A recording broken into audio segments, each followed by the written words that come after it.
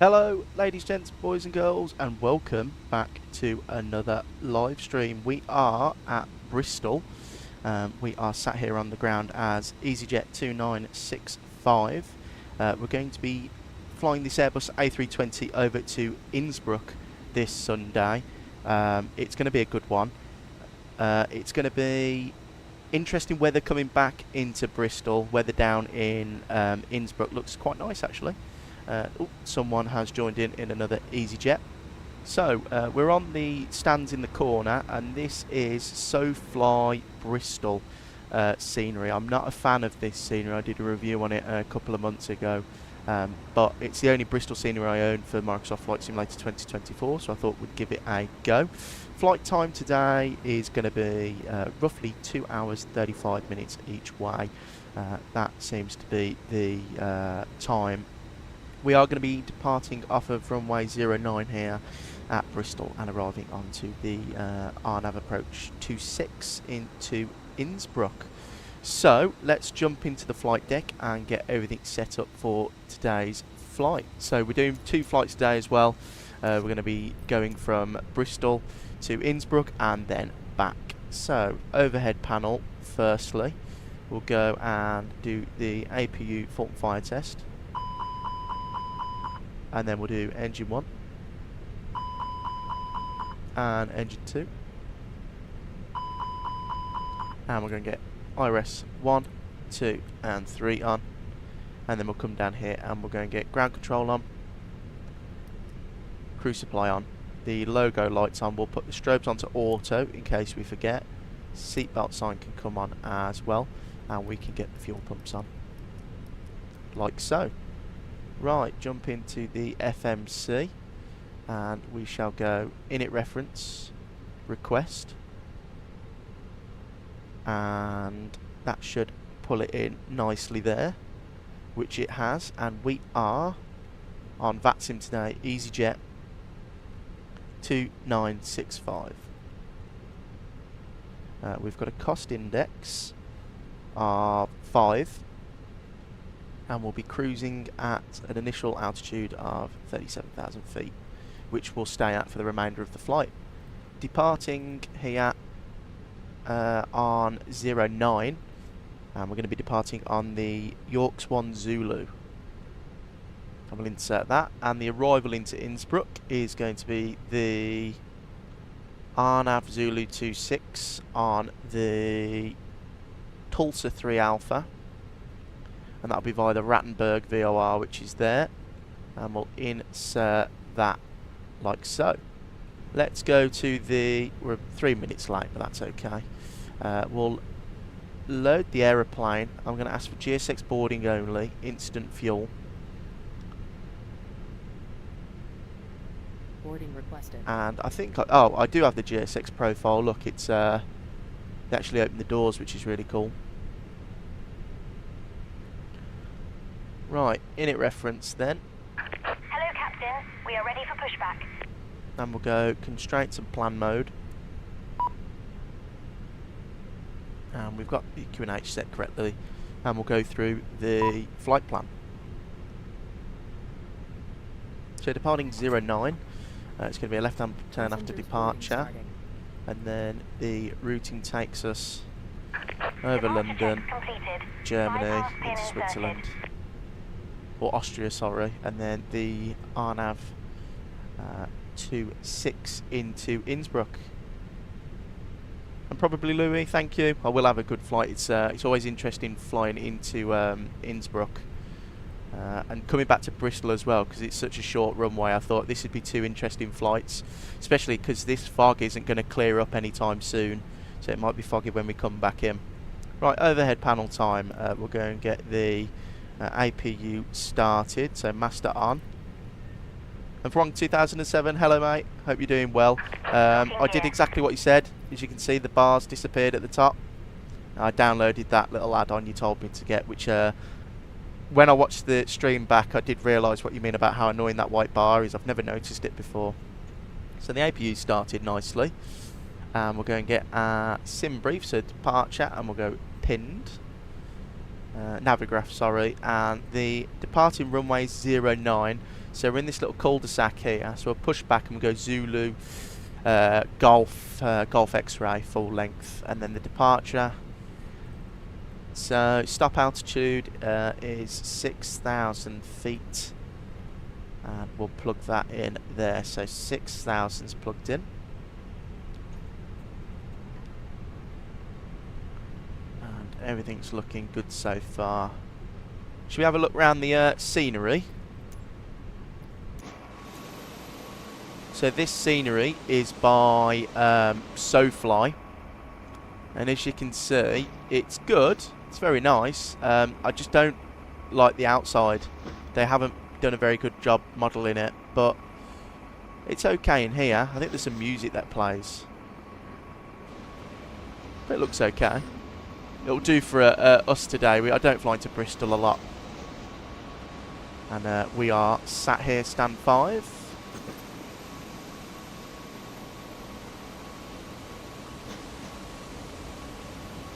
On this beautiful EasyJet A320, we've got the sharklets fitted as well.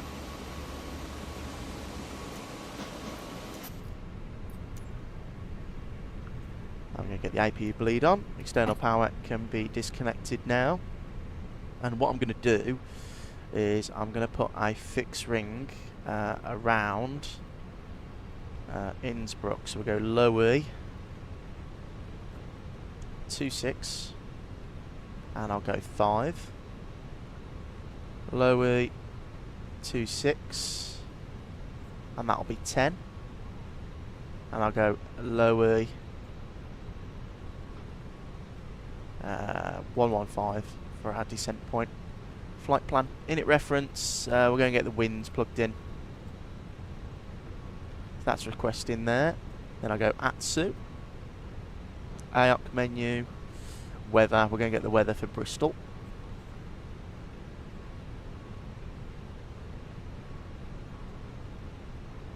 And we're going to get the weather for Innsbruck as well, so low E.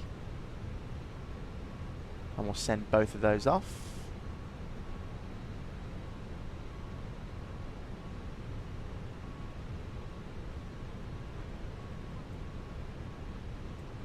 And we'll return, and we'll go received messages. We'll clear the load sheet up, and I'll request the winds again. Right, so Bristol is broken, overcast at 200. I'll uplink that first. So it's 140 at 6 knots, broken, overcast at 200 feet, 8 degrees, QNH 1022. We've got 1023 plugged in. We shall turn that down 1. And then we will go weather data for Innsbruck. So it's auto 270 at 4 knots. Lovely weather, 15 degrees. Wow. Or -2, sorry. Really nice weather. AFC Stu. Are they using 27 in Bristol? We'll change that then. Stu, we'll put 27. So we'll go departure. Runway 27, and it's going to be should be the Horfer 1 X-ray then. Thanks for that, Stu.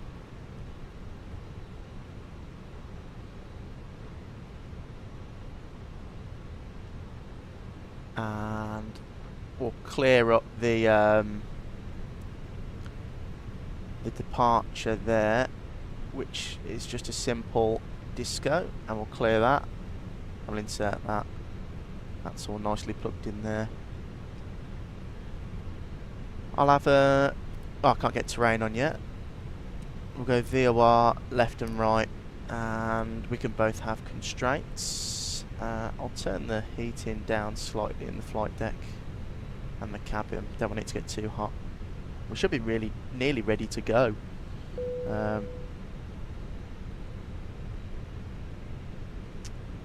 Oh, you're next to me, Stu. You're going down to Funchal. Well, enjoy. And your lovely Phoenix. Are you in the Phoenix? Are you on a 2024? Right, so we're ready to go. Dismiss. And we'll go send to MCDU. And let's just double check that that's all plugged in correctly.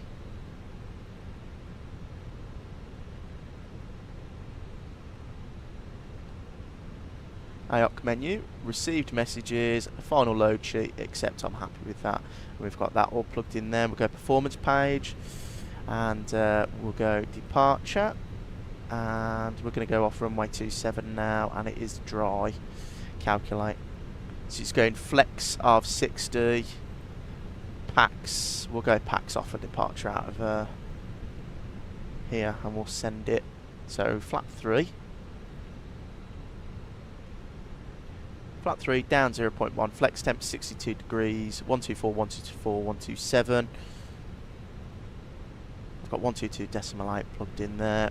We've got IRSs, so we can have terrain on the first officer's side. Yeah, 2024 Phoenix, fantastic aeroplane. Been flying the 777 Whiskey most recently, though. Enjoyed that a lot. Yeah, the 777, the PMDG 777-300 is really good.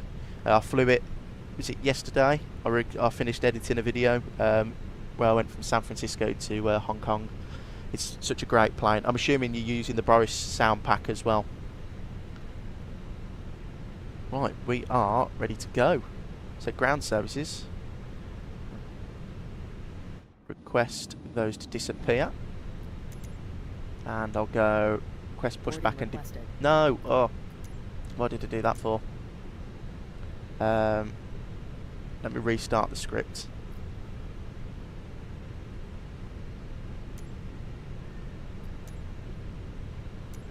And then we'll ask for pushback.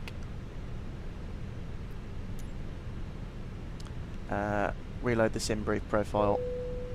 And request pushback and departure. Swissport.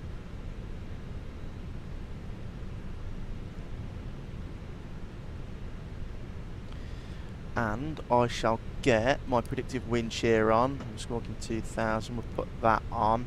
Standby. We are ready for pushback. Yes, Stu, the Boris sound pack's amazing for the 777. It really does change that plane, and it's quite a shame that PMDG have poor sounds on the 777. There's still, I know I've got the Boris sound pack, but I remember before the Boris sound pack came out, they were talking about doing a sound pack themselves for the 777. I think they're still doing it, but it's just, I think they just, I don't know, they've just never brought it out. They keep saying they will, but, well, the 777 came out a year ago, so, well, nearly 2 years now, wow.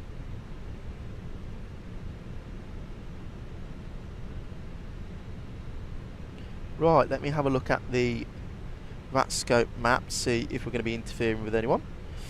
No, we're not. Looks like we're on our own for this sector. And Innsbruck, let's have a look at the... Yeah, we're going to be on our own, unless someone in Germany comes on, which is likely. Locking gear.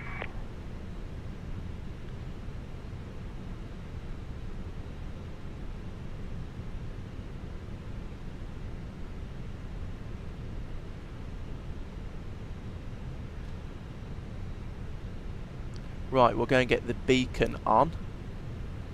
Stu, are you happy for me to push back? You're not ready yet.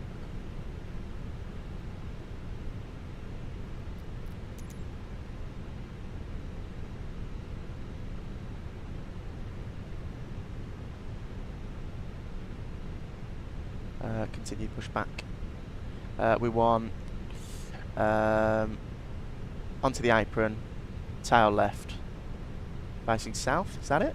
Yeah, I'm assuming. Release parking brake. Too late now, probably with the Boris one out. I do enjoy flying PMDG aircraft. Yeah, PMDG. Their aircraft are brilliant. It's just the sounds that make it poor. And thank you, Stu. We're going to push back now. So ignition start. Beacons on. Parking brake released. Commencing push.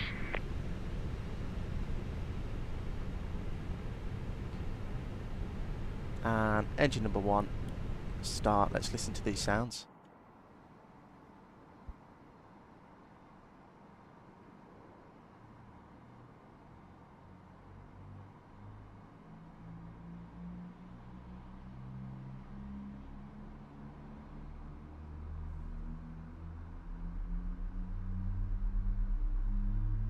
Clear to start engines.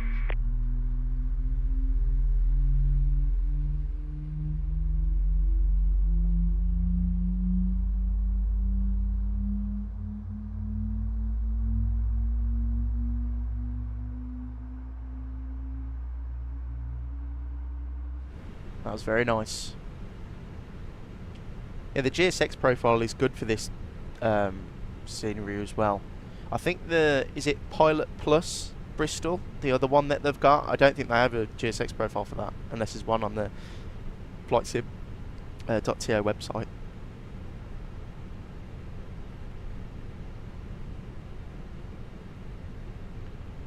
Please set parking brake. Parking Waiting brake your set. confirmation for a I'll go and good ask engine start. GSX to Cockpit to confirm. ground.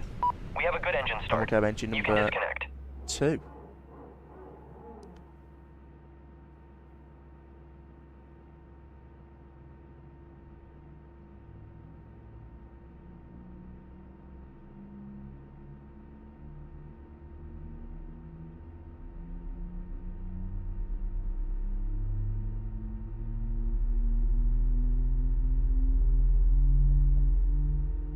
Unlocking the nose gear.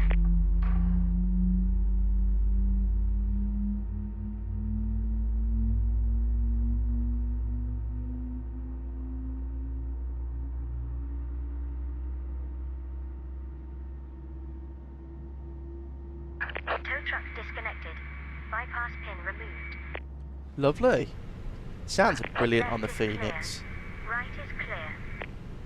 I'm really looking forward to the Fenix Neos. I can't wait for those to come out. Do some Jet 2 321neo ops, some Wizz Air 321neo ops, and EasyJet as well. Right, there's the bypass pin overhead, APU bleed, master, taxi, and then down here we'll go start switch, auto brake, and then 1, 2, 3 on the flaps, and then we'll go max auto brake. Wrong 2007. I don't know either. I like the 340-600. I'm a big fan of it, and I am going to go and purchase it when it comes out. But I don't know why they didn't just update the 330 first, like you say. The 339, the 330 Neo that's coming out soon. Hopefully that's good bot from them.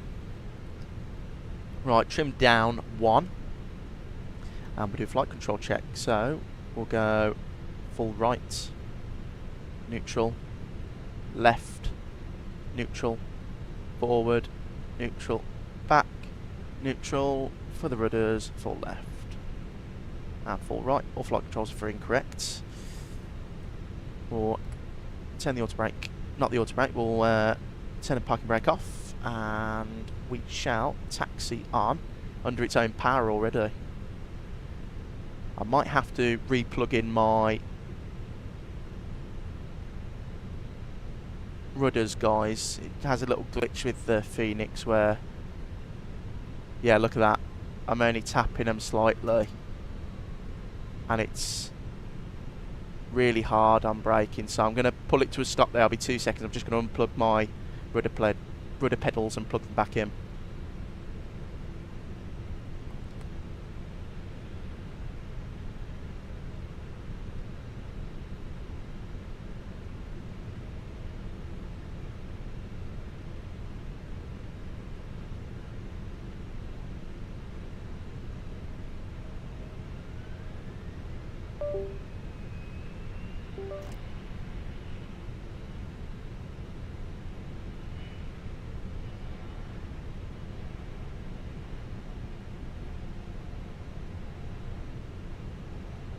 Right, that should have fixed it, hopefully. So we can get on our way now. So I just need to rearm the spoilers and everything. Parking brake can go to off. Wrong 2007. Yeah, the 340 is really good.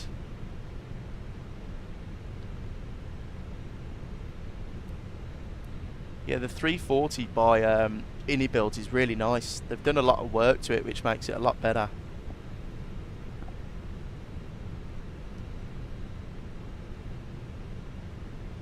It's a good aeroplane. I fly it quite a bit, actually.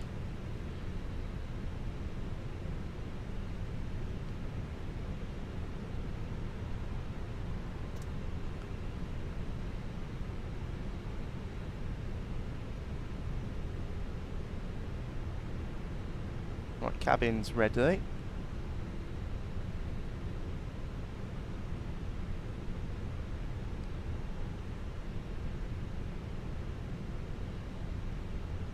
I'm ready to. So what we'll do is we are in VATSIM, so we'll make a call. Let's go and get the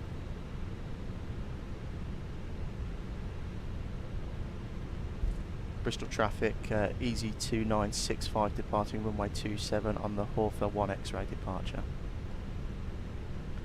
So we're going to get the strobes on now, all the lights on, pack 1 off, pack 2 off, and we are ready to go. And we're going to get TARA on as well.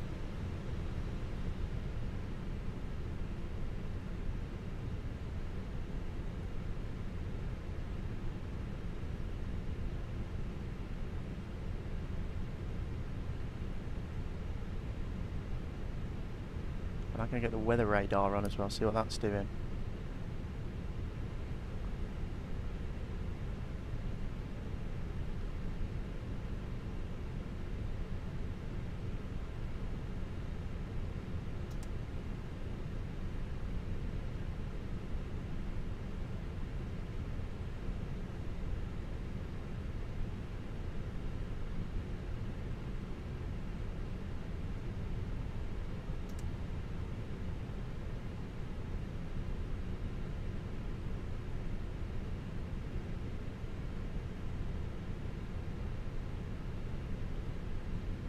Right, that looks good enough for me.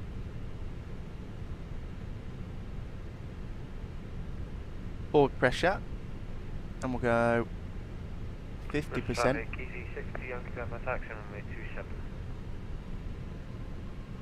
Chrono. Manflex 62 SRS runway nav, auto thrust blue.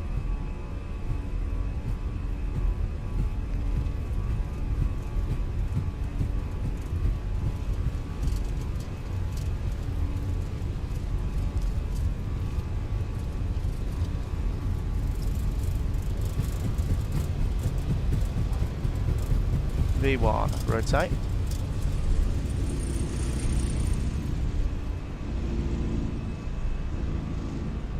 Positive brake gear up. Onto the flight directors.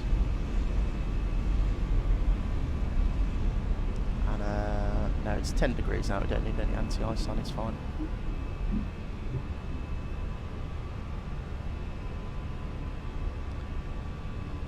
Thrust climb, climb. Pack 1 on.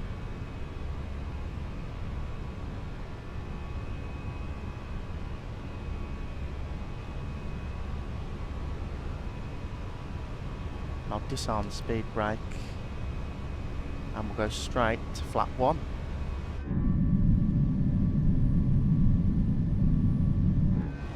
Right, pack 2 can come on now.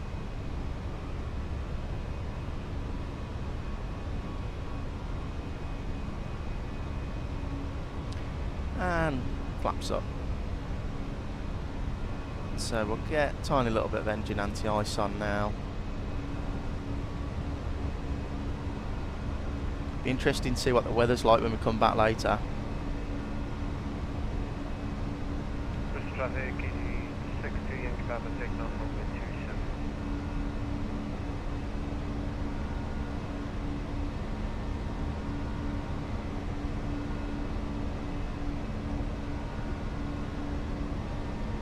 So right turn coming up.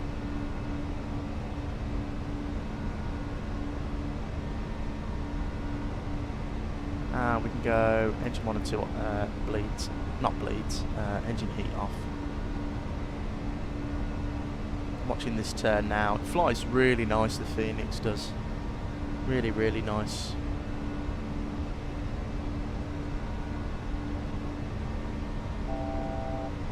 Thousand to go, autopilot 1 on, and what I'm going to do is I'm just going to pull the speed, and we're just, or pull altitude, sorry, we're just going to go straight to 370, standard barometric pressure. Wong 2007, I know the UK always has dreadful weather.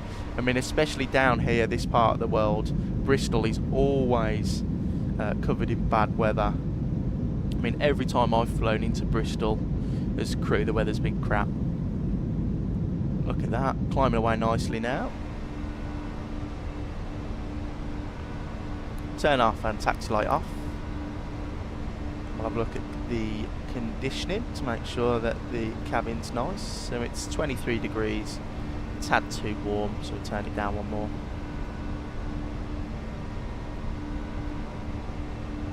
Lovely.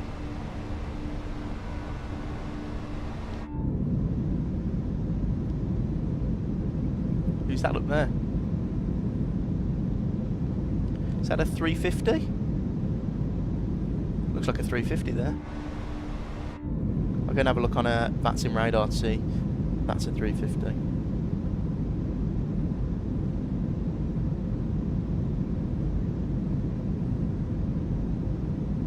Yeah, it's going to Cardiff. And Stu, enjoy your flight to Madeira. Hope the weather's nice for you. I've just seen you've departed. Let's have a look. What's the weather looking like in Madeira? My airline actually cancelled some flights the other day to Madeira because the weather was so bad last week. Funchal, weather, 15 degrees, 010 at 13, scattered at 1300, few towering cumulonimbus at 1800, broken at 3000, 1026. Quite nice weather actually, not too bad for Funchal. Not too bad at all.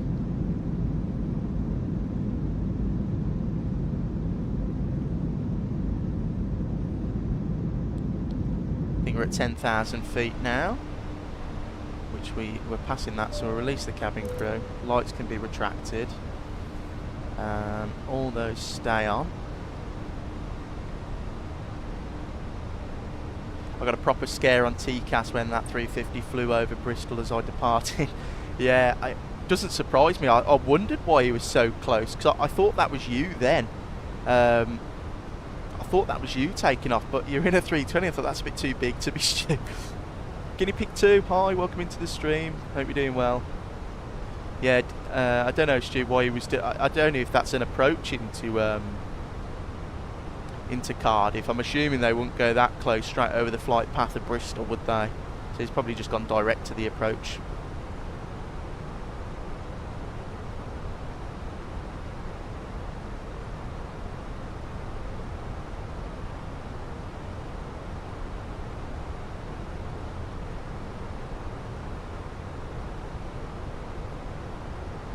Wrong 2010, absolutely. The gusty winds.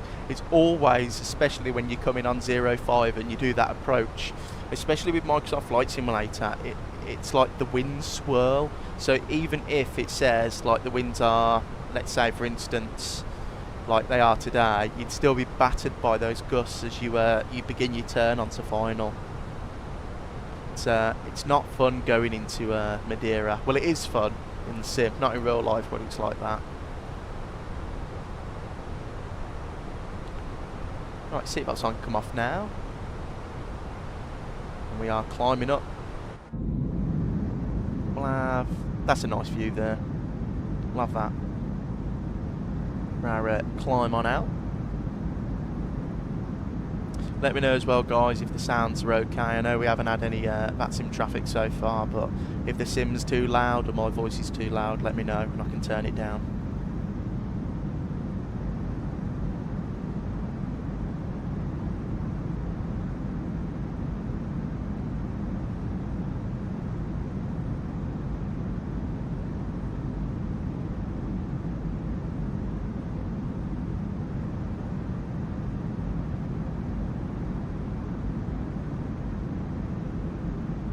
So climbing on nicely out. Check VATSIM radar again. London likes to come online sometimes, but it is, well, it's 12:30 on a Sunday, so maybe not. Got airborne quite quickly though. Started the stream at 12, 35 minutes in, we're already passing nearly 20,000 feet. Let's have a look on the Innsbruck. Oh, actually, oh no, they're not. They won't cover us. There is some ATC going in by Innsbruck, but not for Innsbruck. So Arrivals, there is 1, 2, 3, 4, 5, 6, 7, 8, 9 arrivals. So we're scheduled to come in at 2:06 PM. So that's our scheduled arrival.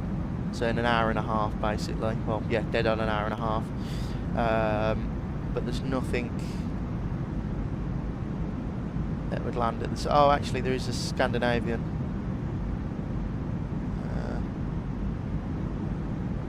Going in from into Innsbruck, sort of similar time as us.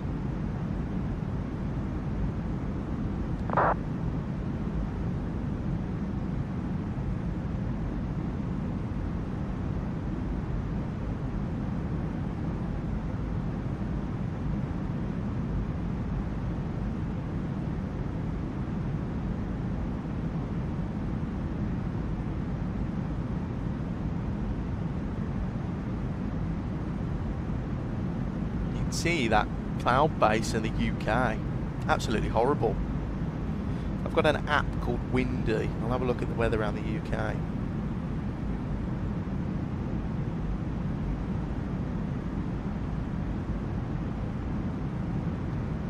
Yeah, pretty much got all the way from Newcastle down to the south coast and Ireland is covered in thick cloud. Clears up in a minute though, as soon as we get out UK airspace and we go into Brussels. So I'll tell you our routing first, guys, actually. So our routing takes us, of course, went off of 27 out of Bristol, turn back on ourselves, and then we're going to fly right over Reading, just south of London proper, over Dover, right into Brussels airspace, and then we'll enter Germany via Frankfurt, slight right turn before we begin our final bit of the flight, starting our descent over Munich, and then of course into Innsbruck. It's given us a block flight time of 1 hour and 39 minutes, which I thought was quite good for today's flight.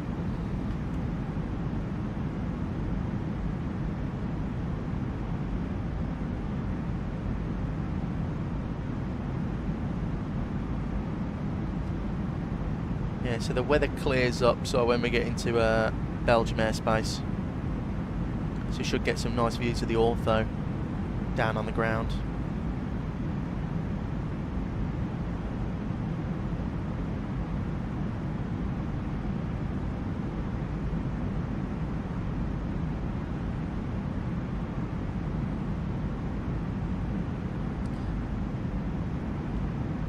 Change view, we'll go this wing. The sun's a bit less glary over there, you can see the wing properly.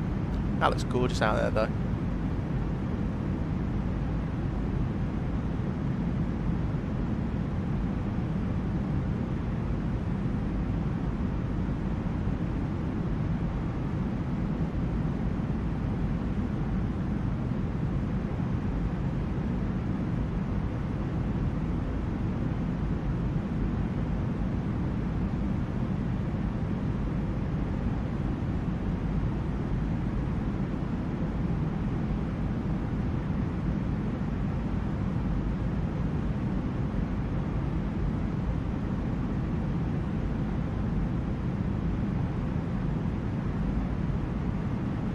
Yeah, tomorrow, guys, I've got a video coming out at 12 o'clock UK.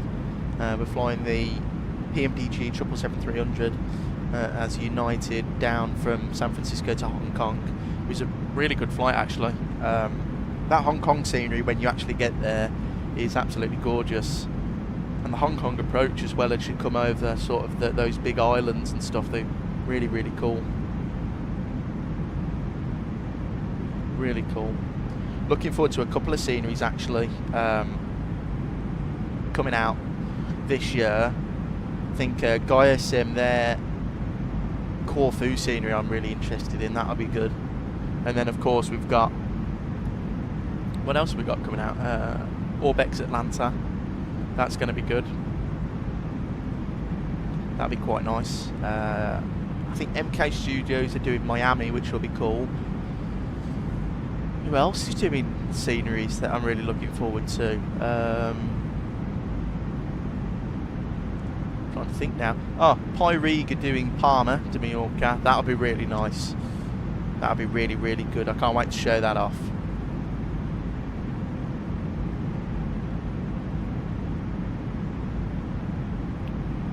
Aircraft I'm looking forward to coming out. Hopefully that 340-600 comes out soon, because I would like to do some actual flying in that. It'd be interesting to see what's announced at the expo in the end of March in Lillestad, because they're going to announce stuff about that 787. And Twang 2007, yeah, Paris CDG by Aerosoft. That's going to be a good one. It's really weird how we haven't had a Paris scenery, a proper Paris scenery yet in the sim. Considering how big of an airport it is, I mean, I would do loads of flights out of Paris. I mean, Paris is such a big base. You could do 777 operations, 350. When the 787 comes out, of course, Air France have a lot of 320s as well. So I'm really surprised that we haven't had a scenery for Paris. It's going to be a good year for flight sim this year. Got a lot going on. A lot of cool sceneries, a lot of cool aeroplanes coming out. Be interesting to see if they all come out though. And like I said, it'll be interesting to see what happens at the Lillestad convention at the end of March. Looking for, I might watch, I think they said they're going to do a live stream of the announcements, so hopefully I'll be able to catch the Vector one. That'd be cool to see how their 787's coming along. And PMDG might, I know they're not there, but I'd like to see some updates on their 747. I'm not interested in the 100, I'm just interested in the 400 and 800. And just flight the Fokker 170.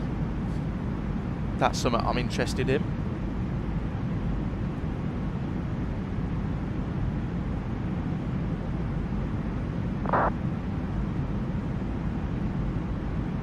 See what's going on VATSIM actually. What was all that talking about? Oh, it's just people out of London City.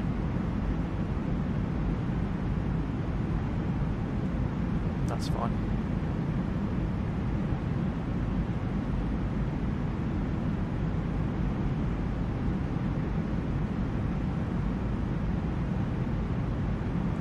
Yeah, hopefully it starts to clear it. We're at 370 yet? No, still climbing. Just make sure everything's looking good. And I tell you what we will do, chat. We'll look at our arrival into Innsbruck. So we're doing the RMP Zulu. So it's quite a long drawn out approach, of course. So we'll have to configure just after the Rattenberg VOR. So this is where the approach starts. It's about 15-mile final. And then it comes down. The go around is a bit tricky, so you fly up here and then this is the only place where you can safely turn around basically. So the minimum's decision height is, what RMP are we? Yeah, we're this one here, so 2,500. And then the airport's quite small itself, so this is the Tulsa 3 Alpha that we're doing. So there's Salzburg, we're going to come through Tulsa. So it's just simple. It's literally just from Tulsa down, Rattenberg VOR and then down. So we need to be at 9,500 feet by Tulsa, and then there's a level segment. And then of course the approach. When we land it'll be 2.6, so look at the leading lights. We have the Innie builds Innsbruck as well, so it should be a nice approach in. 2.6, we'll vacate Alpha back in, and then actually let me try and get some better ground charts up for the parking stands, if there is any. I don't think there is. Nope, that's fine. So we'll take one of the stands anyway. I'll use the map, the GSX map, and as you can see, there's our route today. So like I said, there's London, which is down there somewhere. So London, and then out via Dover, and then here into Belgian airspace, over Germany. There's Frankfurt, down, And we come in like this. There's Munich. So, and then on the way back, see what the weather's looking like in Bristol.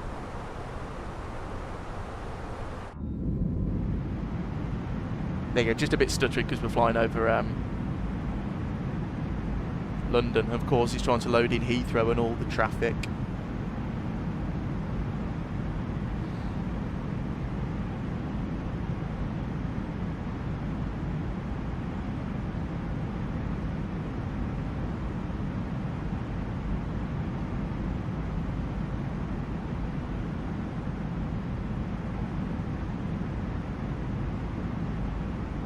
So I hope everyone's had a good weekend so far. I know it's the end of the weekend now and everyone's going to go back to work tomorrow, Monday. I've got some more videos coming out soon, showing off some new scenery. Purchased the 29 Palms Hania, which is going to be, it's really nice. Delta EasyJet taxi to Juliet 4 via Kilo, Romeo Juliet. Cabin traffic, EasyJet. That's one at Gatwick. Yeah, the 29 Palms Hania, which is really nice. Really, really nice. 29. I've got 29 Palms Santorini, which is brilliant as well. That's a really good scenery, and their Hania is really good. I've been there quite a few times in real life, so it's nice to see that in the sim. And soon we can fly there properly because the Greek islands open up soon. There's a bit of traffic flying over us. Oh, there he is. And we're at 370 now.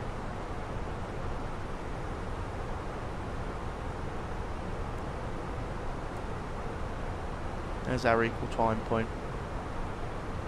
The progress, have a look at the progress. So yeah, optimal 370, so we stay here. Got some traffic. Where's that traffic then? 3,000 feet above us.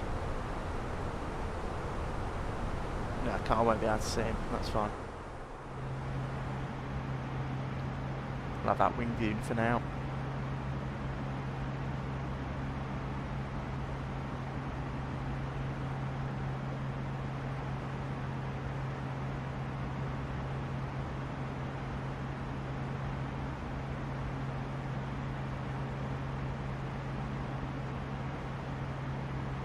Yeah, the weather's starting to clear up a little bit down there. Starting to look a little bit nicer. Just so excited for the Fenix Neos. I can't wait for those to come out.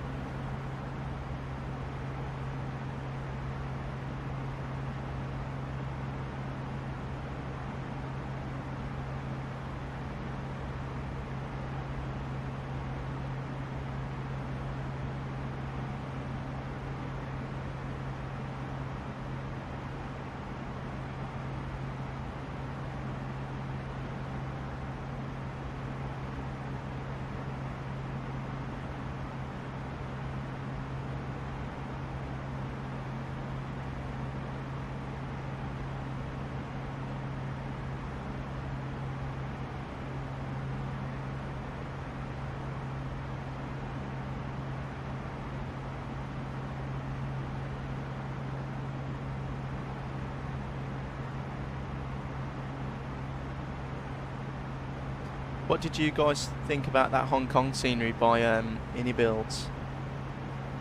In my video, a lot of people in the comments were still a bit skeptical about it, but I really enjoy it. I think it's a brilliant scenery.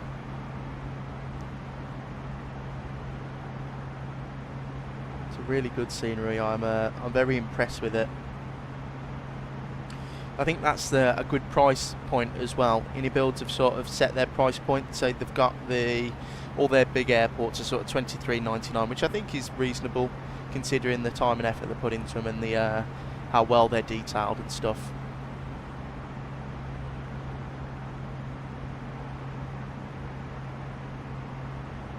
Yeah, the night lighting's really good on 2007. It's really good, especially around the city as well. The airport looks really nice during the night. The video that I recorded for yesterday, we landed early morning, so the lights aren't on. because that's when the real aeroplane landed. But I might do some night flights there. I think there was a Japan flight flying the 320 as Hong Kong. Is it Hong Kong Express? That airline, the one with the purple wingtips, and it's take off in the day from Narita and arrive at night into Hong Kong, which is one I was thinking of doing.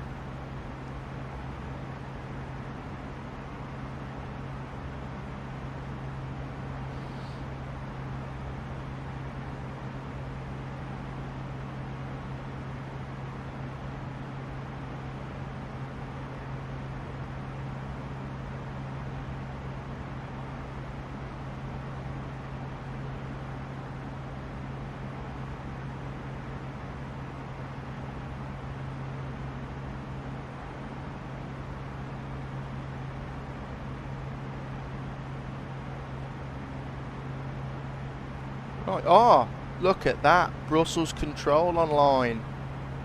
Here we go. So we've got some ATC. We should be entering their airspace. Not too far away. Easy 2965, there we are. We're about 10 minutes away from entering Brussels control. So we are getting some ATC. Which is nice. From 2007, it depends sometimes. A lot of the time when I record long hauls, I do an overnight long haul. So what I do is, let's say we take off from Heathrow on VATSIM, and then when I'm in the cruise, I would disconnect from VATSIM and then leave it overnight.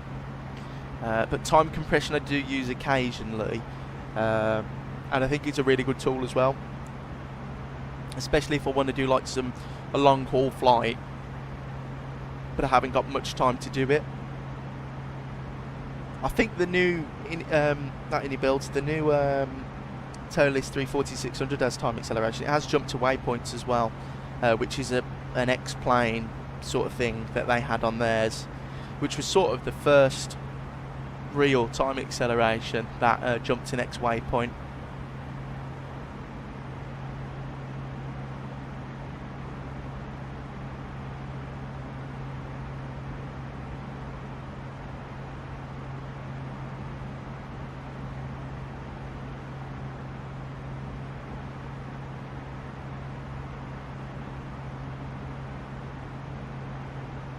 And Brussels will be Brussels control 129575 for when he comes online.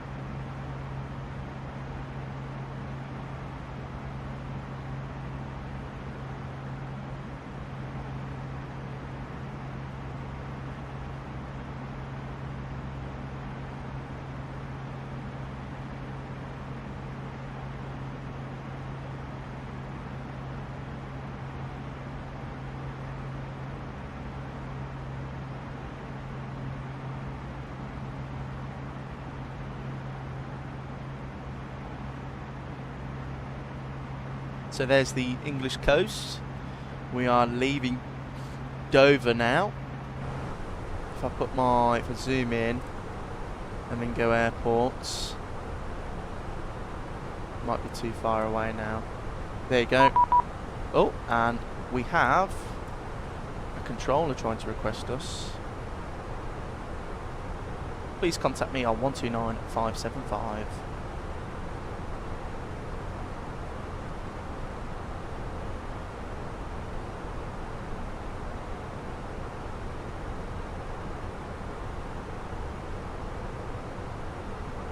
Alpha Yankee, but I'll hold today, that's all.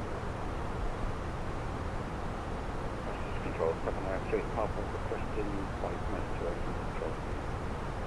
So, Brussels control, very good afternoon. It's Easy 2965, flight level 370. Easy 2965, but I'll hold. Hello, Squawk 1000. Squawk 1000, Easy 2965. Brussels control, no, people. Squawk 1000.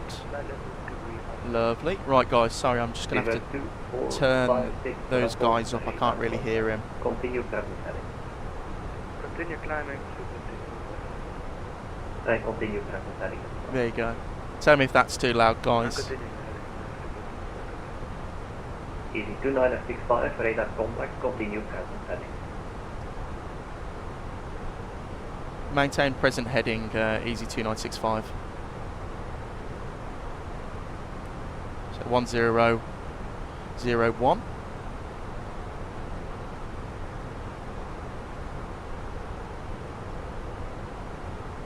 Central 9 Delta, climbing 5060. Central 9 Delta, radar contact, climb to flight level 240. Climb 240, 9 Delta.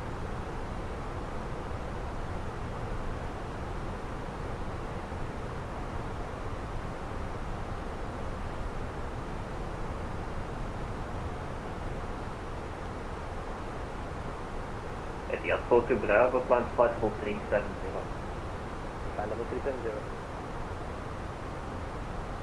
I'll get a flight plan up, guys, just in case it gives us a direct. Whiskey passing flight level 145, climbing 350 to knots.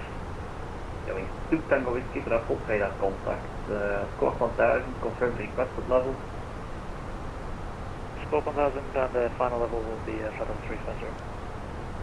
2 Tango Whiskey, Roger, climb to flight level 330 and direct to Lucy. Direct Lucy climbing flight level 330 and 2 Tango Whiskey.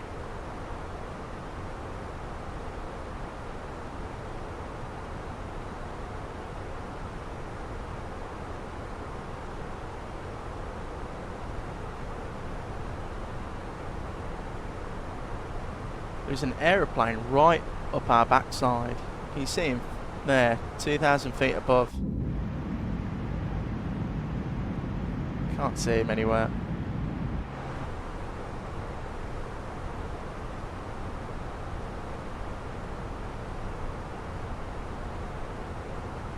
Transfer 28 Juliet, a very good afternoon, inbound, Bellop, flight level 360.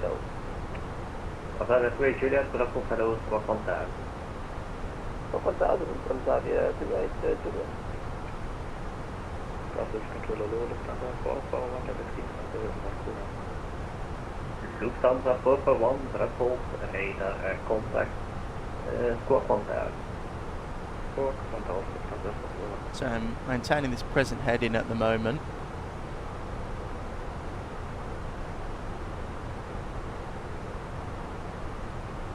And Bristol, good afternoon. Transavia 34 Zulu, climbing flight level 370. Transavia 34 Zulu, Bristol, hello, squawk 1000. Squawk 1000, Transavia 34 Zulu. Roger, 42, Lima X-ray with you. Flight level 269, climbing flight level 350. River 40 Lima X-ray, Bristol, radar contact. Taxi track to Dikier, Delta India Kilo for runway 06.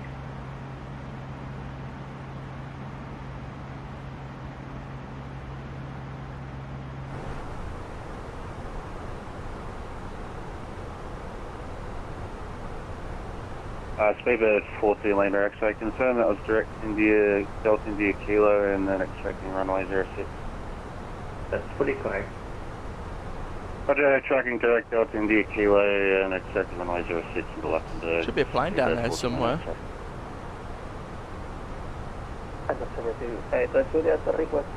There, look, see. Transavia 28 Juliet, descend to flight level 240. Level 240, Transavia 28 Juliet. Dr. 6 Hotel, descend to flight level 160.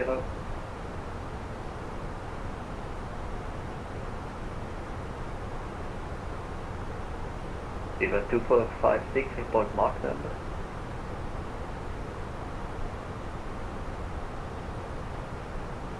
Center 642 Hotel, our office descended of are overlapping, so could I just descend right now, or how would that work? Yes, you can descend to flight level 160. Alright, 160, 642 Hotel. Yes. 0.78, max 0.78. River 2456, maintain mask 79 or greater. Max 79 or greater. Lufthansa 441, Mark 79 and correction 78 for that. Mark 78 or less, Lufthansa 441. So it's quite busy over Brussels control today. The 11 kilo, wind 060 degrees, 3 knots, 25 hours, left take. 5 right, take off. UPS 213, descend to flight level 180. Level 18, UPS 213. Brussels 9157, flight level 350, coding. UPS 90157, full ADAS contact, climb to flight level 35. 350 and DFC PDLC, sir. Not for the moment. Bristol, goedemiddag, November, India, 6 November,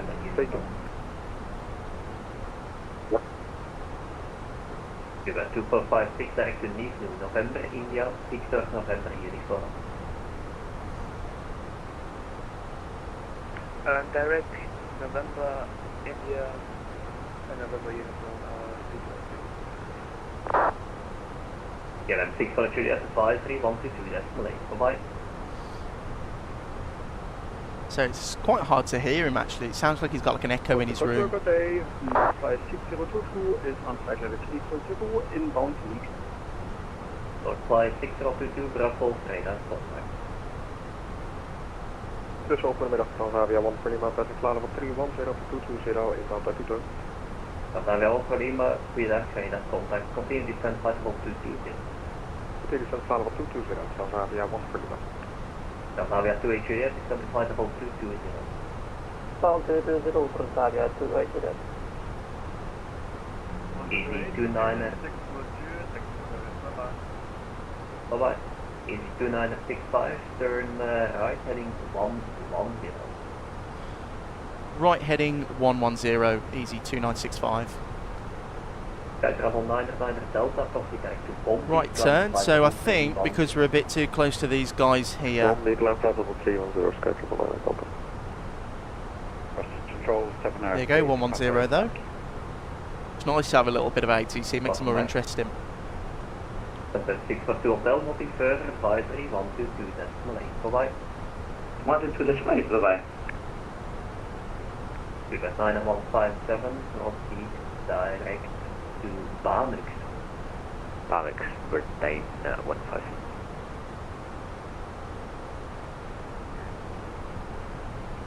Bottom back. Transavia 28 Juliet, advisory 122 decimal 8. Bye-bye. Advisory 28, Transavia 28 Juliet, goeiedag. Radar, good day. When you keep up F4, Yankee Papa, Bravo, hello. Transavia 3 for Zulu, stop the climb flight level 340. What's the weather looking like in Stop climb flight level 340, Transavia 3 for Zulu. And confirm requested level. Requested level good flight level old 370, Innsbruck? Is Transavia it still 3 for Zulu. nice? Roger, Yeah, look at expect, that. short Nice. term. Variable at 2, no significant weather, 1022. QNH, lovely. For 18, 160, requesting departure, we're ready. Van de 1816, Bravo, hello, squawk, correction, wind 060 degrees, 3 knots, 25 hours, let's take off. One question, the ATC told me 19, so 258 or 19? It will be 19 then. 19, let's take off. Okay, perfect, thank you. 19, I can take off, that's for the 1916.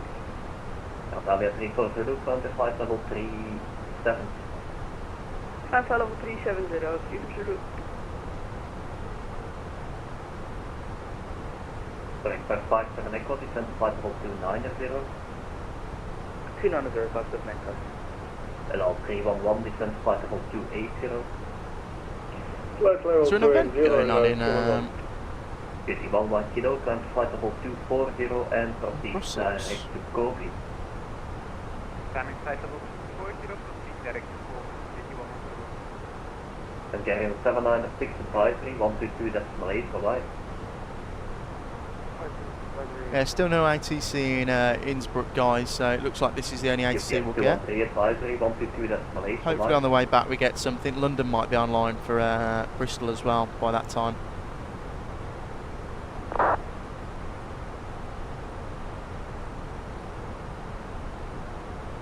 So expect 57 Echo, London is offline, advisory 122.8 for bye. 122.8, 5 minutes, thanks JPC, after Pushback. Thank you. Delta Aviation for Lima, Amsterdam offline, advisory 122.8 for bye. 122.8 vanaf Aviation voor hier, dankjewel tot ziens. So it's flying 6022.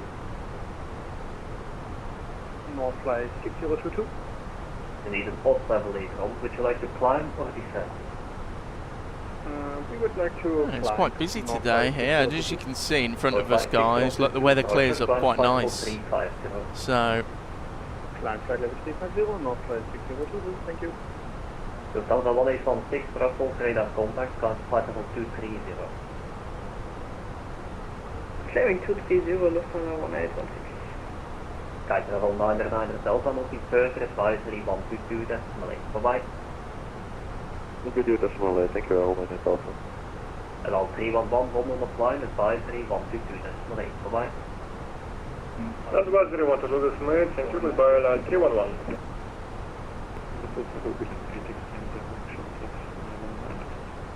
So 86 India, Brussels, hello, wind 060 degrees, 3 knots, 19 is this vehicle.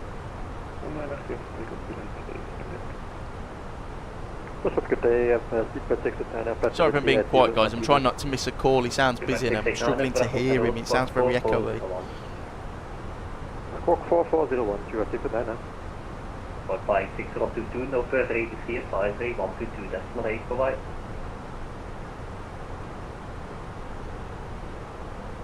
North flight 6022, advisory 122.8. Bye-bye.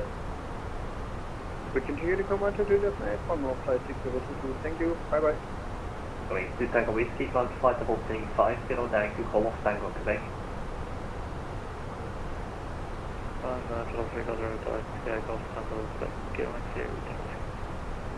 Delta Avia 340, nothing further, advisory 122.8, bye-bye. 128 route. Very good afternoon, Brussels Control, D-line 04. Beeline. Rarely hear them. Brussels Air. Right, first of the Foxtrot, Brussels, hello, wind 030 degrees, 3 knots, 25 right, this vehicle. 030, 25 knots, clear takeoff, runway 25 right. I said 44, but we can't go up to 390 because we lost a lot of fuel in Bristol, so that's fine. Yes, first of all, take it. If we just climbed to 390 because we were really delayed at Heathrow because heavy traffic and we lost a lot of fuel, so that's fine. You got 390. That's approved, flight level 390. Yeah. Yeah. Brussels Control, hello, Turkish 6 Alpha Foxtrot, passenger auto for 0. Turkish 6 Alpha Fox, Brussels, radar contact, climb to flight level 410. So if he keeps us on this, he might give us like a direct to like So are we clear for Elmox or Harem. Correct, climb flight level 390. That'd be a nice shortcut. Thank you so much.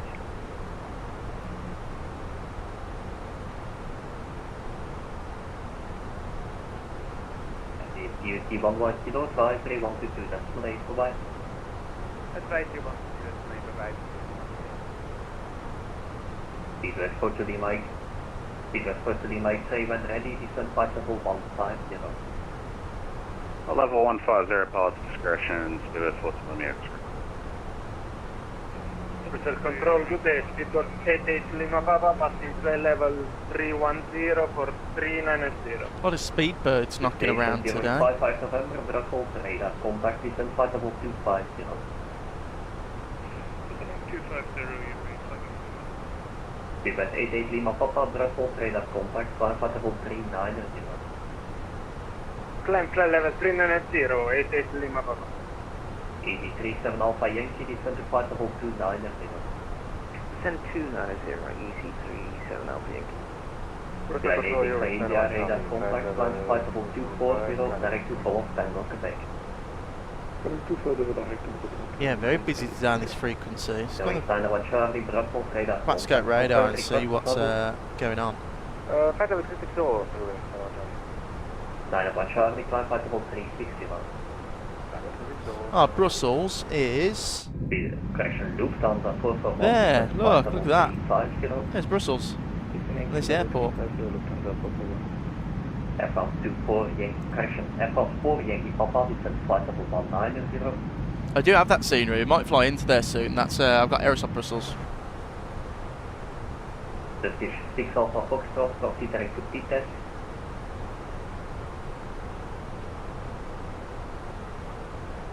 No, P-test 36 Alpha. Easy 37 Alpha Yankee, London offline, advisory 122 decimal 8, bye-bye. 122 decimal 8, easy 37 Alpha Yankee,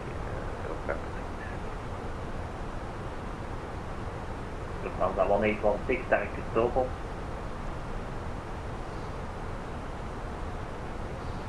Direct to Tobruk, follow for 1816. Air France 4 Yankee Papa, descent flight level 190. So we're about to go past our equal time point now, guys. So we're nearly there. Been airborne nearly 45 minutes now. Yeah, go to the Foxtrot, radar contact, climb flight level 240.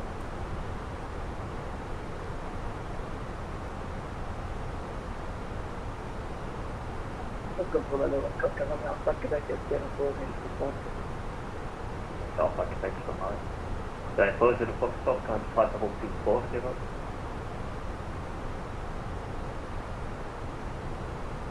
Yeah, look at the weather now, guys. It's cleared up. Really nice. Look at this. Beautiful. We can see literally everything. Climbing 240 to the 4 Zulu. And there's Brussels, Charlemagne down there. Oscar Alpha Quebec leaving the control zone by the north. Okay, Alpha Quebec, Roger, the wind 0205 knots, clear for takeoff, runway 24 after departure, make a right turn to Martin North. Clear for takeoff, runway 24 and after departure making a right turn heading to the north, Oscar Alpha Quebec. Air France 4 Yankee Papa, advisory 122 decimal 8, bye-bye. That looks gorgeous out there, guys. Look at that. Going 55 November, advisory 122 decimal 8.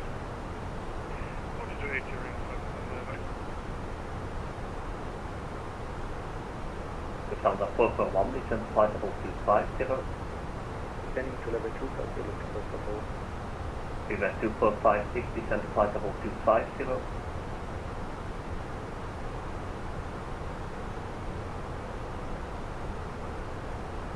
River 2456, descent flight level 250. Descent to level 250, Easy 2965, proceed direct to Bombay. Just hit direct Bombay, easy 2965. Brookside control, hello, have a good day. Zambia 738 Juliet. There you go, guys. Look at that. There you go. 738 Juliet, Brussels, hello, squawk 4405. It's a nice, well, it's not a shortcut. It's actually taking us back up. Control, good afternoon. Let's have a look at the init reference, or flight plan, sorry. 3 tons at Innsbruck. We need 2.7. India, climb to flight level 350.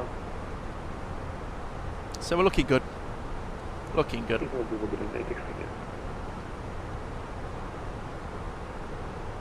Brussels today, right now, 406, level 402, locally. And at 2406, Brussels, radar contact.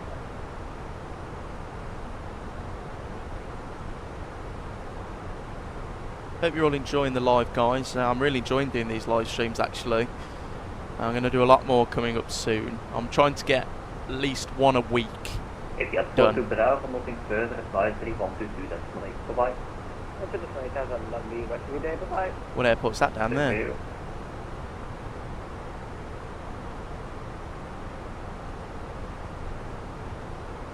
Go to Lima X-ray, direct to Lima X-ray, 06 India.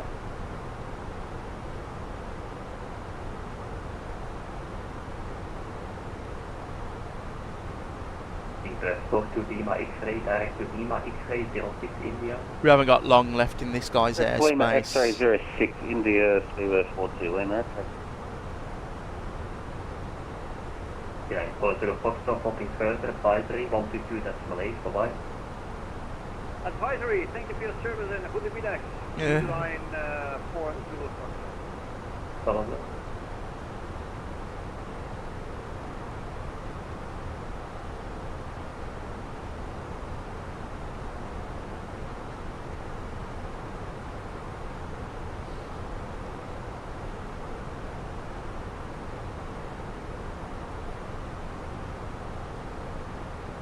Yeah, 8 X-ray India, climb to flight level 370.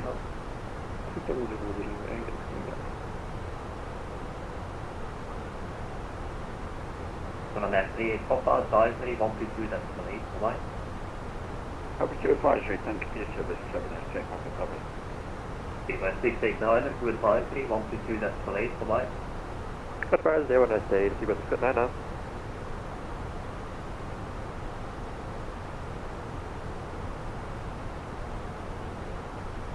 It's really nice weather out there now. It's cleared up nicely, and there you go. We've got a clear visual of our descent. So guys, this is why I do the fixed wings. It gives you a visual reference of where roughly you need to start descending. It wants us to descend quite late in, but you got to remember the airports are like 3,000 feet AGL, so... maintain 250 speed and 253 Let's confirm 29 and 0 more. speed 29 and 0 Lufthansa 441, speed 29 and 29 and 0 knots overless, there's traffic in front and advisory 122 destination. Bye-bye. 29 and 0 knots left and 122 destination, Lufthansa 441. It's looking good out there. It's an aircraft coming across here.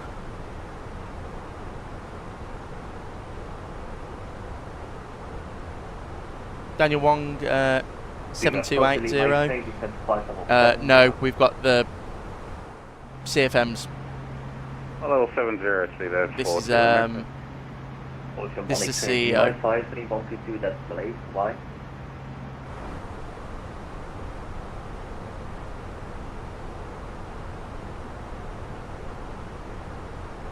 Ocean 1 X-ray Lima, advisory 122, that's delayed. Bye-bye.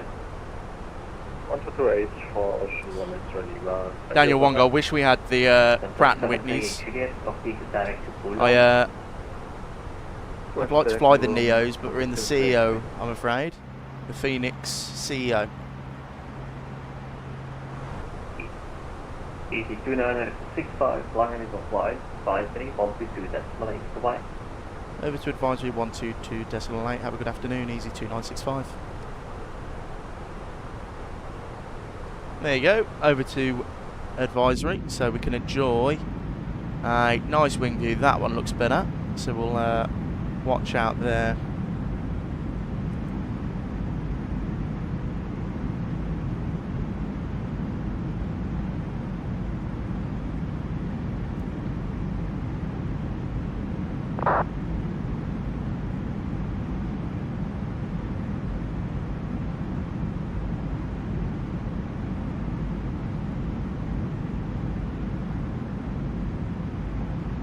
The Pratt & Whitneys are awesome, but a little laggy, I feel.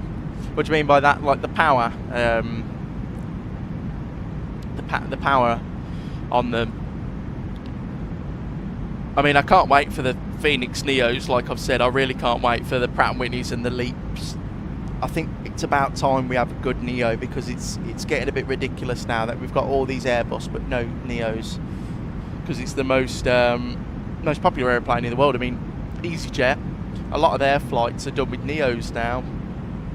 Wizz Air, a lot of their flights are done with Neos. Their CEOs are becoming quite obsolete, really. So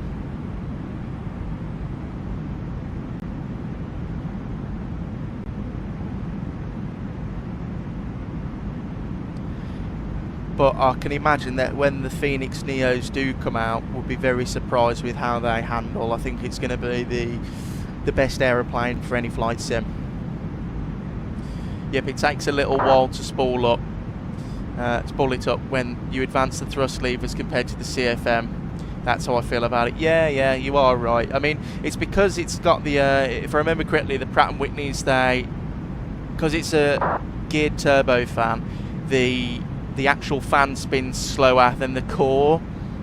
So I'm assuming that the reason they take so long to spin up, it's got something to do with the geared turbofan. But yeah, cool engines, and I hope that Fenix have done the howl properly, because that's the whole point of flying the leaps. Well, not the leaps, sorry, the Pratt & Whitneys, is that howl when they start up. It's like, actually, speaking about the howl, who's doing the A320? Synaptic. Their A320, that sound needs to be, their sound, sorry, needs to be really good. Getting a bit rocky here now.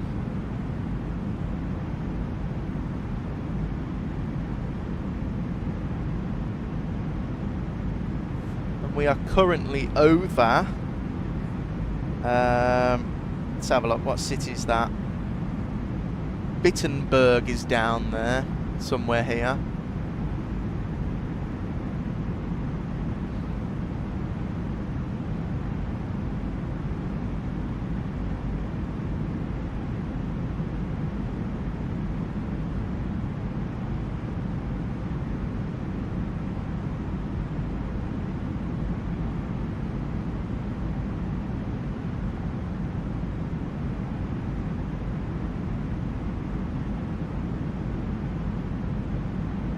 Right, how many miles have we got till top of descent?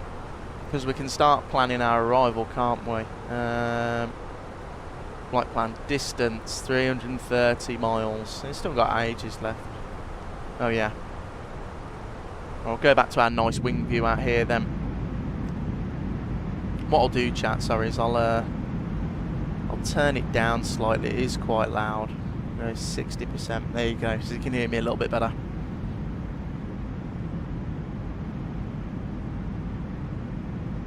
Beautiful day out there, though.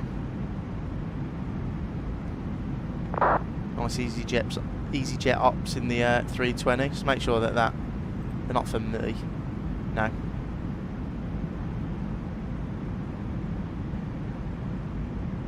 Oh, they're talking to each other. No problem. Yeah, nice EasyJet ops this afternoon. Flying into Innsbruck. The weather, let's actually check the weather down in Bristol, guys. I want to see what it's doing. That's not Bristol. There's Bristol.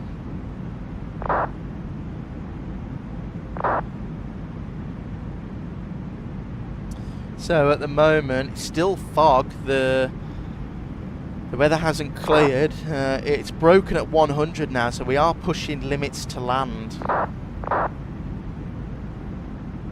Hell. Daniel Wong, yeah, clear skies are the best. I like a little bit of weather, especially when flying, but clear skies, I mean, the eye candy in Microsoft Flight Simulator, this is what you want to see, don't you? I mean, it's a lot better than 2020, the ortho down there. I am using I am using auto FPS, guys, as well. So at the moment, if I actually get auto FPS up, we've got terrain level additive, so that's 300 down there. And as you can see, it is really good with flat 50 FPS. I mean, the whole stream's been 50 FPS basically. What is going on Unicom?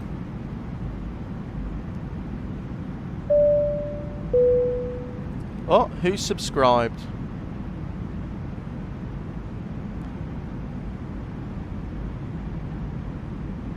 That call bell there, guys, is a little subscription thing. It takes a while to come up on my actual page, though, so hang on.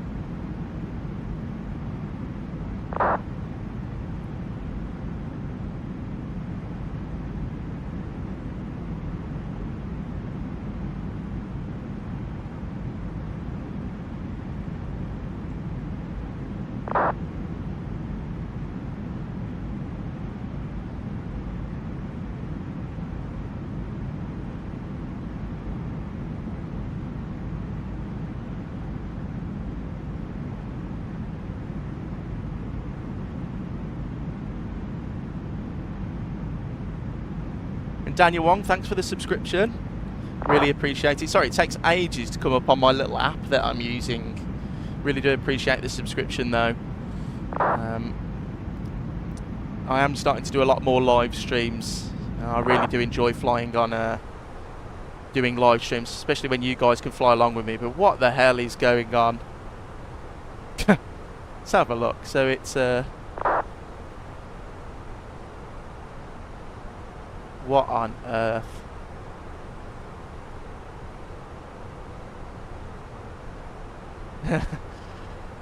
God.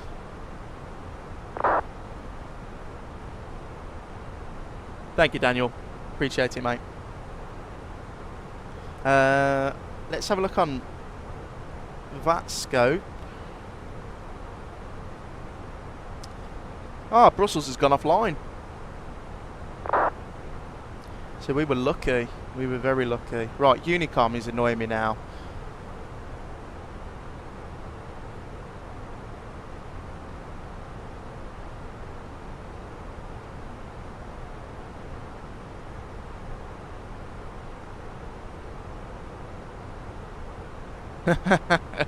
Someone got the supervisor involved.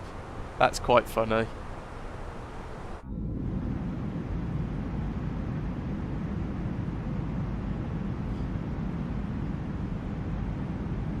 Look at that down there. Looks gorgeous. What airport's that there?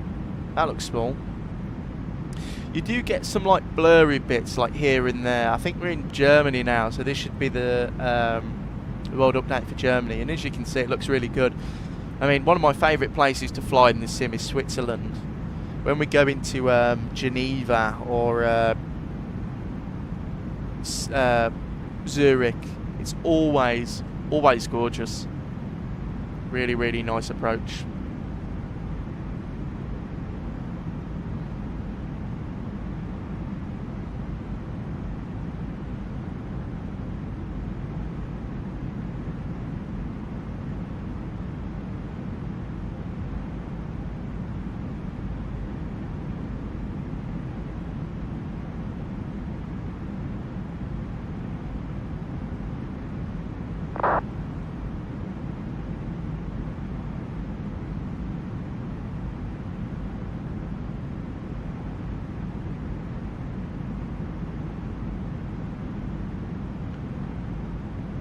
Getting a bit bumpy now. It's not too bad actually.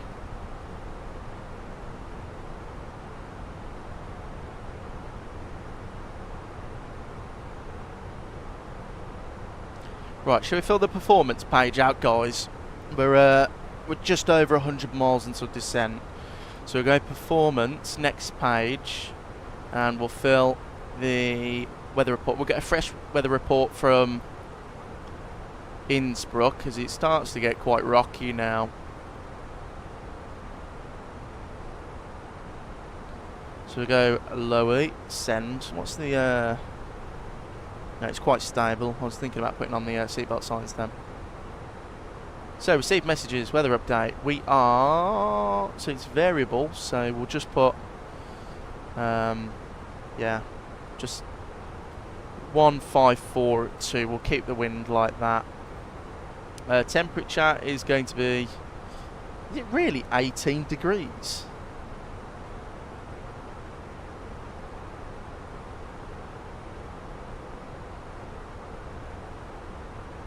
It's 18 degrees, that's gorgeous weather for Innsbruck. Can't believe that. I had to check it for myself then, I thought that was wrong. 1022 is the QNH, and we're going full config.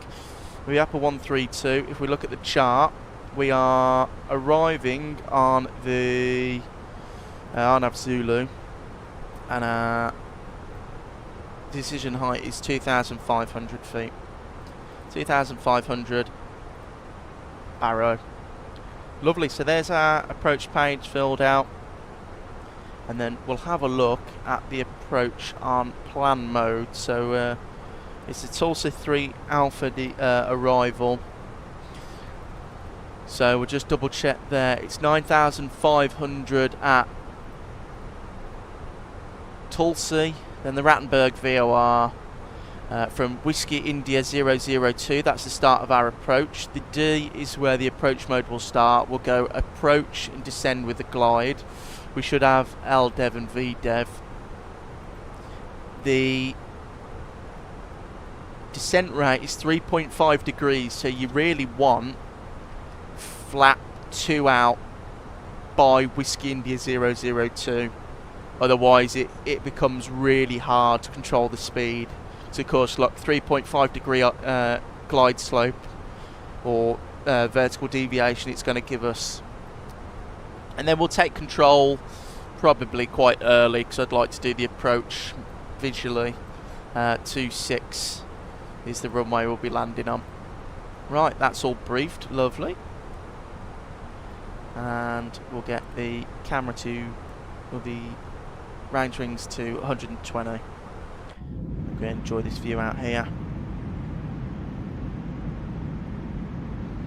What a gorgeous day in Innsbruck. I can't believe the weather's like that.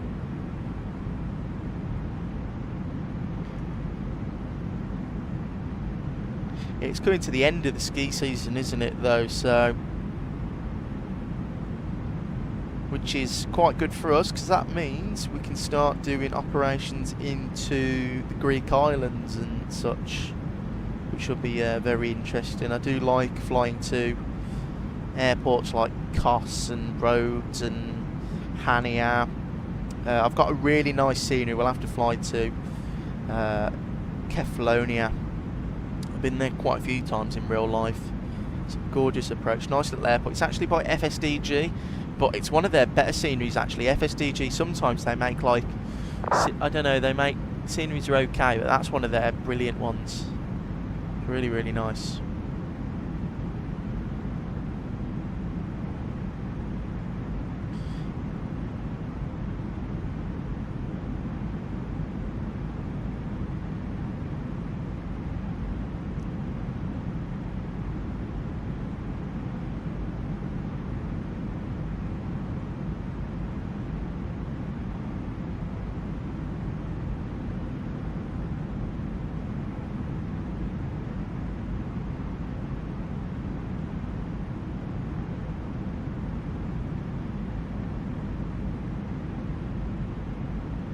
Right, we are coming along quite well.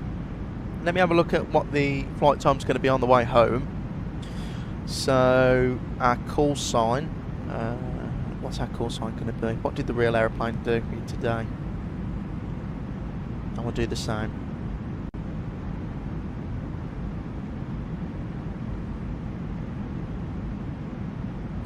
So, the departure to Bristol is Easy 71 Golf Juliet, so that's what we'll do. Easy 71 Golf Juliet.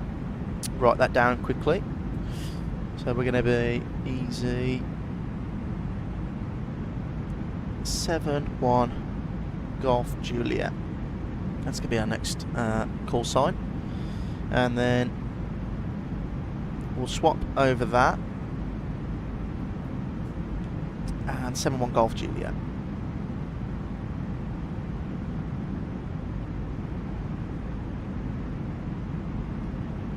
And we'll be departing off of runway 26, arriving on to runway 27, and we'll generate that, and it should give us a flight time. I'm thinking in the region of an hour and 44 minutes. I was right.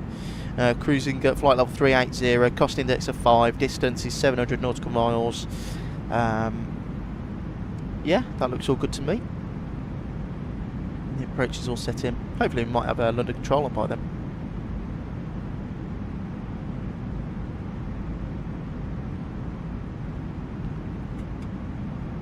Gorgeous out there. Where are we? What's that down there? Let's have a look on the map.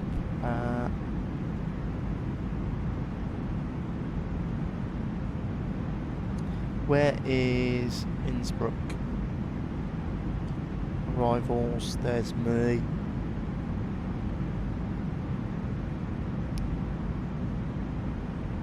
We are flying over Frankfurt. This is Frankfurt here. So let's have a look to see if I can see the... it's probably below us now. But yeah, we're flying over Frankfurt. That's why it looks so good down there. Of course, you've got Frankfurt Cityscape that comes with the sim. I think it's one of the handcrafted cities, isn't it?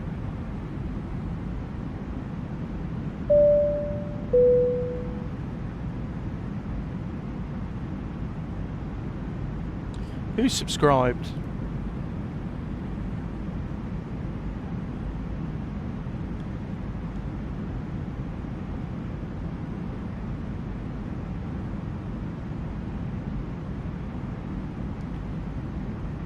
David Robertson, thank you for the subscription. Really appreciate it. Hope you're enjoying the live stream. Sorry again it takes so long to see it. I know you guys see it on your screen, but I don't. And then on my little app it takes a while for it to come through. But thank you very much. Hope everyone's enjoying the stream so far. I have turned down the aircraft and sim sound. I will turn it up when we start our descent. If we are on VATSIM later and it's a bit too loud, just tell me and I can turn it all down.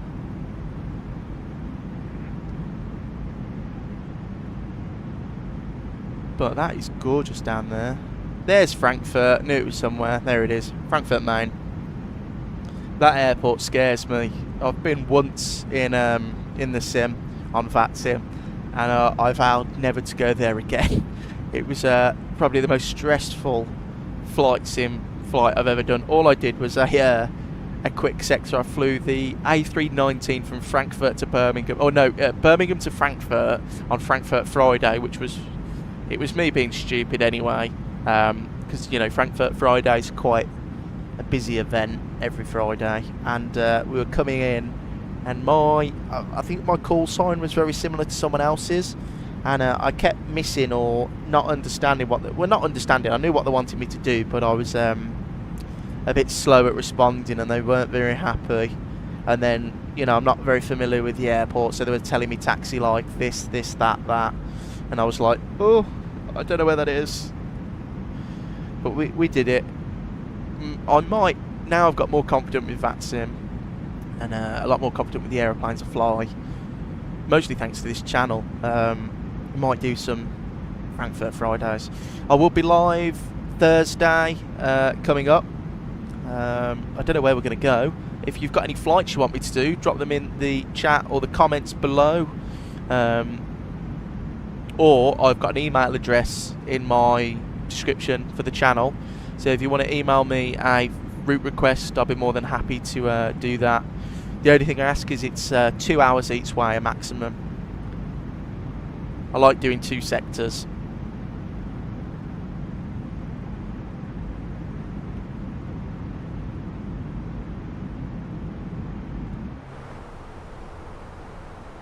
Right, approach is coming up shortly.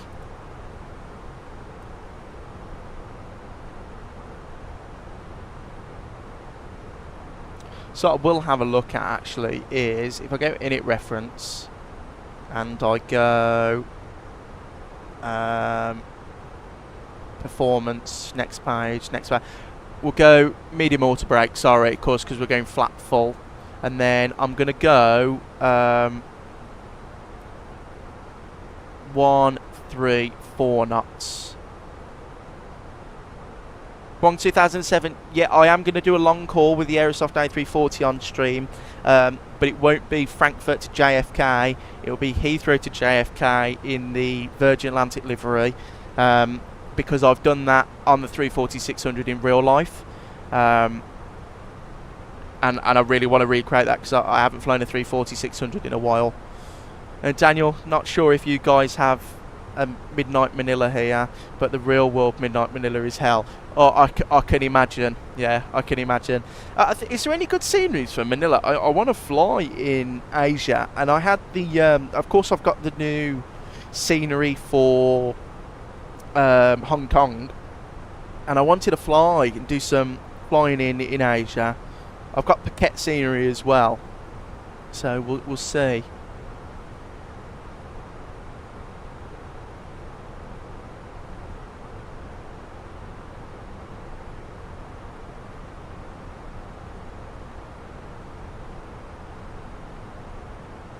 It's been a nice flight so far, guys. It's been very peaceful.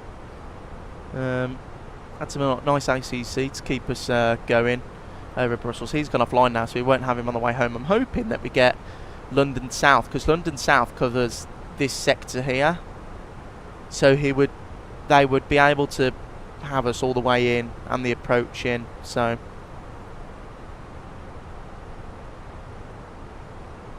but we are, let's have a look at the conditioning actually. 21 degrees, that'll do. That's a nice temperature.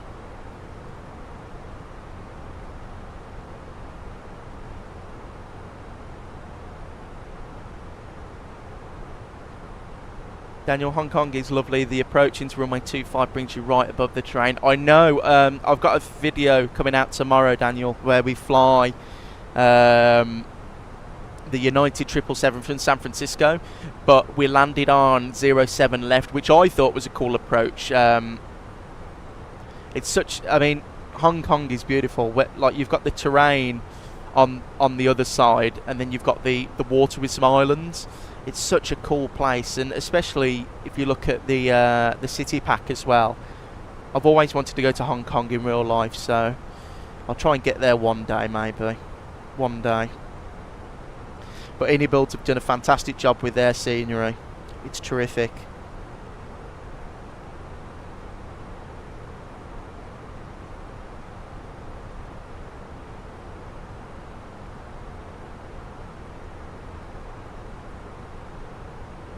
Right, so not long, there's our top of descent marker.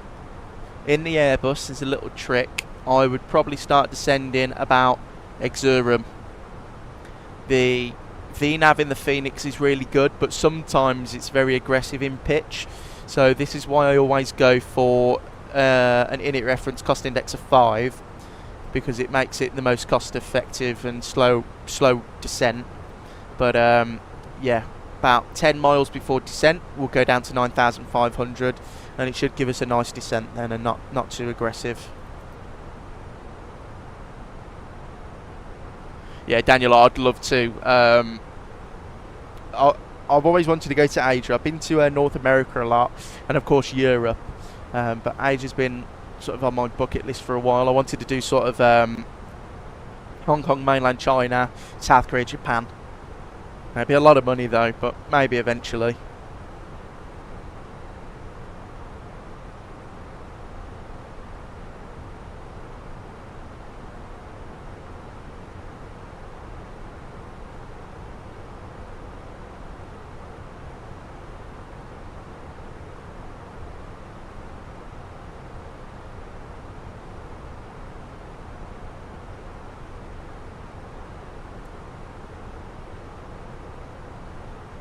Right, so it's looking good so far.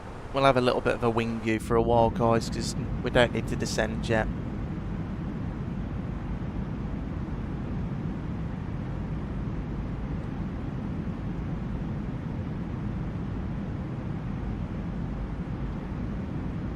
Guang 2007, yeah, I could do Hong Kong to Haneda. I've got that handcrafted scenery. We could do that. What do they do that, Huang, in? What airlines would do that? Would it be like an ANA 777 or something? Because I could do that as a live, that would be cool.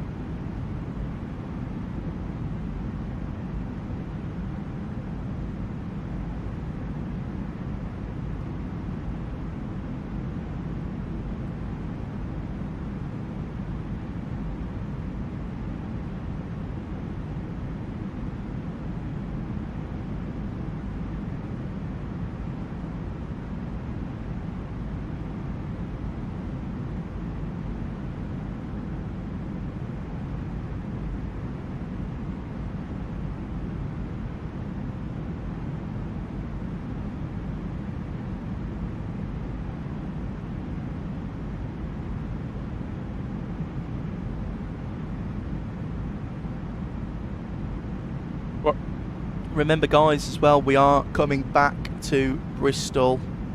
It's not just a one and done. We're going to do the departure out of Innsbruck as well. Got to do it properly.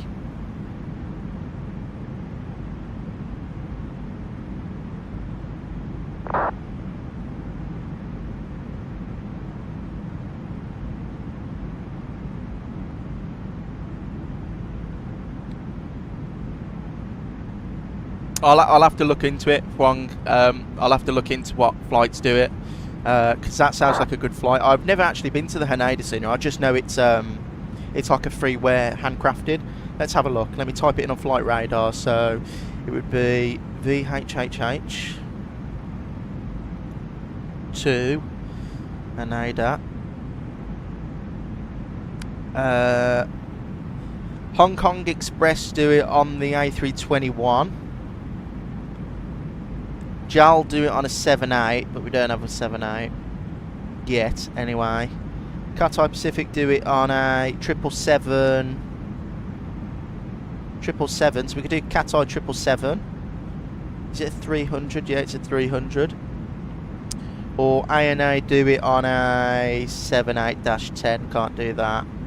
Or a 788, no. So it would be between Hong Kong Express on a 321 or Cathay Pacific on the 777-300. 3 hours 9 minutes, not bad actually. Flight times, that'd be a nice stream. Yeah, I'll think about that. Maybe Thursday stream. Thursday 12 o'clock we go to Hong Kong, from Hong Kong to Haneda. Right, coming up on descent now, guys. I better lock in a little bit and have a look at this. So I got 40 nautical miles until descent. We'll go performance on that page, flight plan on that side. I'll go and get the starred arrival, which is the Tulsi 3 Alpha, and that looks good there.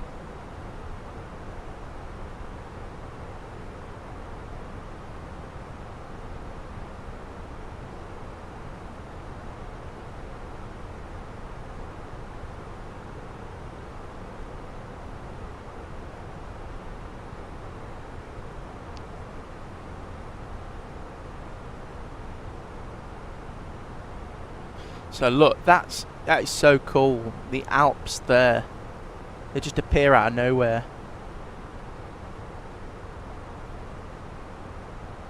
Oh, Daniel Wong, don't worry. All the live streams, they're kept on as VODs after. So if you want to watch the like the landings and takeoffs, you can. Don't worry about it. I'm flying in the real world as well. Wednesday, I'm going to Turkey, so it's going to be a long day. So I might sound a little bit groggy Thursday morning when I do the live. And from 2007, yeah, I love Asia a lot. But like you say, the photogrammetry, especially in China, I mean, you know, you can't get the photogrammetry in China, so it does suck a little bit. Because WFS scenery, they do some fantastic sceneries like their Shanghai and stuff, but then you look around the local area and it's not that good, is it? But I suppose Hong Kong's nice because the ortho is quite good around Hong Kong. And because you're by the water, you don't have to fly over a lot of the land, so it doesn't really matter.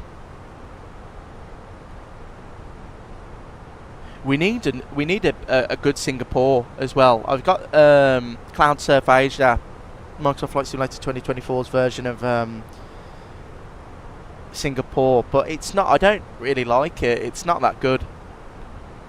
For an airport like Singapore, Changi, being such like an iconic airport, I would have thought like InnyBuilds. Well, actually, probably that's what InnyBuilds are working on soon. I don't know, but I'd assume they're doing a Singapore, because that's the logical next step. Because I think if you look at the way they've been promoting their sceneries, it's been like a mega hub. So they call it like a mega hub. So if you look at how the airports have been done, they did American Airlines mega hub for Dallas Fort Worth. They did Hong Kong. They're doing Liverpool. Let's look at another. They did Manchester. So mega hub. You know, you're talking Singapore. What other airports are there that you could do a mega hub from? Haneda. They might be working on a Haneda. Yeah, they've got a lot to work on. I'd really like to see some Brazil airports be done. I like flying in South America, and that might be a stream in the future as well, guys. If that sounds good to you, 4 seconds a day flying to and from the Paul Ricard scenery, so Santos Dumont in in Brazil, and then Congonhas Airport in Sao Paulo. Right, I think it's time, when the marker gets past 10, we'll go down to 9,500 feet.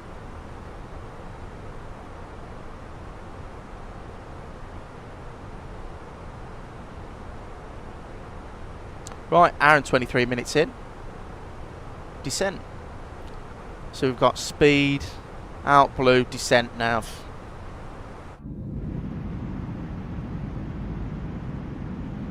Oh, Daniel, don't. 4 sectors are painful. I've only done, at my operator as cabin crew, I've only ever done 1 4 sector, and we went from Birmingham to Ibiza and back, and then we went to Amsterdam. That nearly killed me. I don't do 4 sectors anymore. But we do, like, my day next Wednesday when I go to Turkey, we are, it's like a 14-hour day. So I check in at 8 o'clock in the morning or 7:30, and I don't check out until 10 o'clock on the night. So it's a long day. I think the flight time I've checked actually, I can check my little app. So we are, it says from the airport I'm flying to Turkey, 4 hours 15 minutes there, an hour turnaround to clean the plane, and then 4 hours 30 minutes back. So yeah, it's not the most pleasant.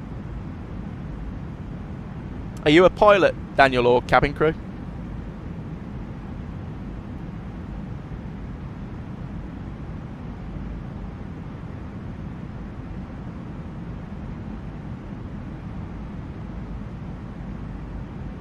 Or 4 sectors? So I'm flying the same day as you, so, but yeah, 4 sectors it kills me. It really does.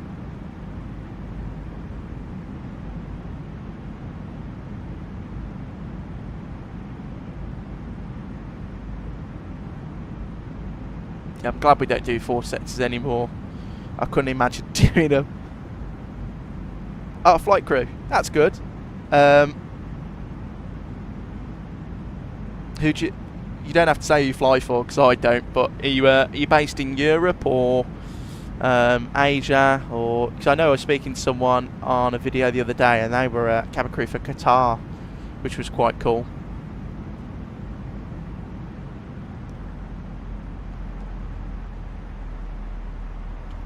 Right, down we go.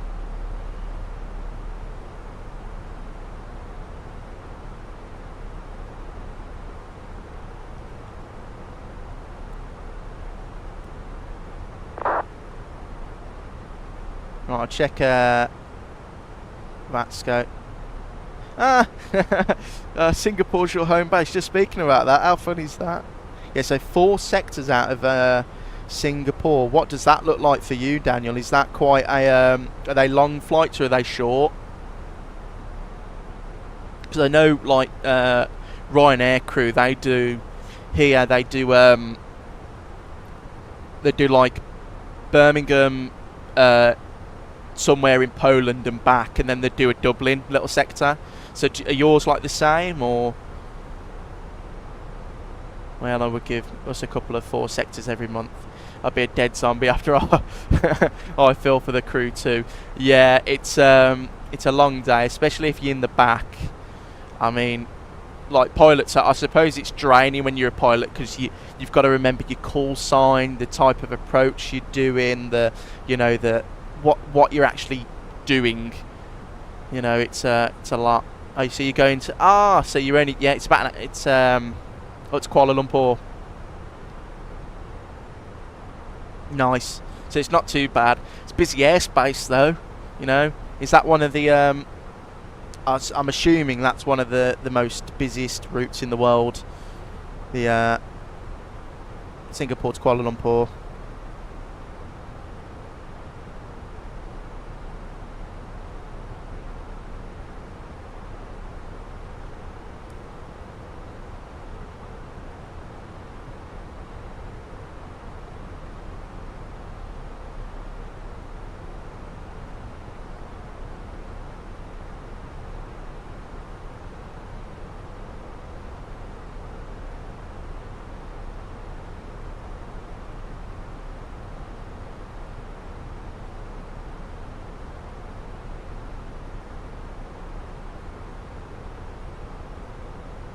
Oh, so you have one of the longest ones. Oh, that doesn't sound too good then. Do you get how long's your turnaround, Daniel, if you don't mind me asking?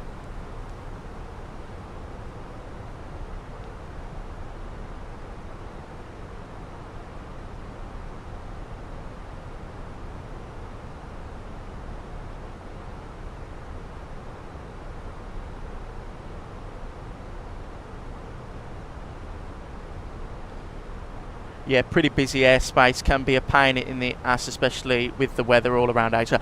I can imagine you have some quite nasty storms over there. It's like monsoon season and stuff. I mean, I'm good friends with a 777 captain who used to fly. Well, he flies the 73 now for my operator, but he used to fly the 777 for Emirates, and he said he used to hate doing flights into sort of Southeast Asia during the summer months or the warmer months because of monsoon season. Or is it monsoon or what do they call it? He had he's our CRM rep, and he was telling us about this time he was flying the 777-300 for Emirates into Kuala Lumpur. It was either Denpasar he was going, and they hit. It's the only time in his career he's hit severe turbulence, and they had to divert to somewhere. He said it was dreadful. He said they were nowhere near a red cell, and all of a sudden they were flying. I think they were. He didn't say the altitude, but they were quite high, and they were flying past thunderstorms, and it just, really violent.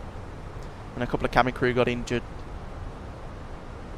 45 minutes. That's not too bad, I suppose. It's well. Would you brief the? Would you brief all the departure and arrival at the same time then, because it's so short? And yeah, I know, it's a bit tough in the summer. Right, let's get the seatbelt sign on then. We are coming in nicely. Look at that ortho down there, guys. That is gorgeous. I think that is the Allianz Arena down there, the Bayern Munich Stadium.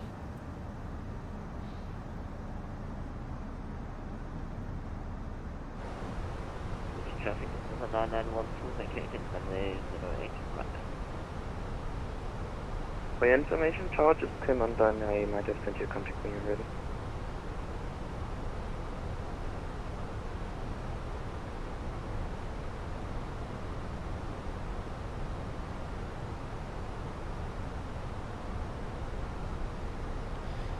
Oh, it's not looking good on the approach. We've got someone doing 26 and someone doing 08. For the short sectors, yeah, we brief all at the same time, but if we have airtime, I would brief the captain about 15 minutes before top of descent. Oh, okay. At our operator, it's if the flight is shorter, if the cruise is shorter than 100 nautical miles, then you brief on the ground, and then in the air, you'd brief the arrival 100 nautical miles before top of descent. And Whitey Av Dude 1653, hello, welcome to the stream. Hope you're doing well. Perfect timing. You join us in the descent into Innsbruck. We'll be also doing the return flight to Bristol shortly. We're arriving onto runway 26. And Daniel Wong, that's fine. I don't give away my operator either.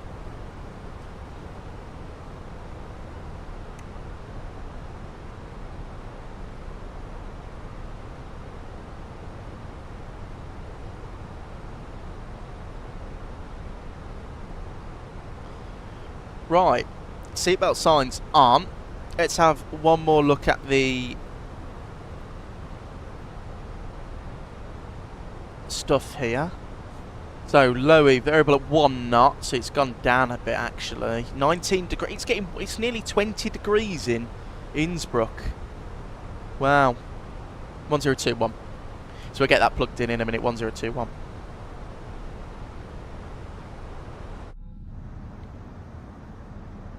Yeah, look at this ortho down here. That is gorgeous.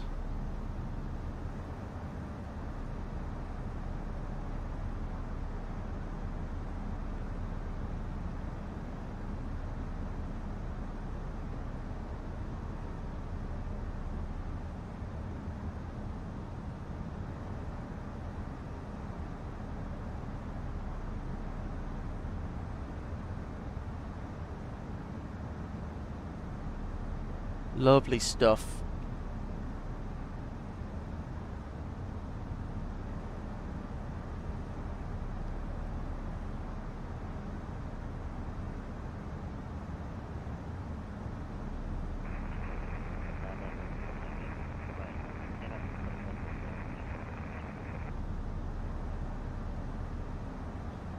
And Angela, don't worry, I know. It's them for being annoying. And Daniel Wong, I hope to be able to fly to Europe one day. I hope you get to come here, mate. It's really nice. Some places are really nice. I'd recommend going to like Greece and mainland Europe. Me and my girlfriend, who was actually just commented in the chat, we like going on holiday to Greece. We really enjoy it. We've been to Turkey a couple of times. Poland's nice. Yeah, Europe's got a lot of gorgeous places. Right. 1021. 1021 set there. Right, seatbelt sign's already on, so they should be securing the cabin. We're going to catch that glide. I'm going to get the... Oh, they're being a nightmare, are they? And right, speed brake out.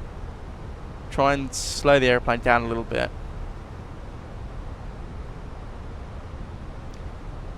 So I believe the go around is...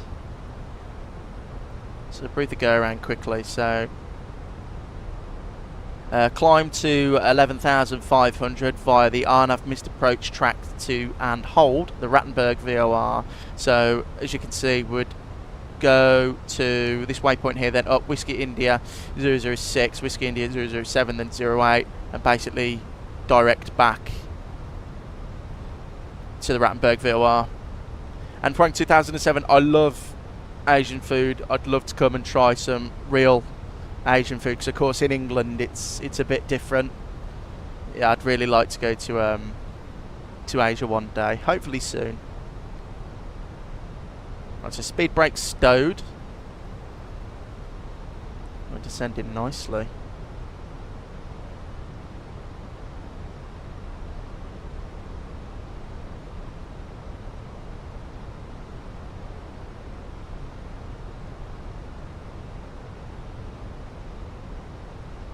Right, so medium auto brake. We'll go performance. Yeah, speed error at Whiskey India 002, that's fine. I've got the approach speed of 134, so I've added 2 knots just to give us a bit of extra tail clearance. Performance again, flight plan. Right, let's go on the VATSIM map, because I'd like to see what the hell that guy was doing.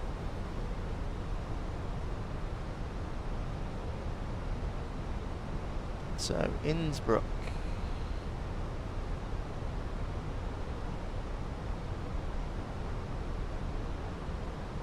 So luckily we're going to be the only ones landing there. They've all landed and sorted themselves out, which is nice. And what I'll do for you guys, I'll turn the sounds up in the sim to 80. And let's get settled in for this arrival.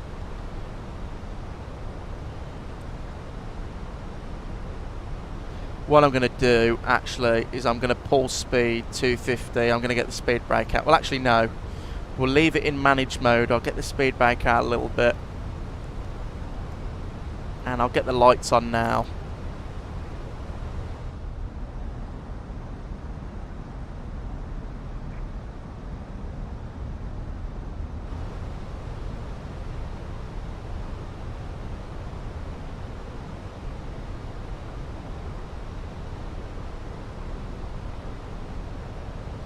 Off 2007, the Alps are gorgeous. I've done this approach in real life in the flight deck.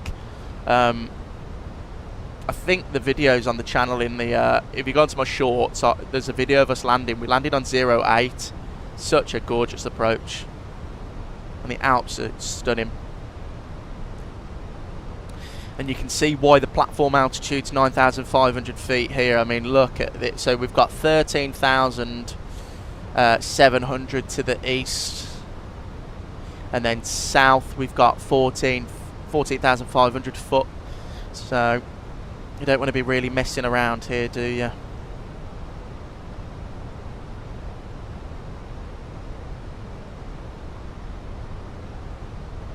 So what I'll do is I'll have to activate approach mode.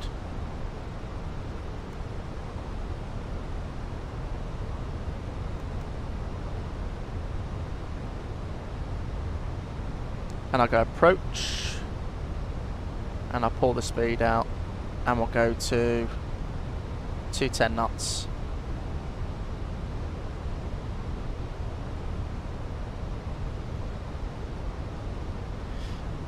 Yeah, Daniel, yeah, it would be. Decompression would be a bit annoying in this area. I think actually, because we fly over the Alps, they have a procedure. I think there's certain areas where you can. I suppose it's like that guy who I'm good friends with, who flies the 777. When you fly for Emirates, you have to do the. You're not allowed to fly over the Himalayas, are you? Or the well, where like Mount Everest is. Because of if there's a decompression, you can't descend, so they have to draw their points manually, which is quite cool. Right, there's flaps 1, speed check flap 1, and I'll arm the speed brake, and we'll get that right down to 190 knots. Look at that down there, gorgeous. Oh yeah, there are escape routes with flying into here. You can't get them on Navigraph. They're only available. So my operator, because we fly out of Innsbruck quite a bit, they have the escape routes and the flight paths and stuff. But I suppose, yeah, no one ever flies near Everest. He was saying, because I didn't realise, of course, because I'm not a pilot, I don't fly that side of the world. That yeah, they draw them manually. They have like a map in the flight deck at the 777, and they draw the routes when they fly near them, that body of land, especially when like the 777 goes to like mainland China and stuff, they say, which is really cool. Right, flaps 2, and we'll go 180.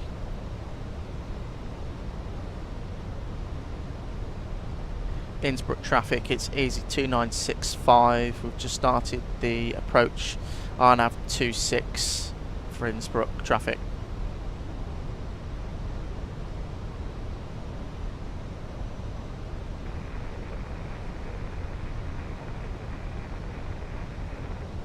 We'll go 170 knots.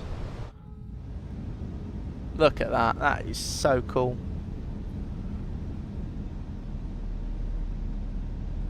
See, it's 20 degrees, but it's still snowy. So this is where the approach actually starts. So the VDEV will drop now. There you go. And I can bug up 11,500, which is the go around.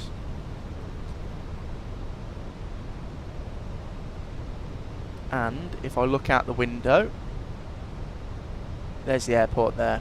Like I said, we are using Build's Innsbruck for today.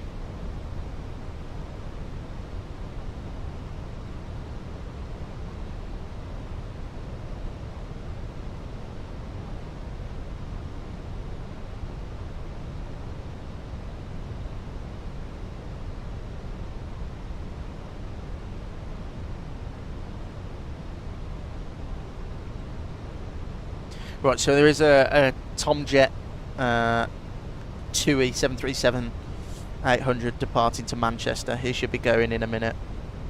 He's actually lined up on the runway. Ah, he's airborne now. Right, lovely.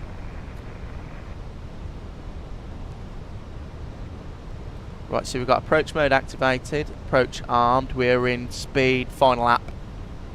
Go around set at 11,500. Minimum's 2,500. We're about to approach 10 miles. Medium horse brake, flaps full in a second. Lovely, everything's going quite well. Hour and 43 minutes, guys. Slightly late. I'm assuming that's because of the messing around we had over Brussels, where we were being directed all over the place. Right, wish me luck. Let's see how this approach goes. Hoping it goes well. No pressure.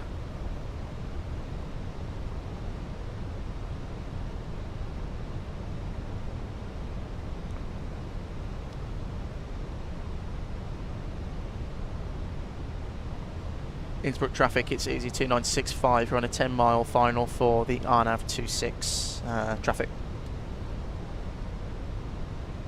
Thank you, Daniel. I hope it's a good landing. I did a little practice yesterday in the Phoenix. I find it very strange to land. Innsbruck traffic after 987, pushing back, facing runway 26, Innsbruck traffic.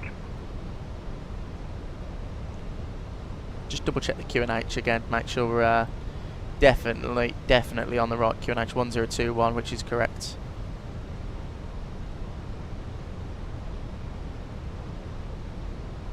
Yeah, it's not. It's having a bit of a struggle there. No, 1021, that's correct. Right. Let's get the final approach on there and let's go. Gear down.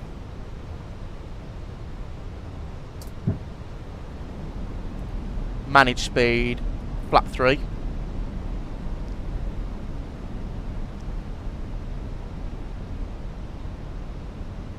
And we'll wait until 160 knots.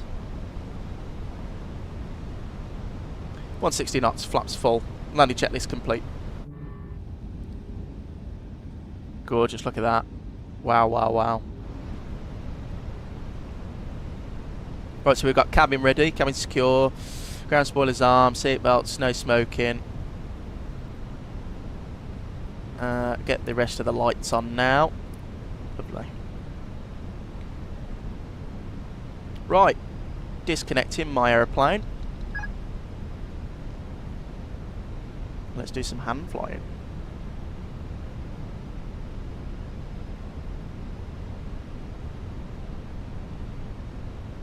So when I get to 5 miles, I'll make a call. We're trying to make sure we're on that VDEV, not trying to get too low. Try and stay visual. We are 2 red, 2 white, which I'm happy with, so we'll just continue at sort of 700 to 800 feet per minute.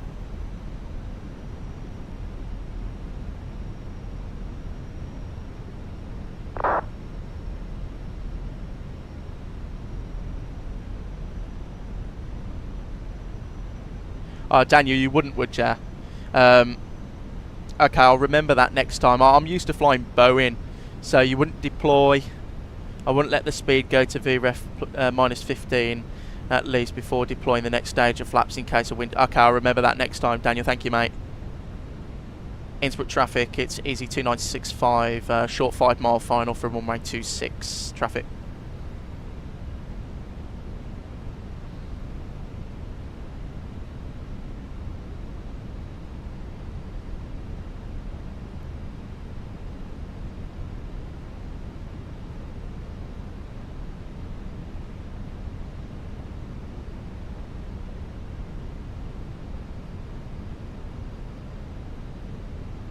Two red, 2 white, looking good. Terrain ahead. Pull up. What we'll do, guys, is I'll turn the terrain off because it's just going to do that all the way down. Flight director's off. And I'll go and get the bird on as well. Innsbruck traffic after 997, taxiing Hollywood runway 26.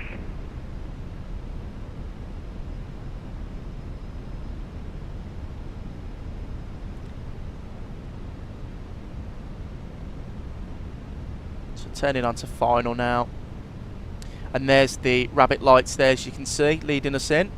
Beautiful clear day, beautiful clear day.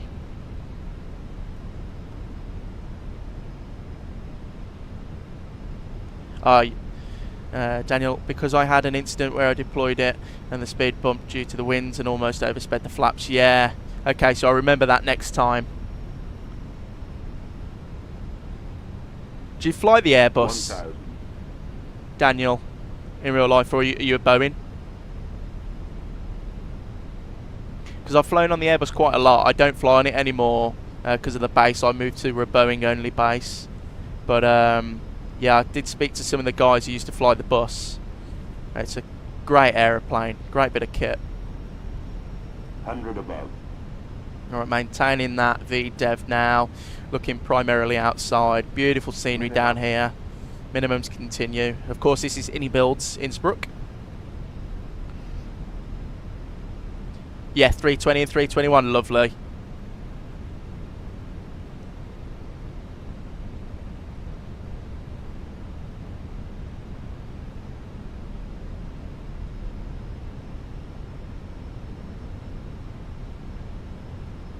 Beautiful day here.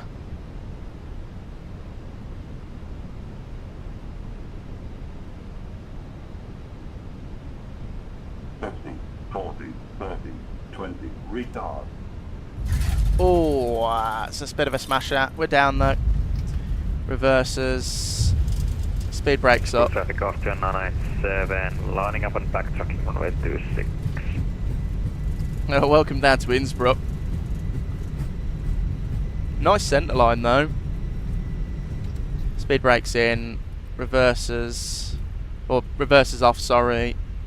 Water brake off, and down we are.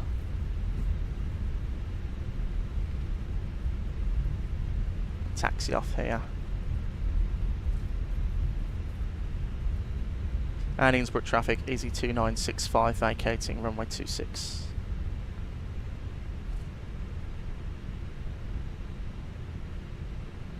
Right, speed brakes are in. Flaps are coming up now.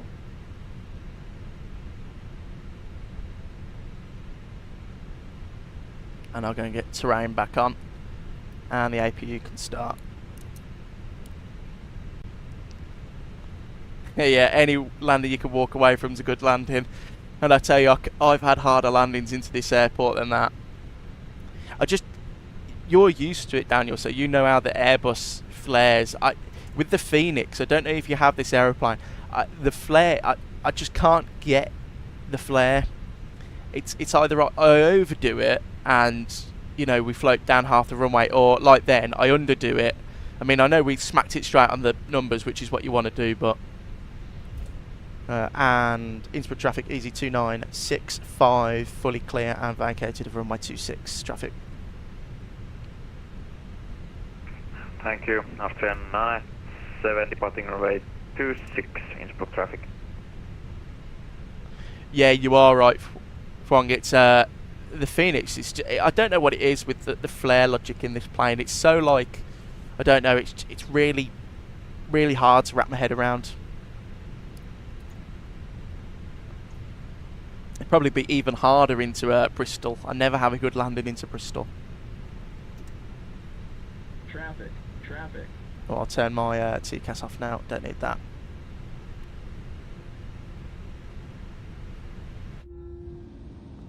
And there's the Austrian rotating. Goodbye. He's airborne.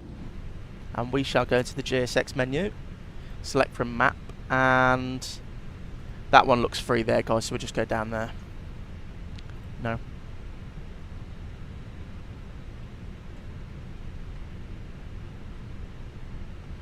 In high terrain, check the side stick at 30 feet and then check it again at around 20 feet, cut the thrust and let the aircraft touch down on the ground.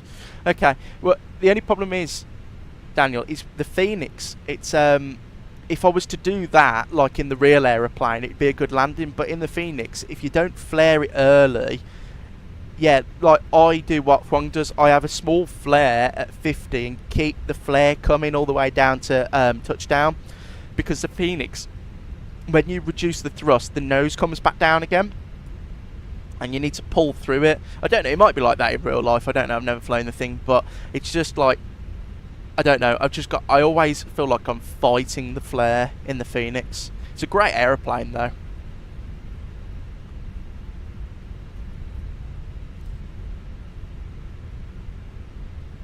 DJ Noodles, how come there are no smoking signs to turn on? You haven't been allowed to smoke on aeroplanes since the 80s. Yeah, a lot of our planes still have them. It's not used as a no smoking sign.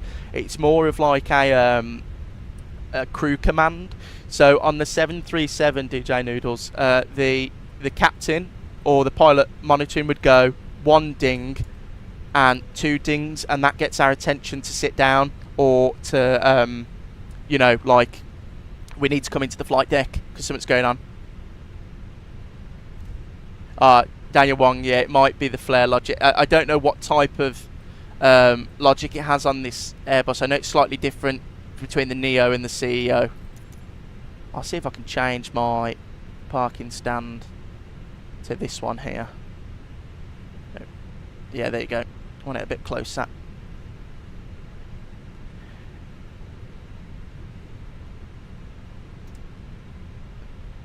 Mark Swan, hello mate. Hope you're all well. Thanks for joining in on the live stream. Hello, how's it going? Just getting into Microsoft Flight Simulator. Where are you from? I'm from England, the United Kingdom, from the south coast. That's where I reside. And Daniel Wong, yeah, it might explain the nose drop. I think in the Neo it doesn't trim itself, does it, on a final approach? It's like the CEO does. Because it trims nose down, doesn't it, at 50 feet? Right, bit twitchy on the old bits and bobs here. Let's try and line it up nicely though. There you go, that'll do.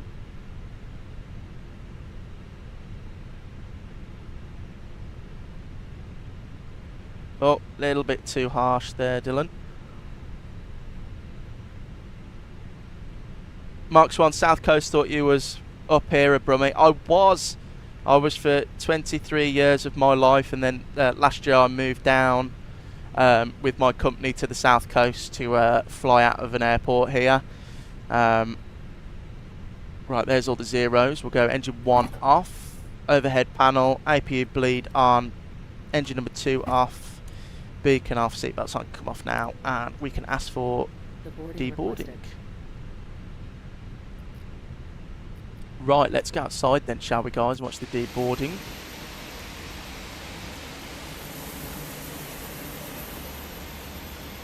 We'll go and sit up here. And we'll zoom in.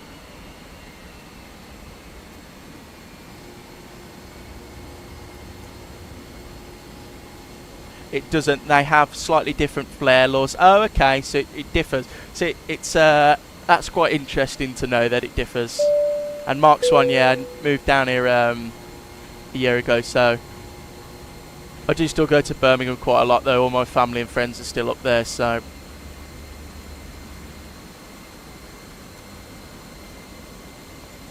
I'll zoom it in a little bit. And then what I'll do, guys, is I'll turn the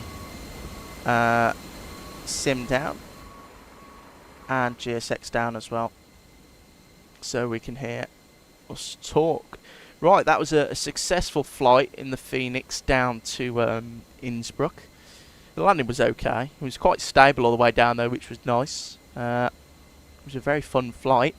Just going to check on the VATScope map. Oh, so yeah, we've got ATC in Germany and France on the way back home, so that'll be interesting. We'll have to see how that is. We're deboarding now.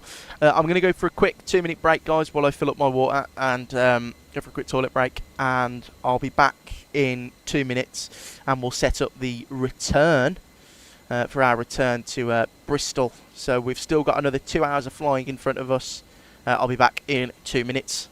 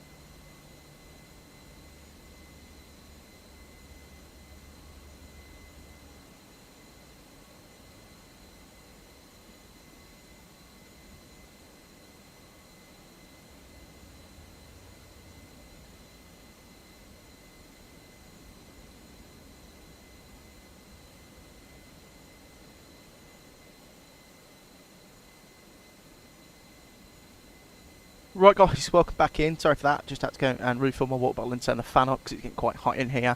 I have sent the sim brief stuff off. I'll just have to shortly, when we've disembarked, go to the be right back screen and I just need to go and send off the sim brief flight plan to VATSIM and disconnect and reconnect onto the network. But yeah, very nice flight down from Bristol. We are going back. We are going to be Easy 71 Golf Juliet, departing off runway 26, arriving onto runway 27. Flight time is very similar, hour and 40 minutes, so it's going to be quite a long stream today actually.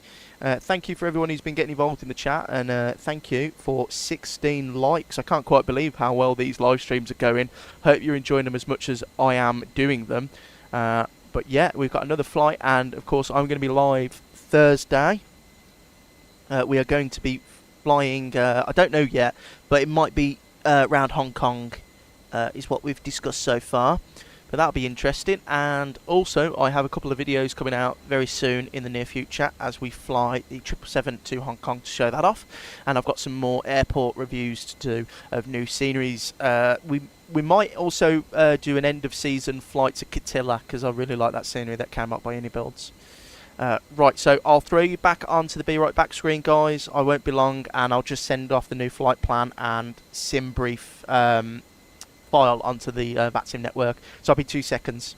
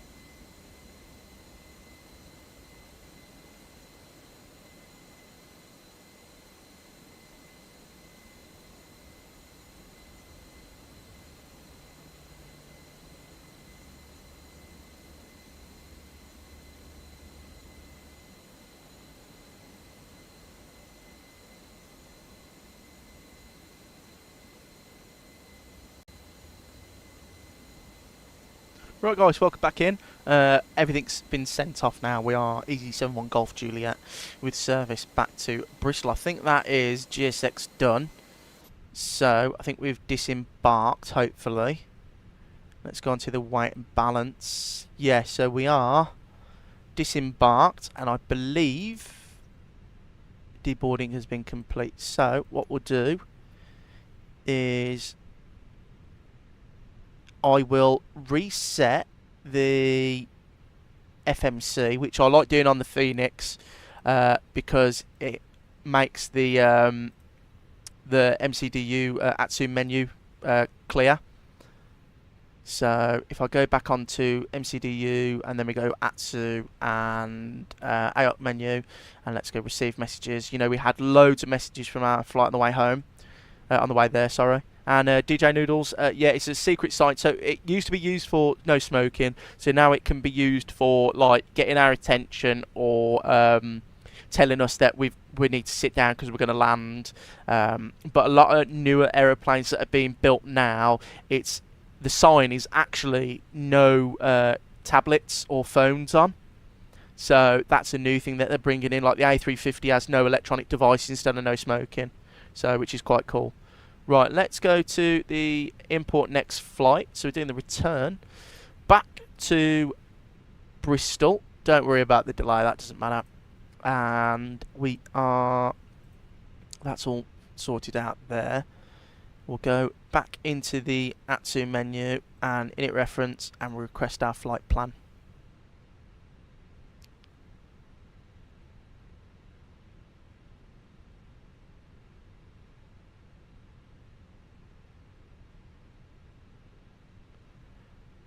And that's gone in there. So we are Easy 71 Golf Juliet Cost index of 5, cruising at flight level 380 on the way home. Flight plan. That's. I was getting a bit worried then. I was like, what on earth is going on there? So let's go to the top. Lower departure 26, and we're going to be departing on the. Let's go on to the sim brief profile I've got. It's the Rattenberg 1 Romeo departure. Insert that the arrival is going to be on the ILS 27, and that's going to be the ICTAB 1 Bravo arrival, which is there. Is it going to be via anything? I don't believe it is. Yeah, it's just no. So no via. Return. Insert flight plan. And let me turn the sounds up for you guys. Just realised I had them turned down from a minute ago when we were outside. We'll leave it 50 because we'll go back outside in a minute. And we'll go flight director, bird can go off, and we'll reset them. Flight director left side, flight director right side.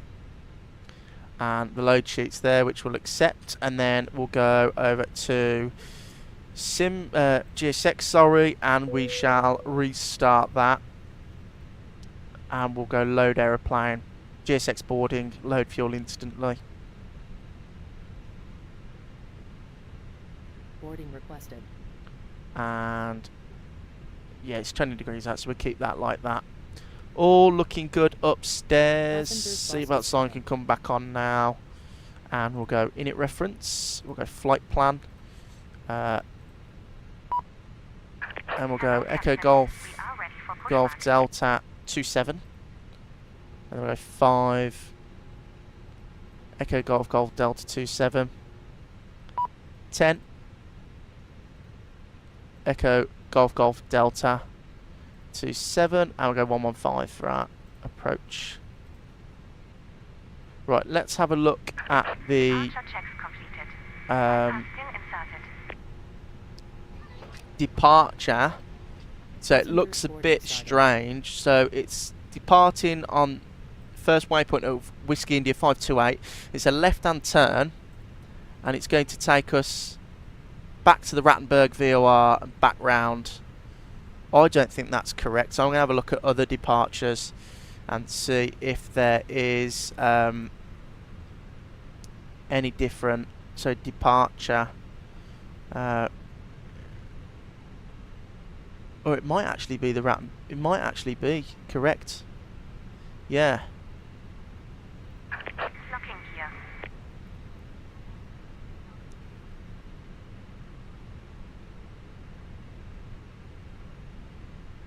No, the Mog T3 hotel seems better. So we'll try that then.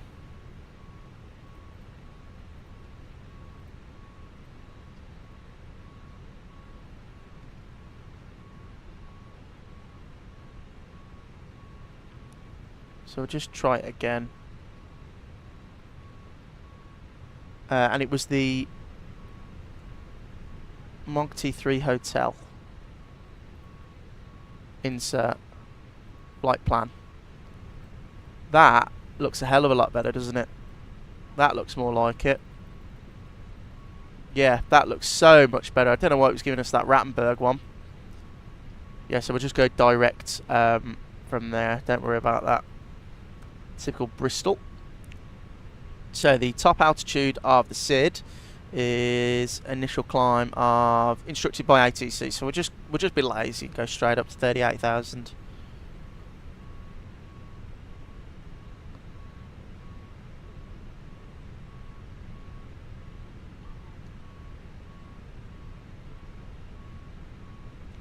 Would help if I had it in thousands, wouldn't it?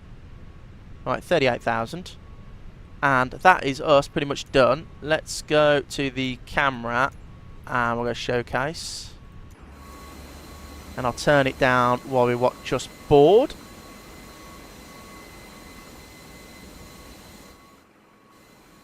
There you go.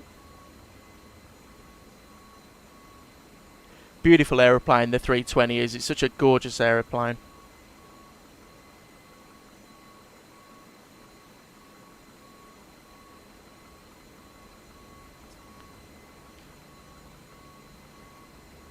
So I hope you're enjoying the stream so far, guys. We are live again, like I mentioned, Thursday. If you want any specific flights, please pop them in the comments below where we should fly to. I like doing 2 sectors, so 2 hours each way. And we are about to start our second sector over to Bristol.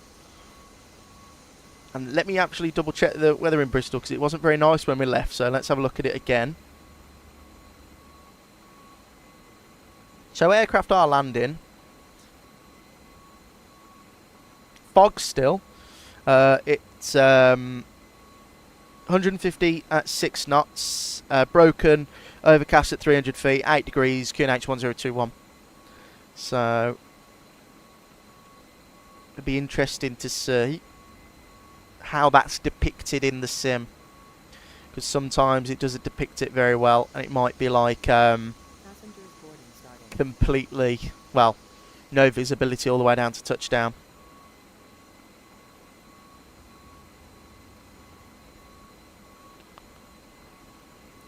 Should we have a look around the scenery while we're waiting? This is Build's Innsbruck.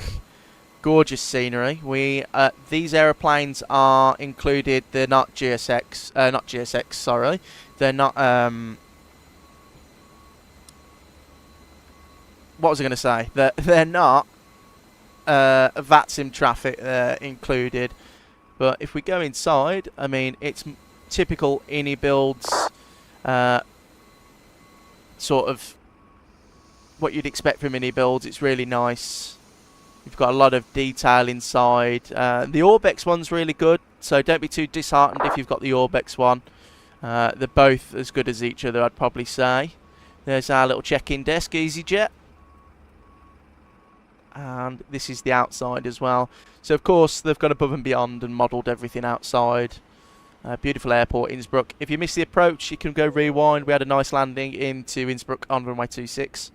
Some nice Learjets over there. And that is boarding complete, guys, already. Wow. Right, let's go back into the flight deck. Right, and let's go and get the sounds up again, because we're going to be pushing back again very soon. That was a very quick turnaround. We're doing quite well at these turnarounds on these live streams. I did the... We'll do 70. That's a bit loud, isn't it? Yeah, I did my first ever live stream the other day, and we went to from Birmingham to Dublin and back. And the turnaround was like 25 minutes, like a realistic Ryanair turnaround. But that's all done there. Let's send off the performance. So we'll go to that there, send, and just double check that that's gone in correctly. So we've got 6.8, and that will wait for the trip and time to load, which it has. So we've got enough fuel to get there. And then we'll go for the departure. So it's dry, packs off, sync load sheet, sync weather. It's going to calculate. It's going to be flat 3 again with a flex of 56, which is fine by me. I go performance there. I'm going to go MCDU. Double click the B button just in case the QNH has changed while I've been sat here. Receive messages, they're all done.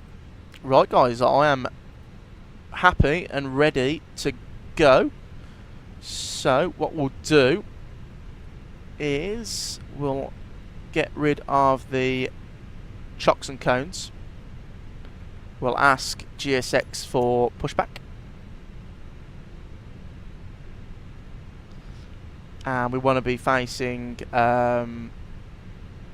which way do we want to be facing? Nose left. The ground charts for... We're going to have to go... We're going to have to backtrack from Bravo anyway, so that's fine. Right. Beacon on.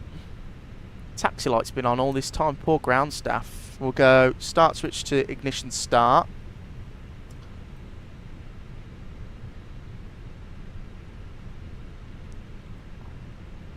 And we'll wait for the stairs to be disconnected.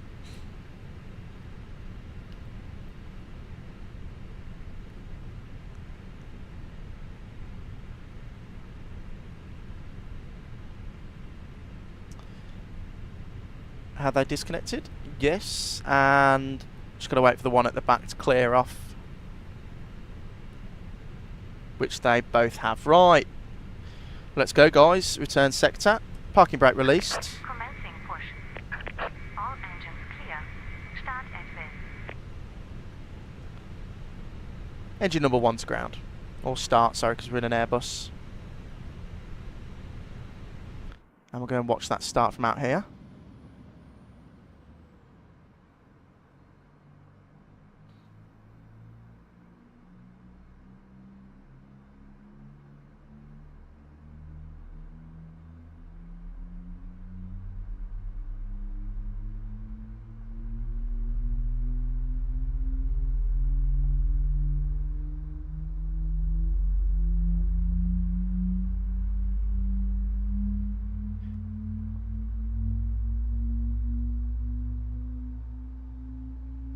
Sounds are gorgeous on this aeroplane.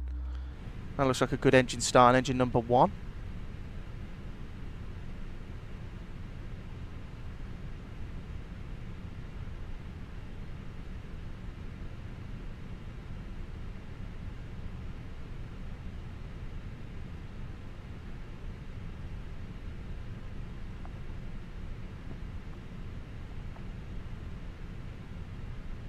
Right, so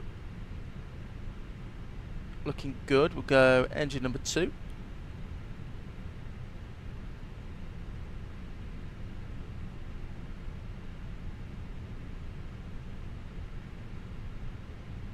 Please set parking brakes. Parking brakes set. Waiting your confirmation for a good engine start.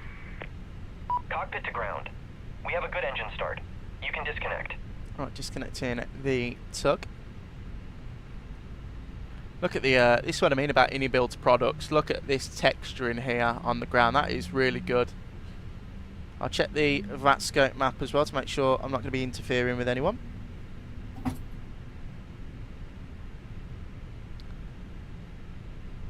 No, there is absolutely no one anywhere near us. Unlocking gear. Lovely, right. Okay.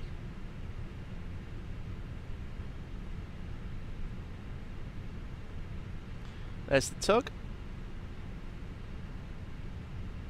Tow truck disconnected.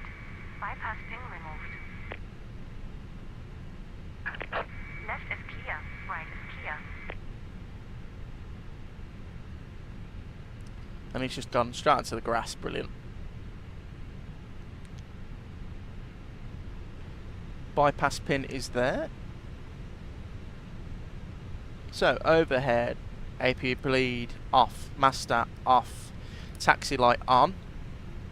Speed brake is armed. Start switch to norm. Flaps 1, 2, 3.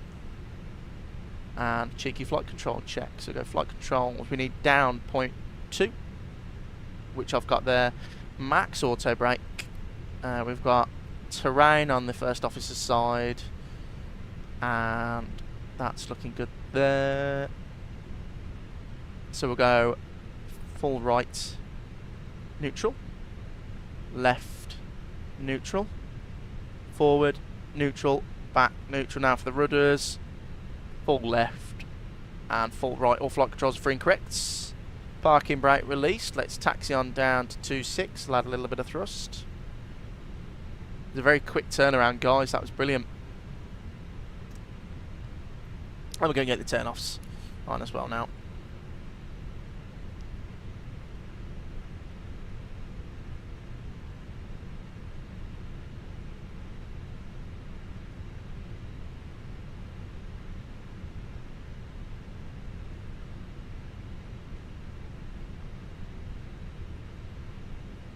Add a little bit more thrust, a bit too slow for my liking. Alternate, if we can't land in Bristol, is London actually. Well, I'll change that to Gatwick. They're both the same distance, sorry.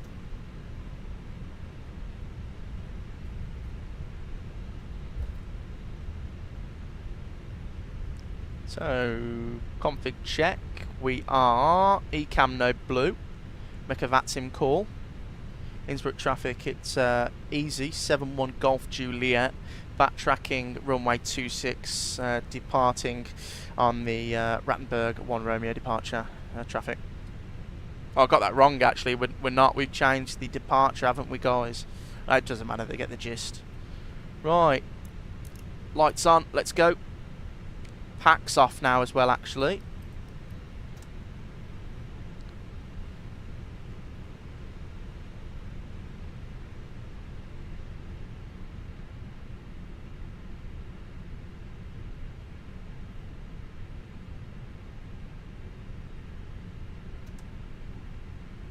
So packs are off.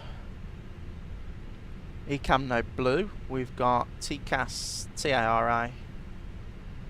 We're ready to go.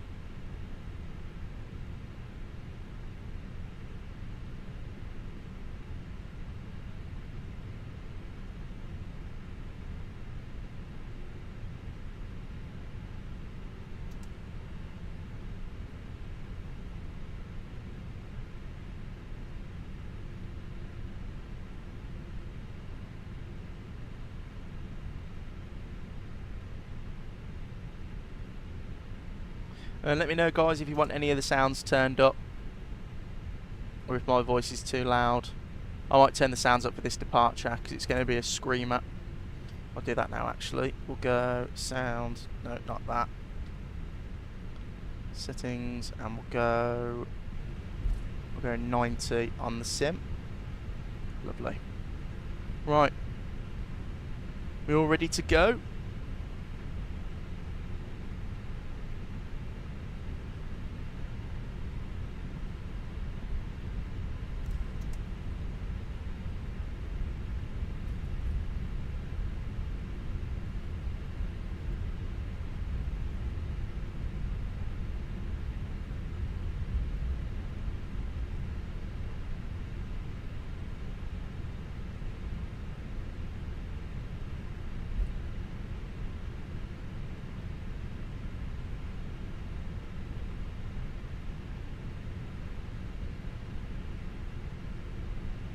Right.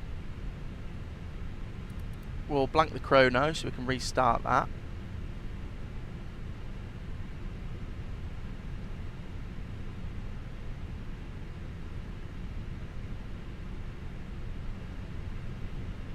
Look how short this runway is here. Christ.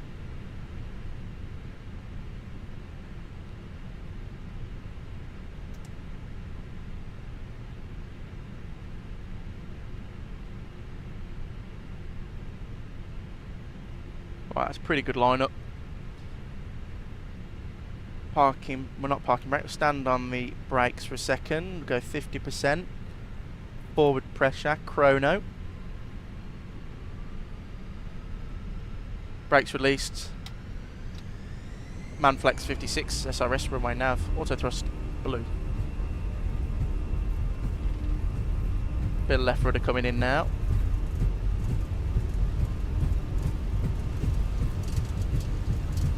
$80 knots. Go neutral.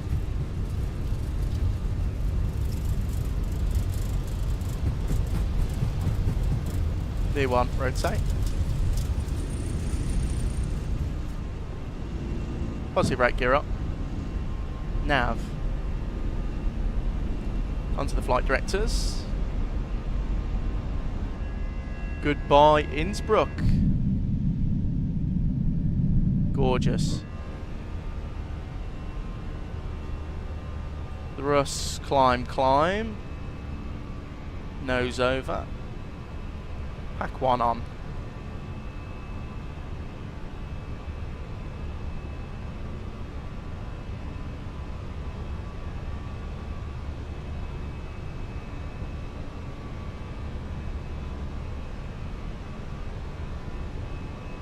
And speed check, flaps 1.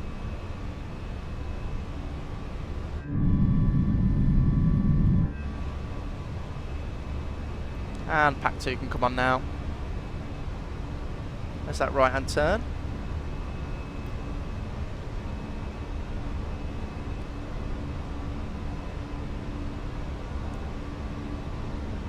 Terrain ahead. Pull up. Disregard.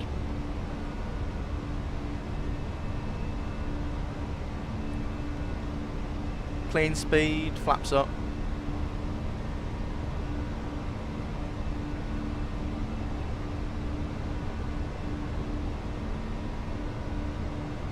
I'll go autopilot 1 on, and I'll pull altitude.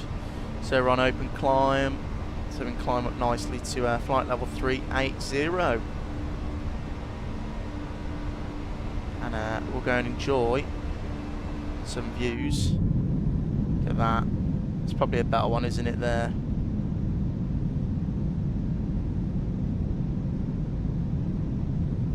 Gorgeous. Right, I'll turn that down a bit, guys, now that we have successfully got out of Innsbruck. And we'll sit back and enjoy the rest of the service now. We'll get the turn off now, and we'll release the crew, start the in-flight service. Reset the rotor trim.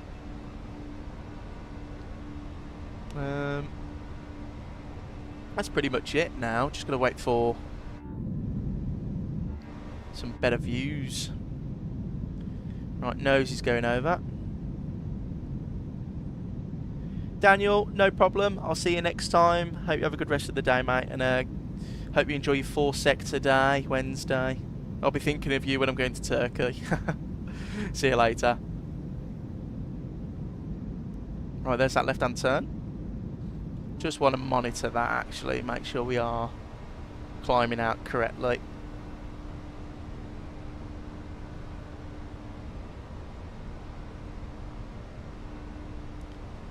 And we're basically going to go straight to ATC, I believe. Oh no, we've got what routing we're taking. We've got about 10 minutes until we full standard, until we get into German air traffic control.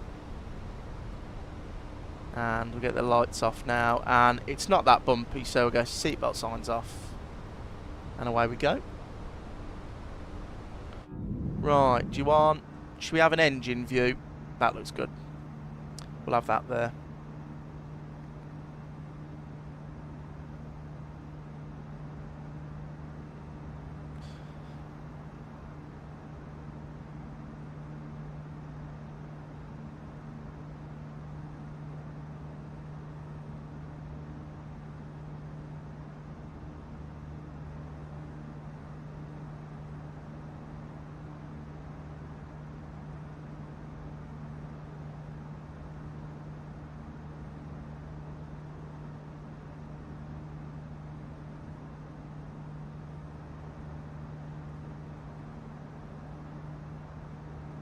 Beautiful views still out of here, isn't there? Gorgeous. Just looks so good.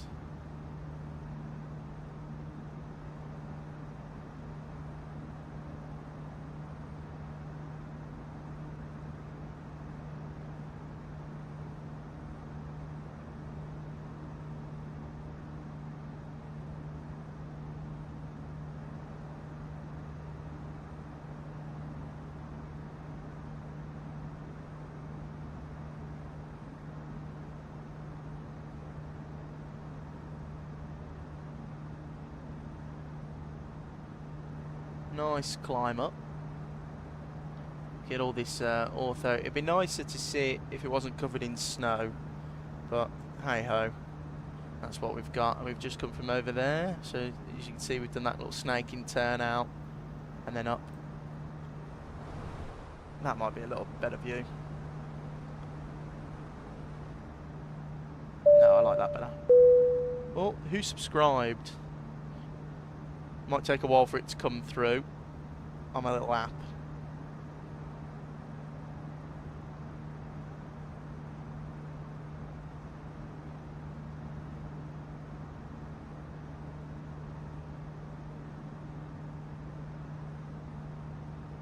Virtual Aviation, welcome into the stream. Hope you're doing well. Thank you for the subscription.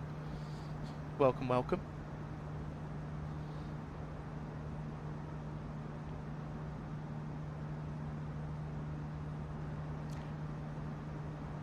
Beautifully cruising up now. What are we going through? We're going through 180. Oh, nearly threw my little notepad off the desk then. Yeah, lights are off.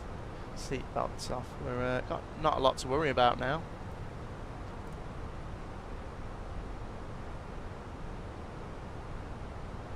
No, I don't want terrain, I want weather.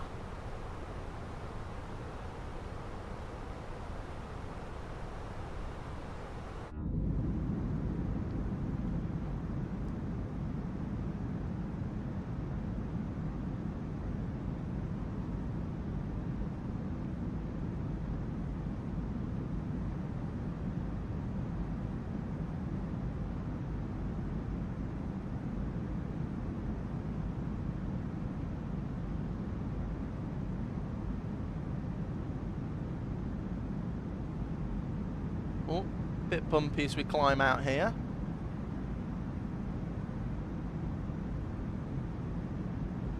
Hoping that calms down a little bit, otherwise we may have to get the seatbelt sign back on.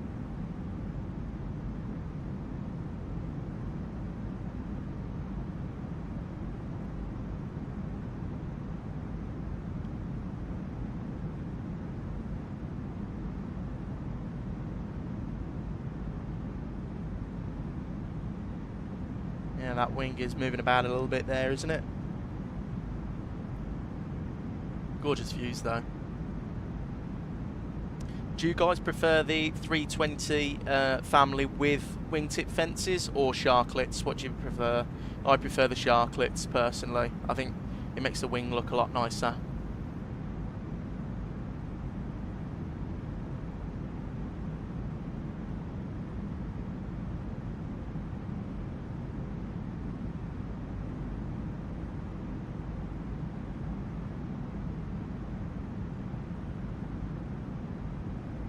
Gorgeous views down there though.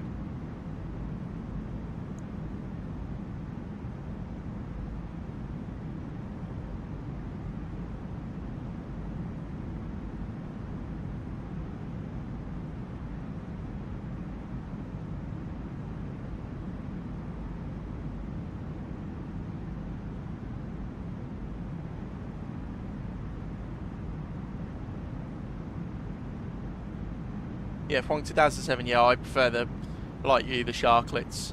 A lot better. I can't, like I said earlier, I can't wait for the Fenix Neos to come out. I'm so excited for them.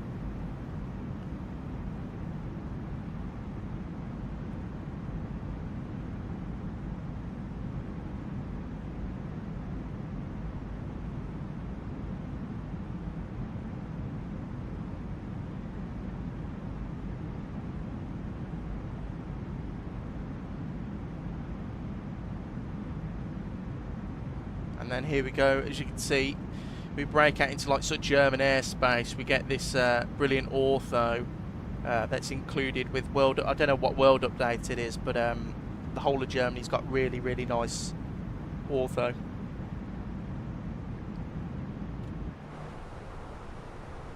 We should, let me check the VATSIM radar, should be approaching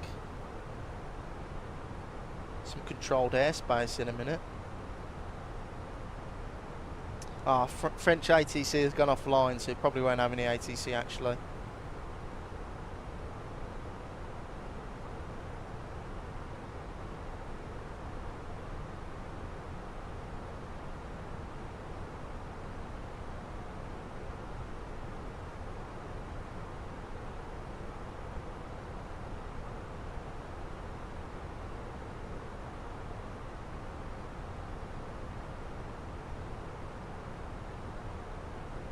Right, let's go and get the Bristol arrival on.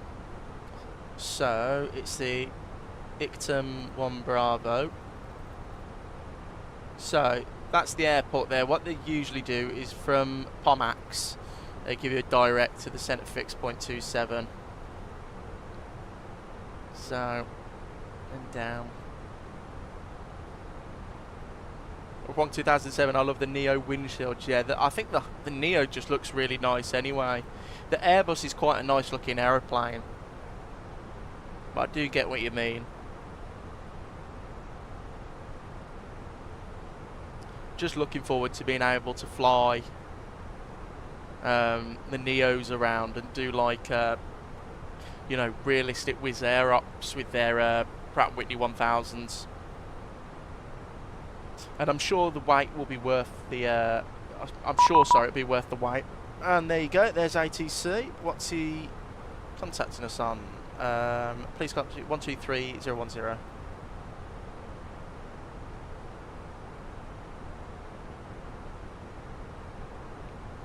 And who is this with?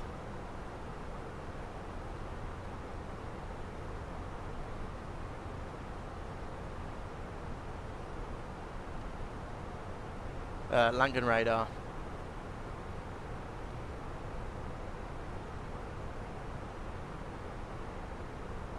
FR566, check your microphone. Static only, Nova.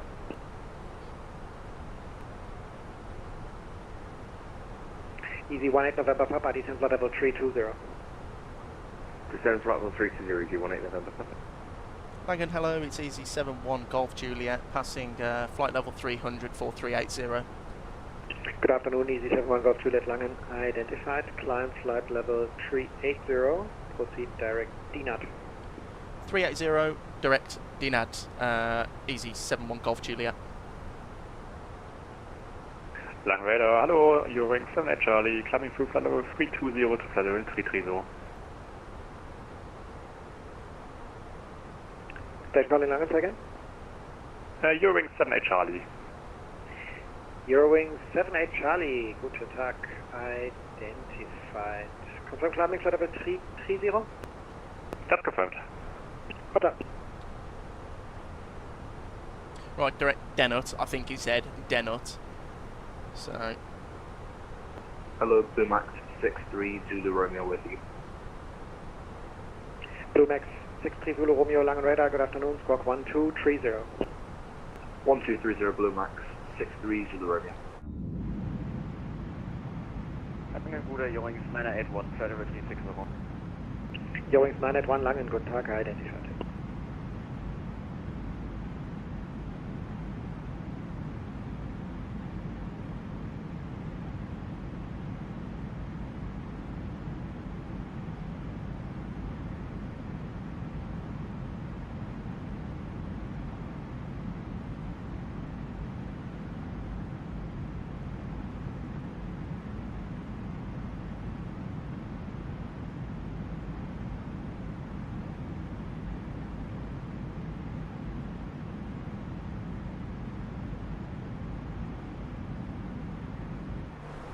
So airborne now, 15 minutes. We're doing quite well for time.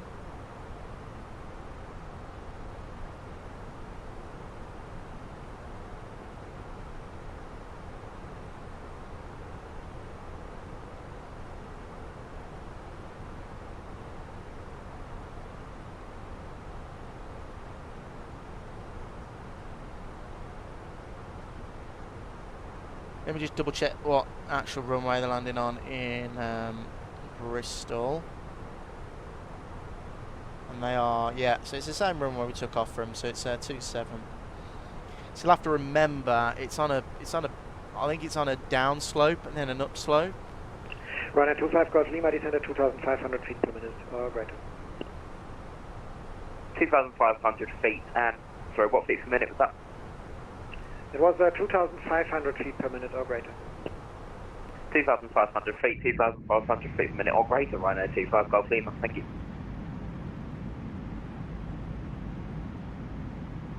Easy 18 Papa November, descent flight level 310. 310, Easy 18 November Papa. Looking good so far. Scenery's stunning.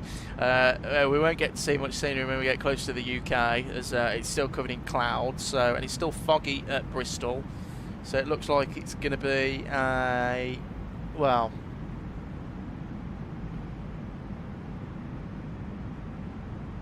not an auto land, but you know.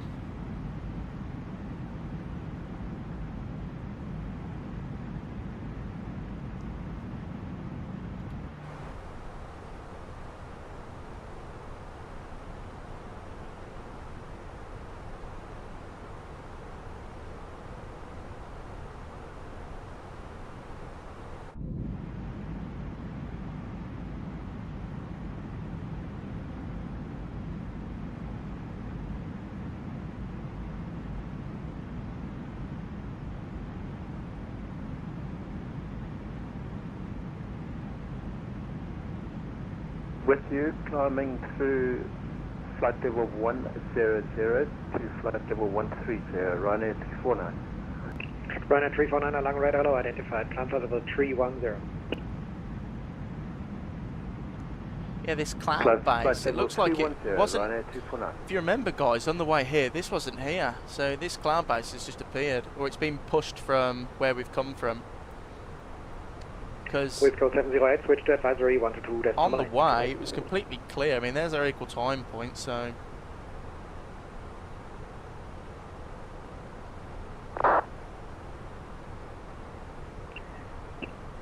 Eurowings 981, descent flight level 240. Descent 240, Eurowings 981.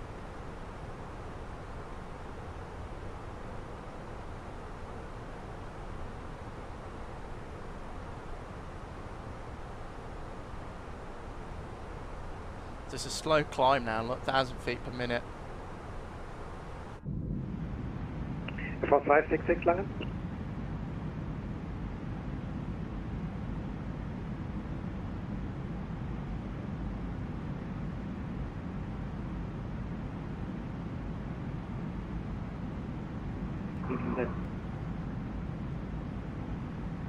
France 566 Langen.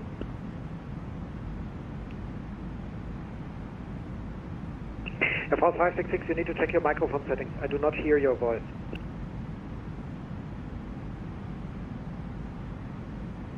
Lufthansa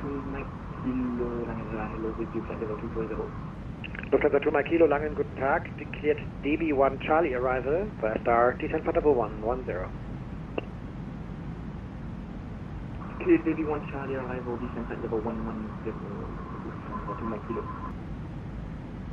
Alexandra, hi. I don't know why I'm getting this. Please check if the Fenix.exe is running and your antivirus software is not blocked it or tried everything but doesn't work. Support don't help.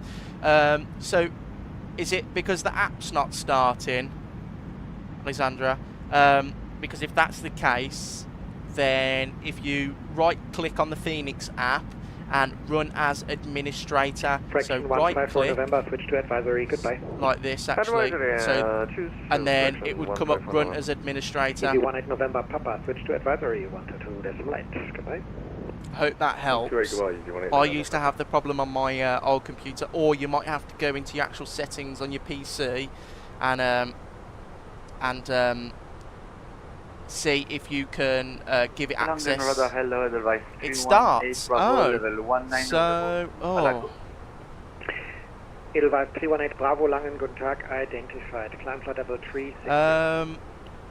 I'm to level 360, Edelweiss 318 Bravo.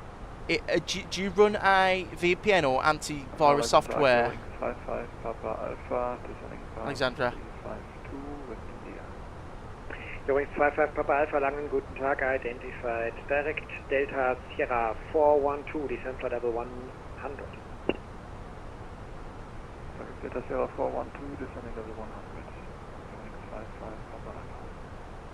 Eurowings 55 Papa Alpha. Yeah, so start it as administrator, so reload in and then run that app as administrator. 1430, switch to advisory, goodbye. Advisory 130.8, Lufthansa 1.30, bye-bye, cheers. Blue Max 63 Zulu Romeo, switch to advisory, goodbye. Lange hello, Speedbird 68 Hotel, level 360, proceed to border. Speedbird 68 Hotel Langen, identified, hello, climb flight level 370. Climbing level 370, Speedbird 68 Hotel. Long radar, good day, Condor 2722, passing 2900, climbing 5000 on the Tata 2 hotel departure. Schönen guten Tag, Condor 2722 Langen, identified. Climb flight level 180, final level. Direct Lupix, cleared Spesa, 5 Charlie arrival. Condor 2722, climb flight level 180, direct Lupix. Condor 2722, correct, and cleared Spesa, 5 Charlie arrival. And cleared Spesa, 5 Charlie arrival, sorry, Condor 2722.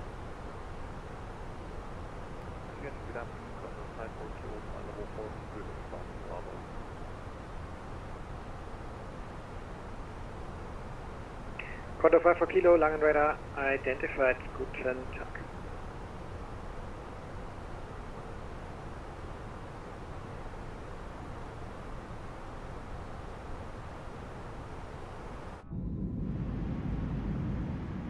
Yeah, the clouds are picking up now, guys. Can't see much out the window. I was hoping we'll have it on POV cam there, GoPro cam. Ryanair 349er, proceed direct Lutix. Proceed direct Lutix, Ryanair 349.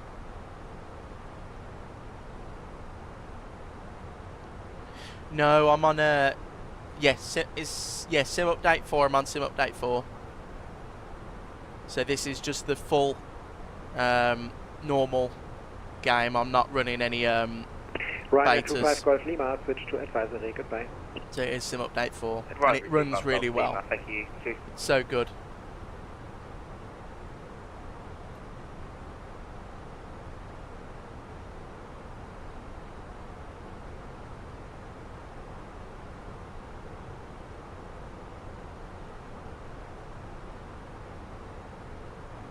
Good evening, Langen.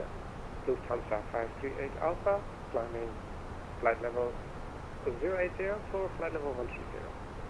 Lufthansa 538 Alpha, Langen, good tag identified, climb flight level 230. What's your climbing flight level 230, Lufthansa 538 Alpha. Eurowing 78 Charlie, switch to advisory, goodbye. Advisory, Eurowing 78 Charlie, ciao. Langen Radar, good afternoon. Chanex 7 Delta. Oh, Chanex, Jet 2. Chanex 7 Delta, Langen Radar, good afternoon. Alexandra, sim update 5 is buggy with the Phoenix. Yeah, I can imagine. They do say if you read the Phoenix updates, they tell you to not use sim update 5 or like when the updates came out. Chanex 7 Delta, walk 2514. The aircraft's only made and updated for full versions. So, Alexandra, are you on sim update 5? Is that why you're having this trouble? Maybe if you revert back to 4, it might work. With Go 84 Papa Quebec, Langen Radar, good afternoon, identified, squawk 1000.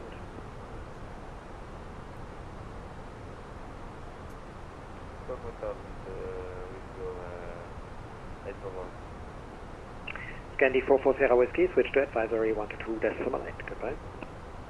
Advisory 122.8, bye.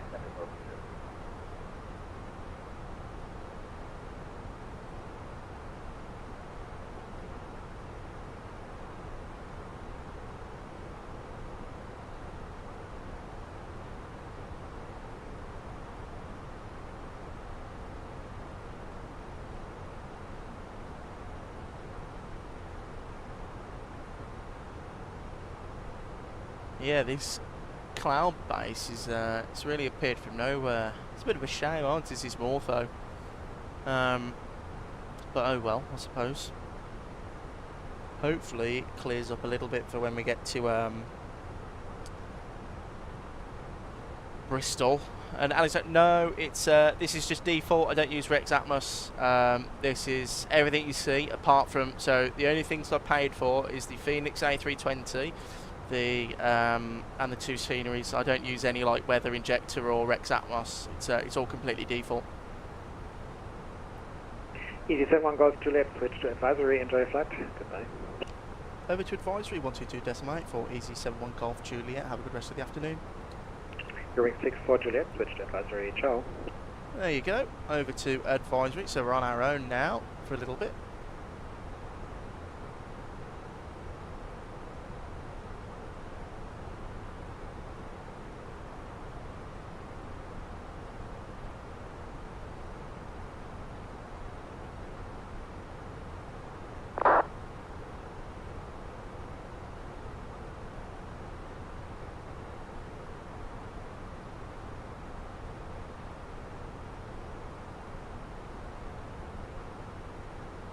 Your game looks better than mine, even with Rex Atmos on. What are your system specs, Alexandra? Mine are in the description below. And what are you running your game on? So I'm running mine. I can't show you at the moment because we'll pause. But I've got a video on my channel. Let me have a look when I uploaded it.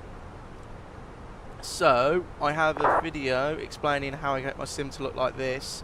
1 month ago, Microsoft Flight Simulator 2024 setups, graphic controls and peripherals, and I go through it. I don't use Rex Atmos because I've seen people use it, and I don't actually like the filter it puts on. I think just a normal filter is fine. No, not a filter, sorry, just the default looks fine.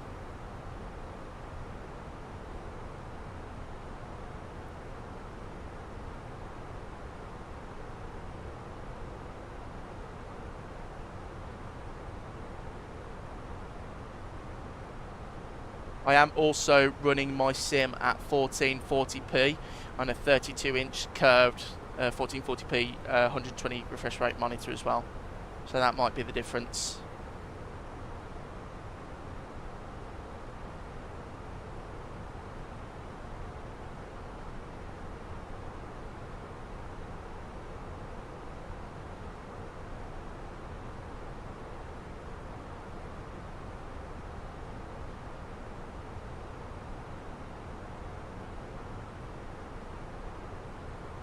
I have an RTX 4060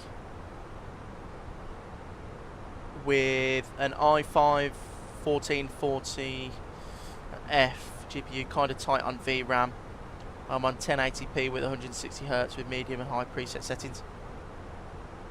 4060 is pretty good. The VRAM will be tight.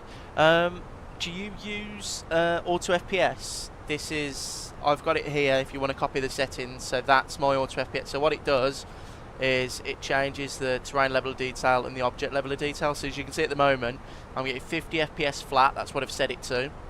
And then the object level of detail goes down because of course we're flying, so it doesn't need to load airports in.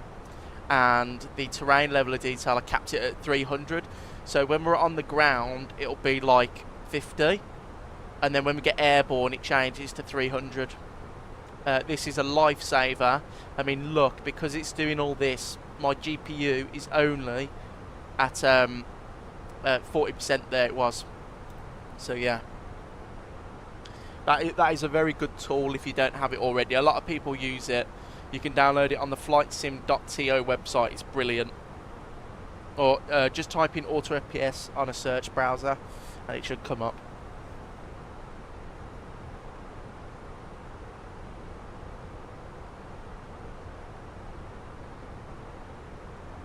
So guys, look, you can already see fixed ring there for our descent. I'll have a quick look at VATSIM radar to see if London are online. Don't think they will be. No, no one's online for our last bit of the segment, which is a shame. But oh well.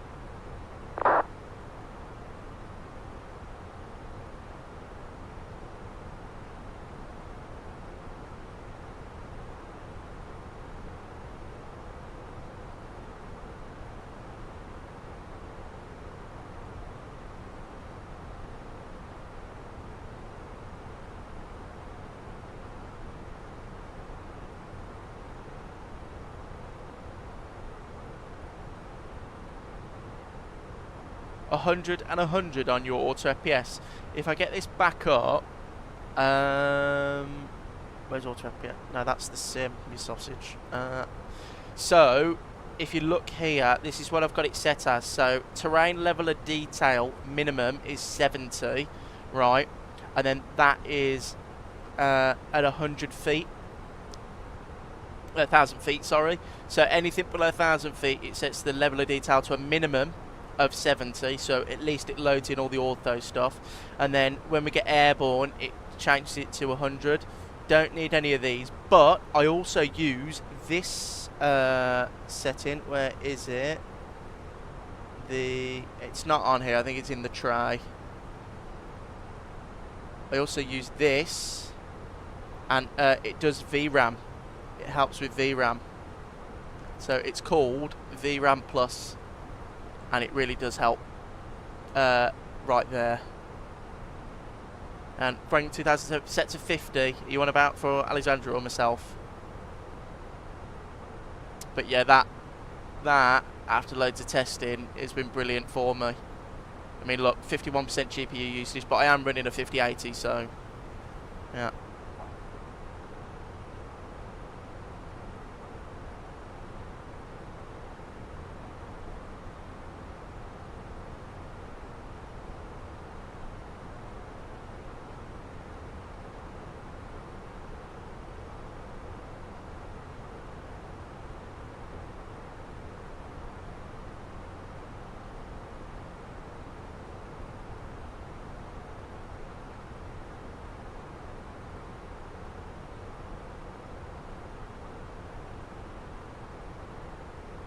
How do I enable VRAM Plus? I don't see it on my auto app yet. So you need to download the app. So if I type in, it's there. Yeah, so this is what you need to download, GPU-Z. So this Tech Power Up GPU-Z. And what it does is it monitors your system and VRAM, and it speaks to auto FPS and helps it out. And it has all your stuff in there and everything. It's really, really good. I'd highly recommend it. It fixed a lot of problems for me with stuttering. So, well, Sim Update 4 fixed a lot, but I used to have a lot of audio clicks, and that fixed it for me.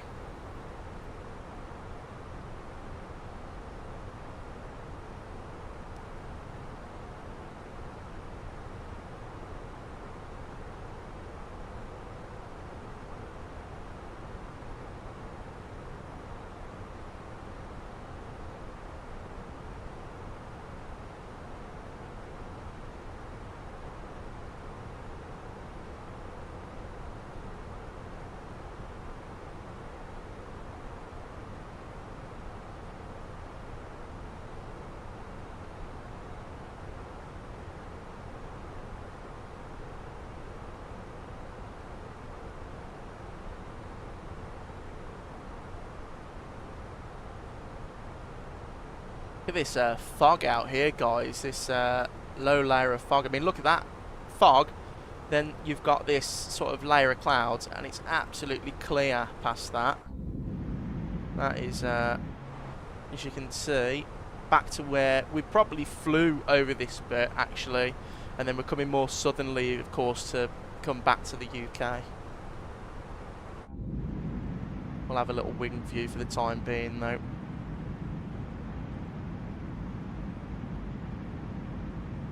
No, you don't need to tweak anything, so it should just work together. So, when you've got this and auto FPS up, that should, and you click it, and what it does is it should come up with all this, and it helps with your VRAM, because of course, as you know, it's so hard on performance VRAM. The sim is, it's really, really hard. Especially, like, you got to remember, I am streaming through OBS to YouTube at 1440p. I'm running the Fenix, everything on high, basically, auto FPS, and it runs quite smooth, and it's all down to that, really. So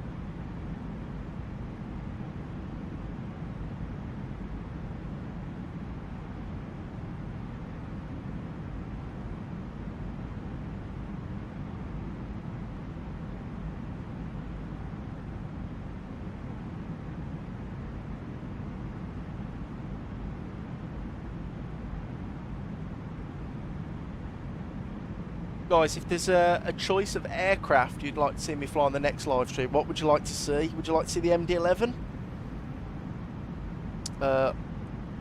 Alexander, the Innsbruck 340, it's brilliant. I've got a couple of videos on it on the channel. I actually really do enjoy the 340. I think it's a great aeroplane. If you're umming and ahhing, I'd wait until the 340-600 comes out, but the Innsbruck one's really good. It's got a nice EFB tablet, sounds pretty good. Flight model's really nice. The visuals are very nice. It is a very good aeroplane. We could fly that on the next stream if people would like to see it. Or we could jump back into the Boeing, do some 737 777 ops. Or maybe 321. Yeah, so there are WASM crashes with InnyBuild's products. It's a shame because that's just InnyBuild's aircraft. So if you purchase the A350, if you purchase the A300, they're all under the same sort of umbrella that they have major WASM crashes. I haven't received one yet on the 340, but I do on the 350. But it's the same as PMDG. I've had quite a few problems with the 777 having WASM crashes and having the orange screen of death. So I wouldn't worry about it too much because it has an auto-save feature. So you could just save if you want and reload in. But actually, I had a video on it the other week where we did a really cool route. We did A340-300 from Johannesburg over to Perth, which I really enjoyed.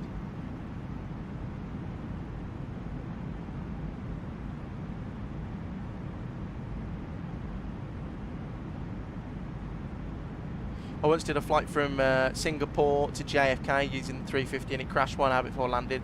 Oh god, that is terrible. You do the world's longest flight and it crashes an hour before.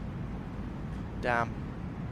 That's the only problem with flight sim. It's you know, you waste all day, or you know, you wasted, well, more than a day probably setting it up, doing it, getting it all ready, and then it crashes. It's so annoying. I mean, it's why every long haul plane needs an auto-save feature, minimum. They all need an auto-save feature. If you guys watch the videos that have been coming out about the A340-600 by Tolis and Aerosoft, that looks really good, and that comes with a save feature. So that saves panel states and stuff. It looks really good actually, that 340. Looks really good.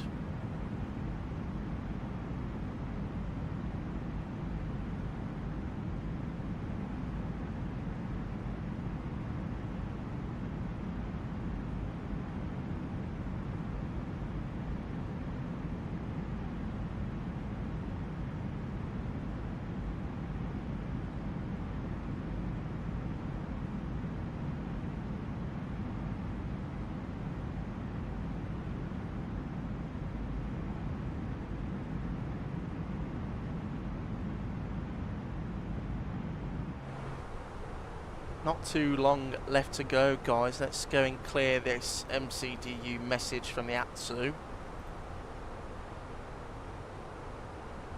Easy operations, and we'll go flight plan. There you go.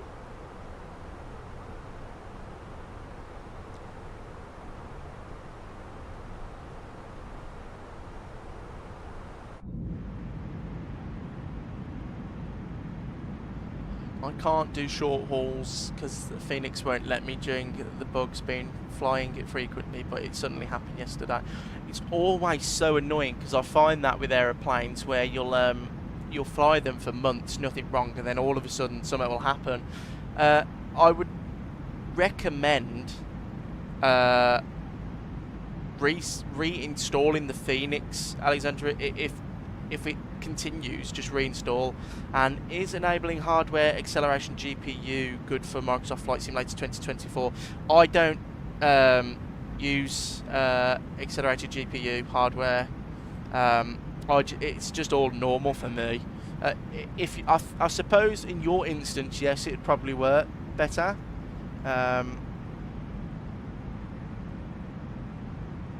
But you'd have to do a test. Why don't you? I'd recommend reinstalling the Fenix, and then why don't you try a flight with it enabled and then disabled to see what happens?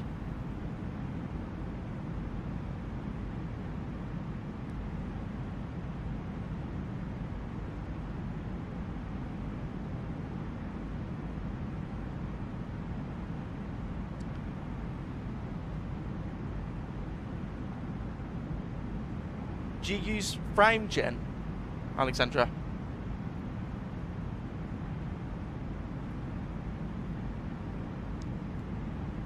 because what I have is I've got my frames locked at 50, and then I times it 2 with frame gen.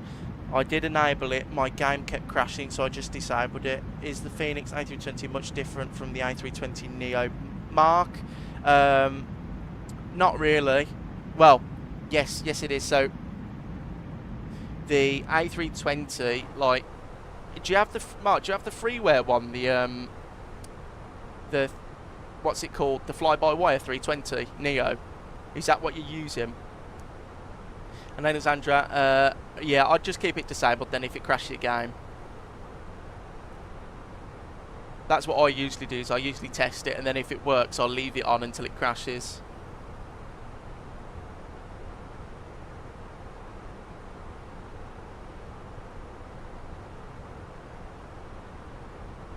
That's the one. Yeah, so to be honest, Mark, the Fenix is a lot better because it's a payware. Like, you get a nicer EFB with like better integration with GSX and SimBrief. But if you don't use them, it doesn't really matter. I mean, as you can see from like the flight deck, it's just a bit nicer.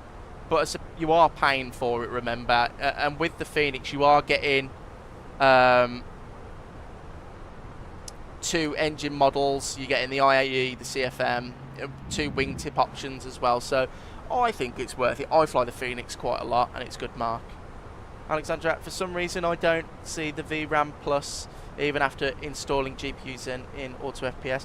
Oh, that is so strange. Let me check something on the internet. Hang on, because I think I had to do something with it.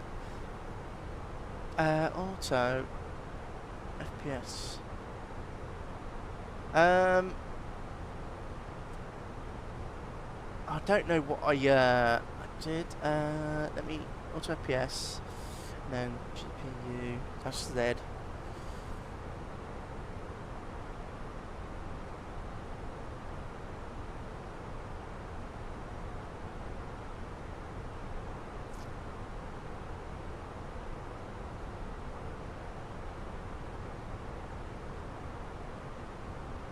So, Alexandra, so what you need to do is, I just checked, where's Auto FPS? You need to enable expert option, and then it should come up with that. Daniel Witten, hopefully Fenix release the 320 and 321neo soon. I am crying out to do some Jet 2 321neo ops. I can't wait to fly the Neo.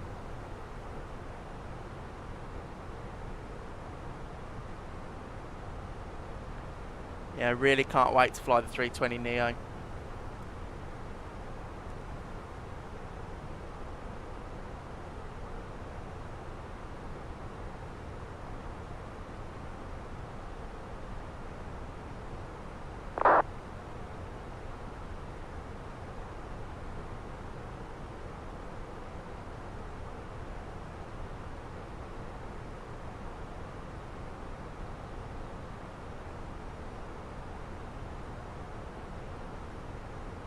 That's weird, because I have it enabled and I see the auto level of detail and hide object level of detail setting. Oh, okay, hang on.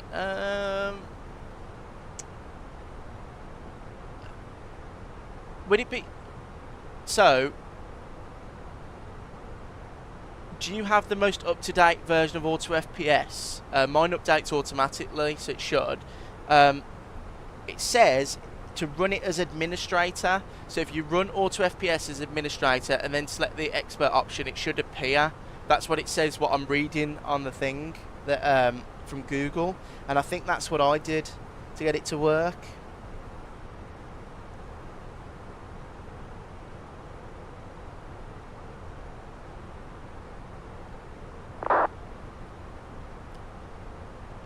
Who's talking? Let's go on the pilot.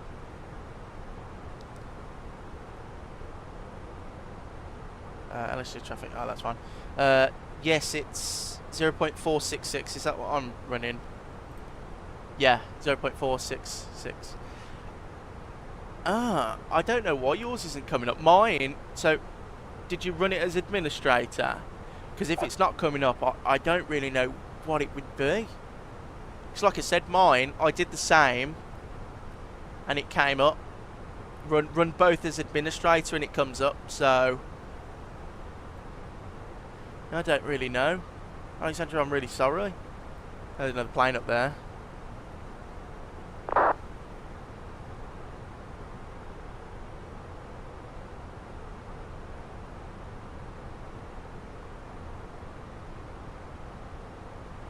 Yep, I ran it as administrator. Oh, so this is the problem with flight sim, and this is what I find with a lot of things. What works for me doesn't work for most other people. It's so strange. Daniel Whitten, yeah, I am a cabin manager for an airline in the UK. I fly on the 737, the A321, A321neo. I've been doing it for nearly just over 5 years now.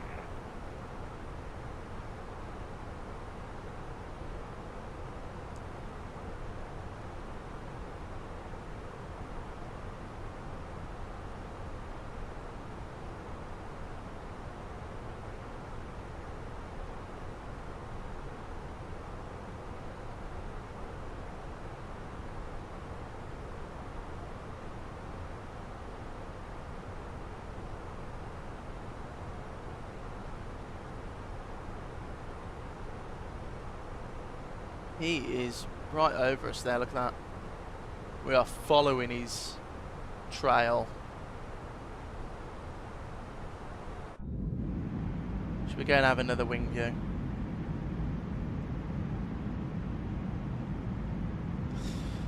I think either the Phoenix is starting to hate me or I just hate the Phoenix because it doesn't work. Do you know what, Alexandra? It sounds like the problems I was having when I first got this new PC. I would highly recommend reinstalling the Phoenix. I think that's the only thing you can do if the problem persists. So I had a problem with the Phoenix, right, and this is going to sound stupid, but for some reason, every time I changed wing view, the plane would crash. Like, it would actually fall out the sky and crash. There was no conflicting conflicts, it was just for some reason there was a collision detection. So I reinstalled it and it works fine now. I can change, look, as you can see, no crashes. From 2007, oh, I want the Neo so bad. I know. Hopefully soon. We've been waiting a long time now, but, you know. Oh, you've reinstalled the Phoenix. I don't know what it could be then. And are you Windows 10 or Windows 11, Alexandra?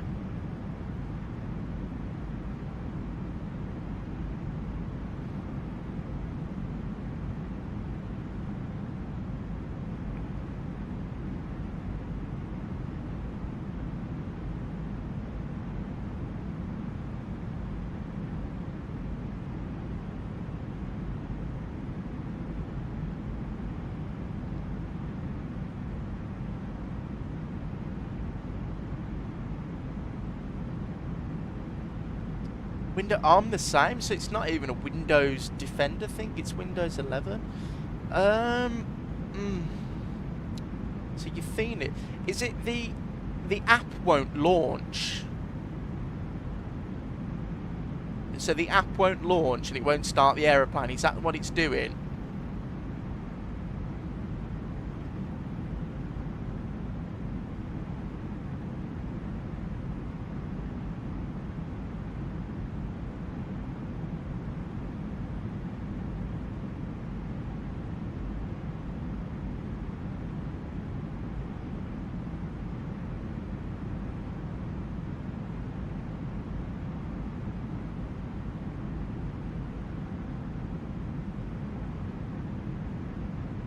Yeah, I've only had that one problem from 2007 where the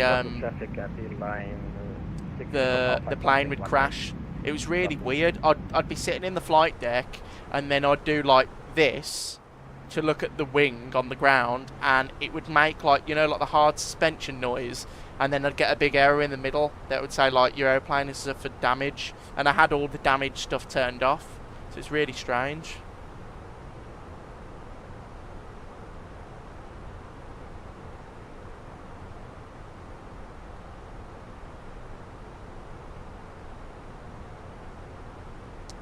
We are right over Brussels, guys. That is Brussels again. Second time we've seen it today. Looking lovely as always, though. We'll have that wing view. It's quite nice.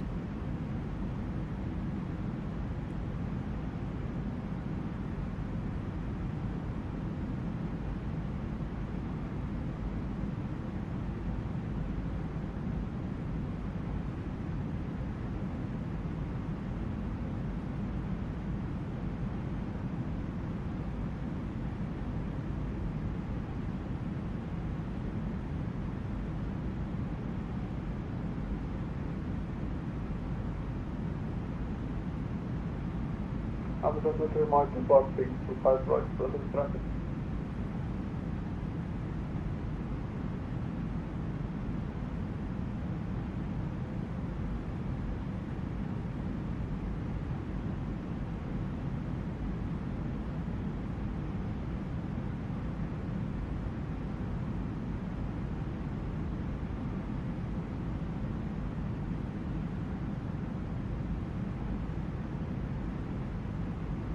Rank 2007 at Alexandra. Maybe try log out of all devices from the website. That is a good idea. Try that, because if you've changed, I had this problem with the Fenix as well when I changed PC.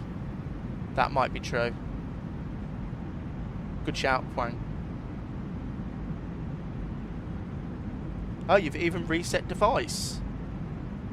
I've tried that too. Even reset the device thingy. Oh. So strange. So, Alexandra, is it that the app won't start, or is it the EFB won't start, or do the screens not turn on? What exactly is it doing, and what actual warning is it giving you? Because I have those problems quite a lot with the Fenix, and what I do is I just reload the aeroplane or reset all, but you've just said you do that and it doesn't do anything, so strange. It's the only problem with flight sim, like I said. So finicky sometimes. You spend more time fixing the sim and fixing aeroplanes than you do actually flying them.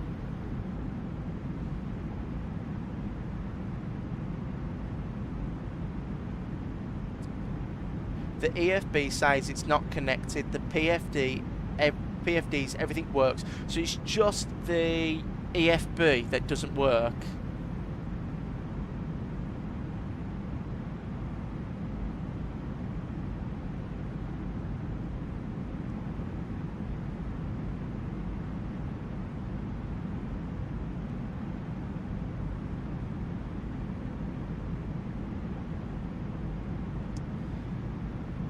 Alexandra, I've just Googled it, right, because I've never had this problem before, but it says maybe use a default livery and see if it works. It might be the livery that's causing a problem, which is so strange if that is actually the fix. Yeah, it says run as administrator, which you've done, restart the app, which you've done, check the port, which, well, you don't need to do that anyway. And it says switch to a default livery. Liveries can break connection, which is so stupid.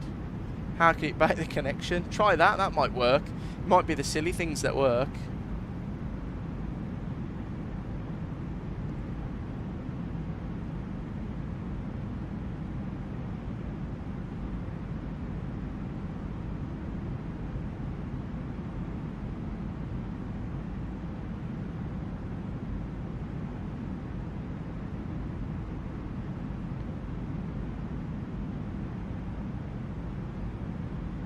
Oh, Alexandra, I know the feeling when nothing works. I wouldn't even know what else to do. I mean, that's sort of like, I'd be the same as you. If I've tried all that and it wasn't working, still I'd crash out. It's so annoying. Let me get this ready for arrival first, and then I'll have another look for you. So the approach we're doing is the ILS-27. The 801 is the decision height.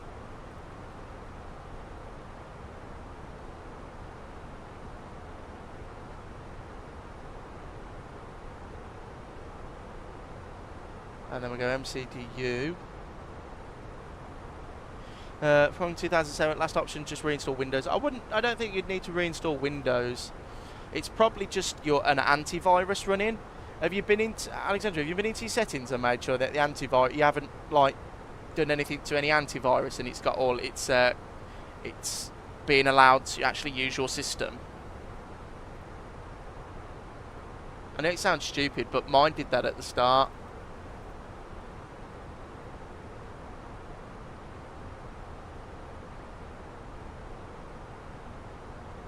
Right, we're that in Bristol, 140.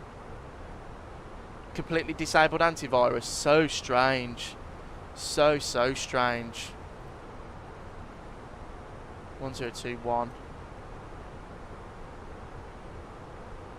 8 degrees. Flaps full, 135 knots. We'll go final approach speed. That's all plugged in there. We'll go flight plan, direct. But permanent. Oh, okay, so it's not. It makes it even worse. So it's just the EFB that doesn't work, and you've clicked the thing. EFB doesn't switch on. Hang on.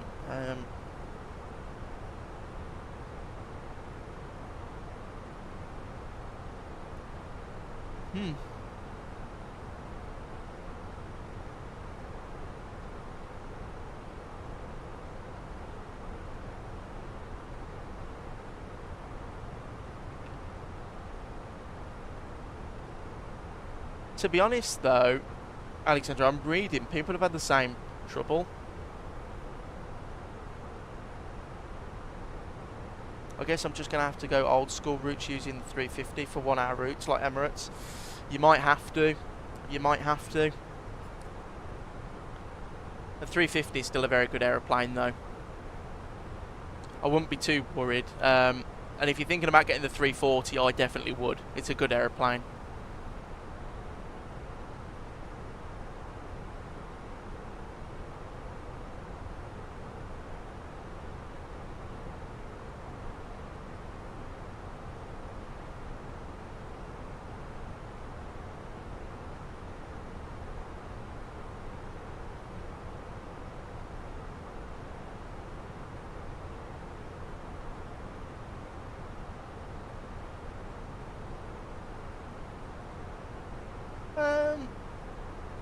Yeah, I mean, you could do like Asian routes with the 350. I know they do short haul, but I know what you mean. If it's going to ruin immersion, do you have like the PMDG stuff, or do you just want to fly the Phoenix?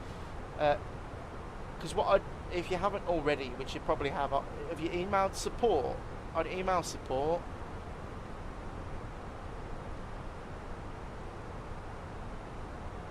So I'm just going through all these old things that people have had unable to connect message.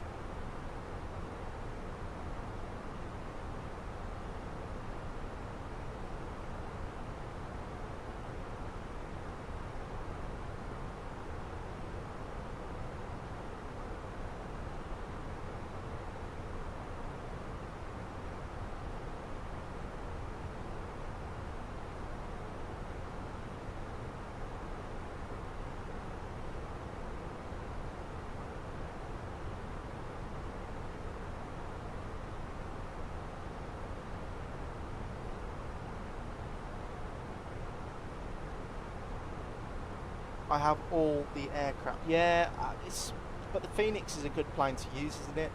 I'm just saying, Alexandra, someone said that they had the same problem and they relaunched the sim, let it run, and don't click ready for flight until everything's loaded in. AFC Stu, wow, what a terrible landing I had into Las Palmas. Right as my call out started, frequency blocked. And I smacked it down, ruins my flight that. Oh, don't worry about it. I know it's a bit annoying when you've had a terrible landing. I mean, I had a bit of a slammer into Innsbruck earlier. It wasn't my finest moment at the controls of an aeroplane, but I know what you mean. Especially after you've flown for so long. I mean, I can't believe you've already landed, Stu. What was your flight time down? Was it just 3 hours?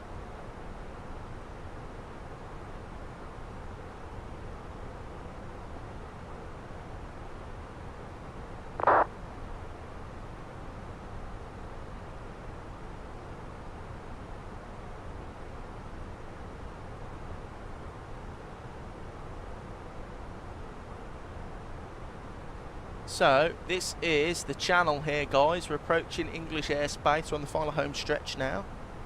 Not too long until we start our descent into Brussels.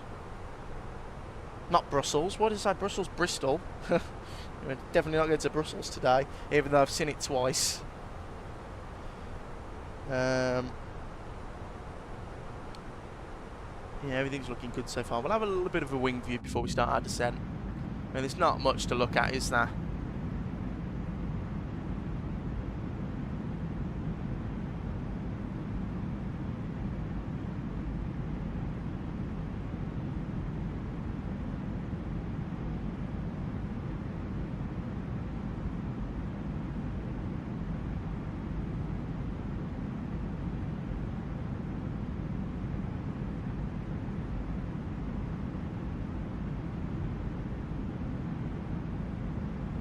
It happens, even real pilots have bad landings. Oh, absolutely. I mean, I'm not going to tell you what base I fly out of, but the airport's not the best in real life. And I did a flight about 3 weeks ago. We did Lanzarote.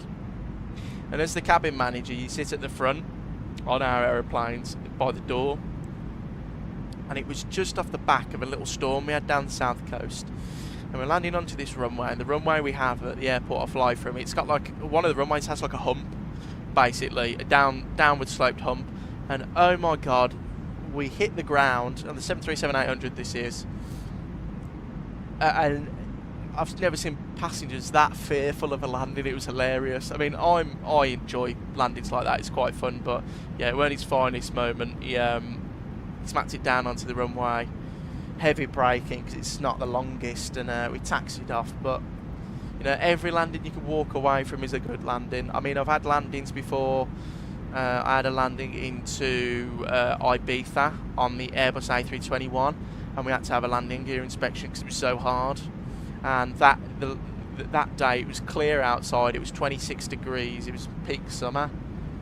It was really nice. So there was no excuses, and he absolutely slammed it down onto the easterly runway into Ibiza. So even real pilots do it. And well, I went to last Madeira about 3 weeks ago or 2 weeks ago with work, and we were coming in and opened that flight deck door to see the captain to ask for permission to open the door, and it was like they'd seen a ghost because of how windy it was, and it was quite nasty getting in there. There was quite a few planes before us that diverted, and then we were one of the first ones to get in when the winds died down, which was nice.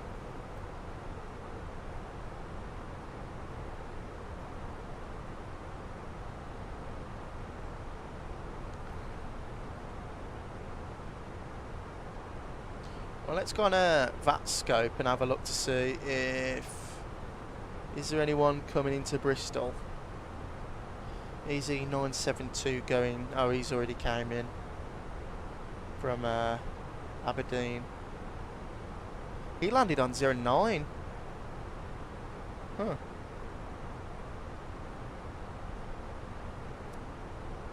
No, we're the only arrival at the moment, so we should be okay.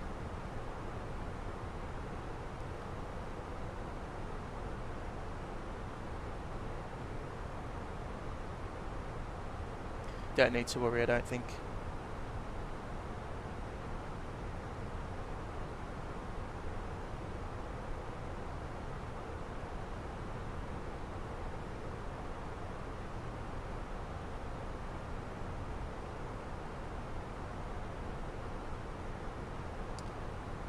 Right, looking good. Descent in less than 60 miles, so we're nearly there now, guys. About to start our descent.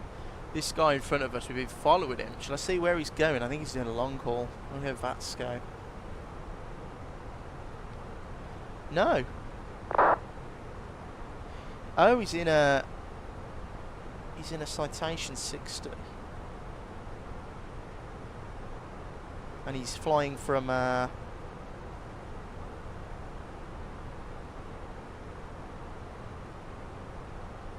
airport in Switzerland. I've never heard of that one. and he's going to I don't even know what airport that is. Oxford. Ah, that's quite cool.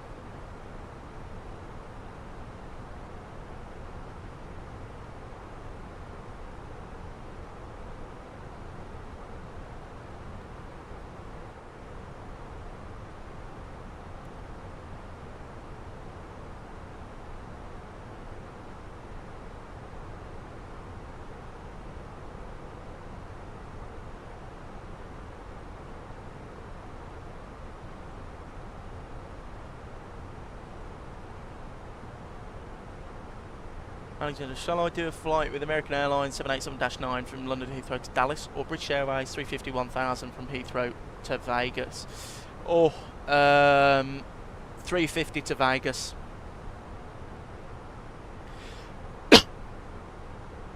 I like the 350 more than the 787-9. I think that'd be a more enjoyable flight.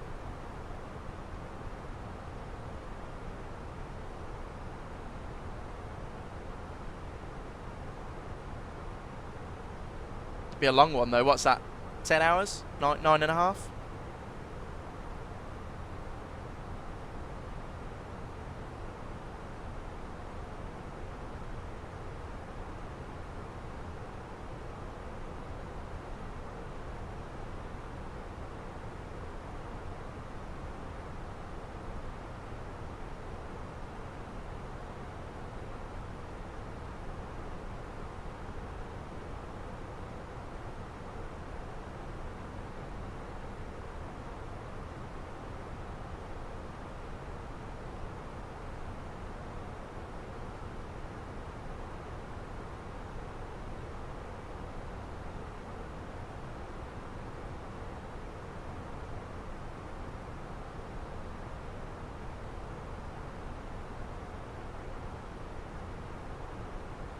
Maybe 10, 11 hours. Oh, it's a long one then.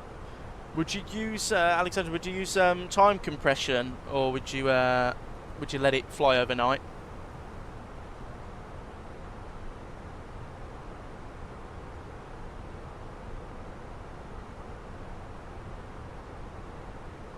Busy at Heathrow. It's always busy at Heathrow. I do like flying in and out of Heathrow on VATSIM because it's always busy. So you've always got something going on or something to do.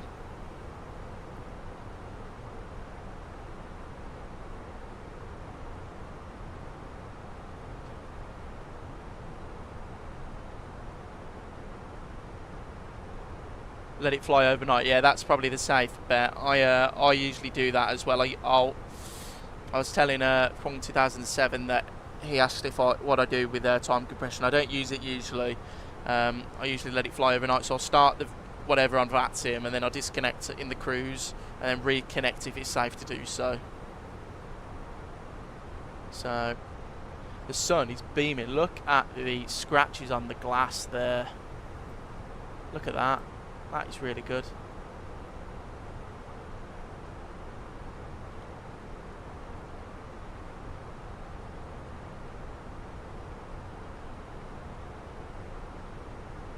Right, nearly ready to start our descent.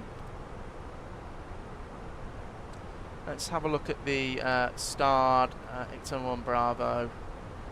It wants us at 220 by ICTAM. So we'll start descending in a minute.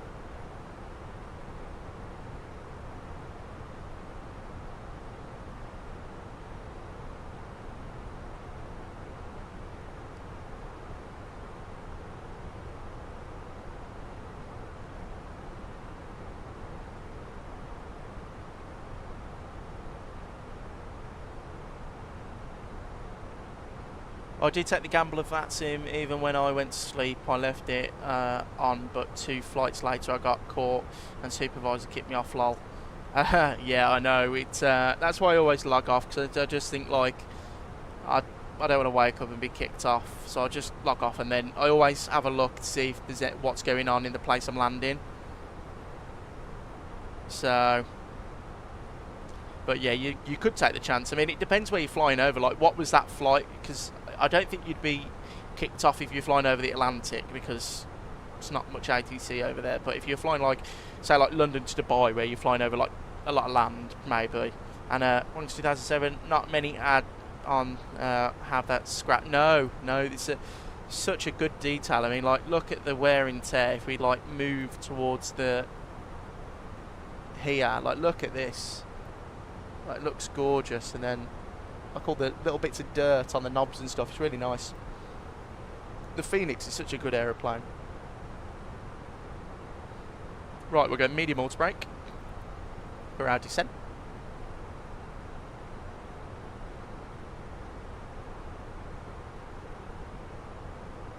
And 22,000 feet.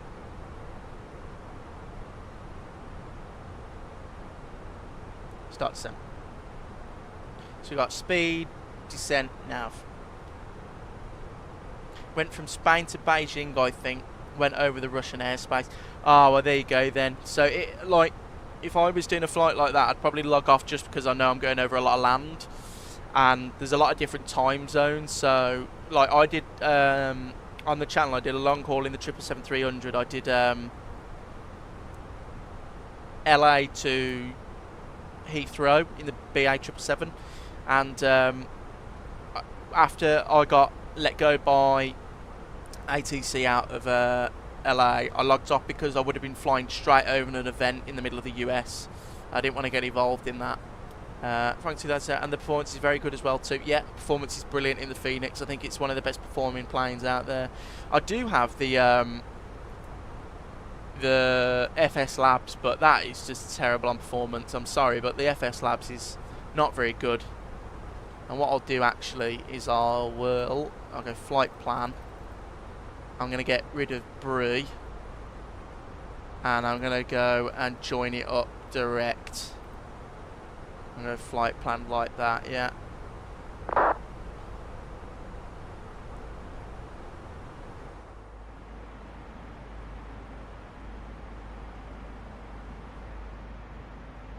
And we'll have that wing view, that looks nicer. I'll have the engine.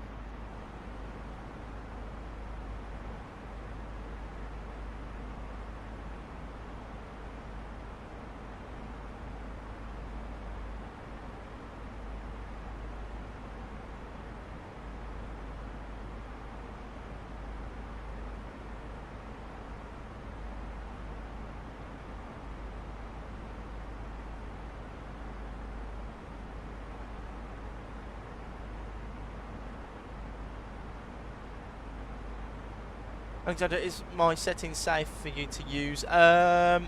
It depends. So you've got to make sure, like, my system is quite beefy, so tailor it to what yours can handle. But as you can see from the live stream, I mean, today we've flown from Bristol to Innsbruck and back, and it's been pretty good. I mean, like, just look at the camera changes, everything's really nice, it's smooth. The plane handles well, so, but tailor it to your system specs as well, don't forget, because like I say in the video, my computer can run things that others can't, and you could run things that I can't. So just to play it safe, maybe tone down everything a little bit and then build on that. That's what I did to get the settings. I lowered everything down and then added bits gradually until I got to a stage where I was like, well, it flies quite nice and it looks quite nice, so I'll keep it now.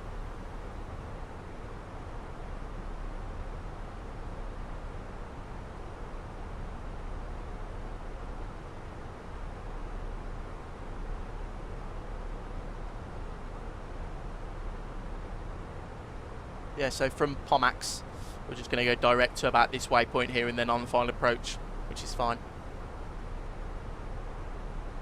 Got a aeroplane 5,000 feet above somewhere. Can't see him, he might be in the sun. Oh no, there he is, I can just see him. There you go.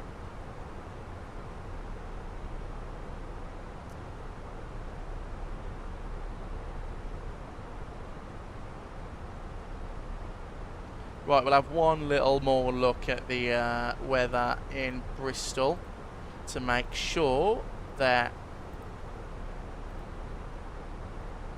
everything looks good. So, spark over. I mean, it's just got worse, hasn't it? So it's probably be an auto land actually, guys. I'll try and disconnect, but if I can't see anything, it'll be an auto land.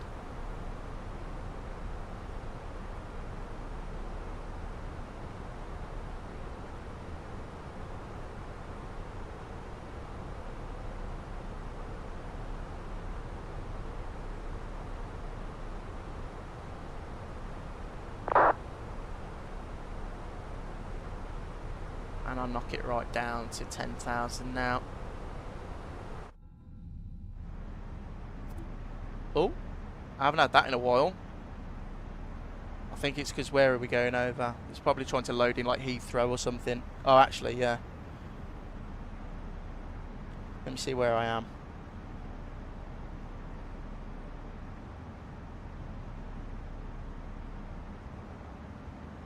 Yeah. Right over the centre of London. And London Control have just come online, actually. I might not get a call from them.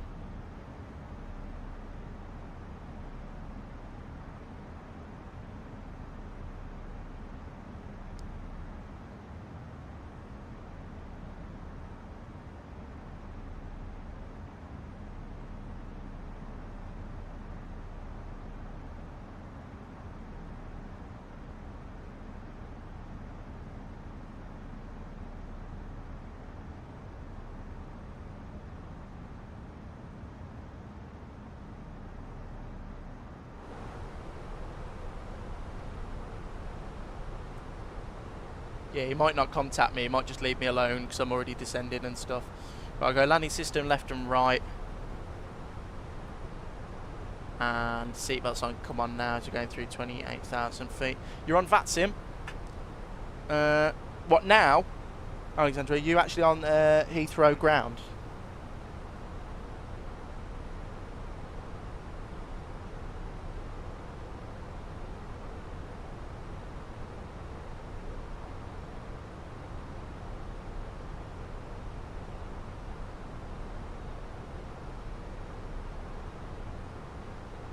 What's your call sign, Alexandra? I'll have a look. See if I can find you.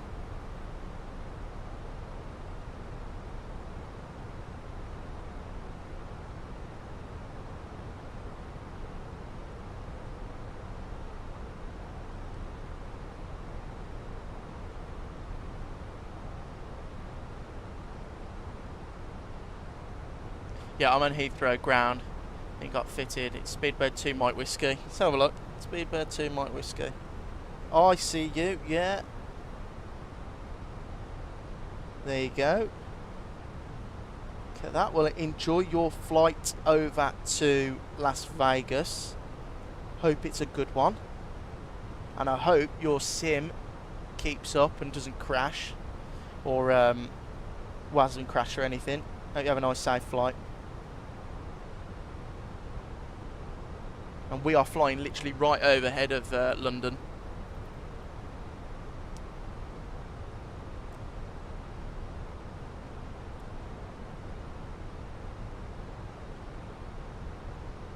So EGLL, let's see if I can find it. Yeah, it just flew over it.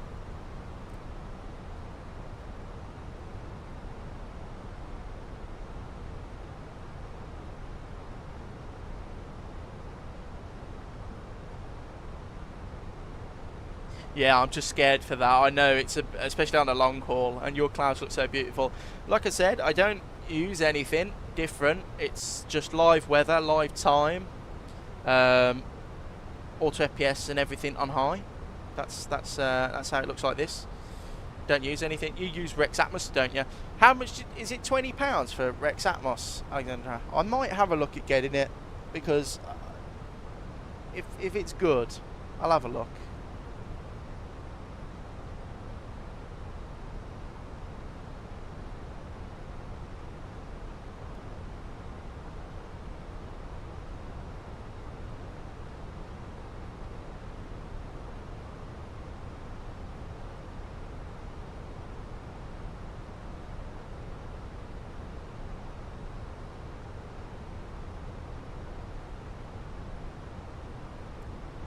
It's a very shallow descent, isn't it, round here?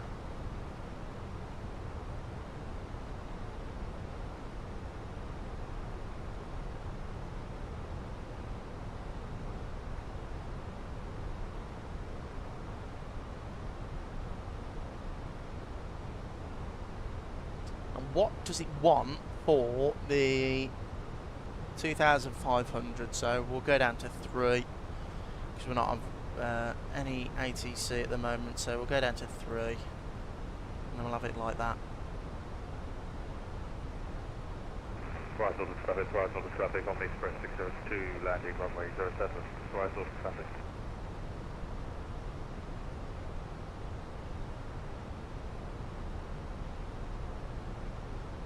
I'm getting 50 FPS thanks to you, while 15 departures on the ground, no problem. It took me a while to get my settings sorted. I mean, I'm not being funny. This sim took so long to get it to work properly, but now when it works properly, it is the best sim. But if you need any more help with anything, just let me know. Pop a comment on one of my videos and I'll see if I can sort it out, because if you're having the problem, I'm 99% sure I've had it and had to deal with it, because setting up this new computer, even though it's a brilliant computer and it's really good, it was a nightmare. I had so much trouble with audio. I had audio popping, stutters, terrible FPS. I've had it all.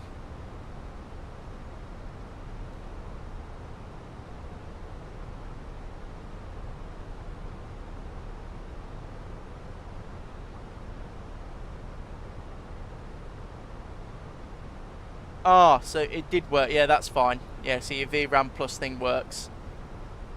It's a nice add-on because you don't even know it's running, and it fixes a lot of things for you. I think it works in other games as well, if I'm not mistaken.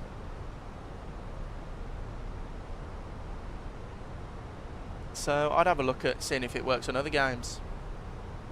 Right, we're getting close to the abyss now, because we're not going to see the ground for a while when we go into this cloud. I'll have one more check of the weather before I call it a day. So 1021, lovely, and the weather's got no better.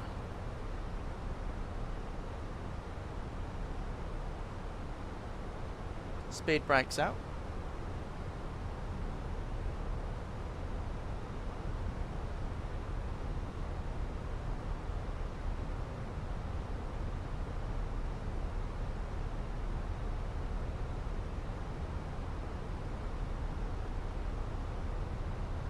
By the way, your chat delayed from for your reference. We got to type 10 seconds early for you to catch it. Perfect.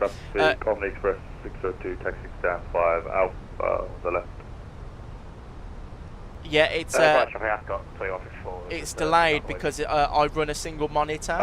So I'm reading the chat off here. The app that I use to get the chat. Stand just on the left here. That's fine if you just stay where you are for a second. If I wait for this guy to shut up. Alpha Express 602. Probably hold position, NASCAR 2154. Yeah, the chat's going to be delayed because I have to use this to read chat. Because I run a single monitor. If I had 2, it'd be instant. But yeah, it's a little bit delayed because it's got to get on this bit here. But at the moment, that's what I'm going to have to put up with. But I am looking at getting a second monitor, and hopefully I can fix the delay.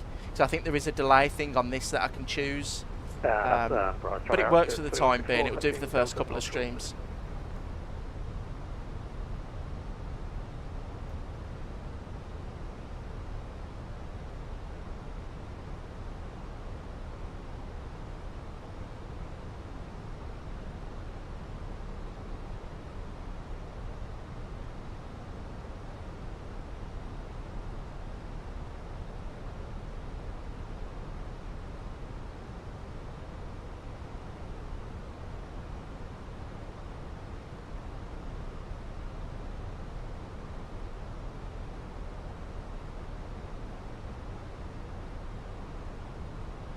By the way, what side stick and throttles do you use? I have the Thrustmaster Airbus Captain's Pack.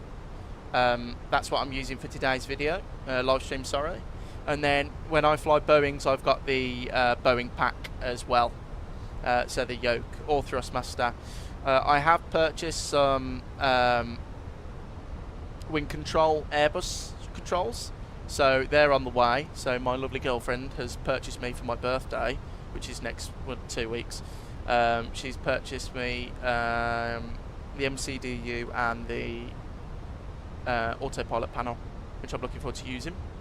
But yeah, at the moment I'm using the Thrustmaster, Boeing and Airbus pack, and with the Airbus pack I'm also using the side bits as well.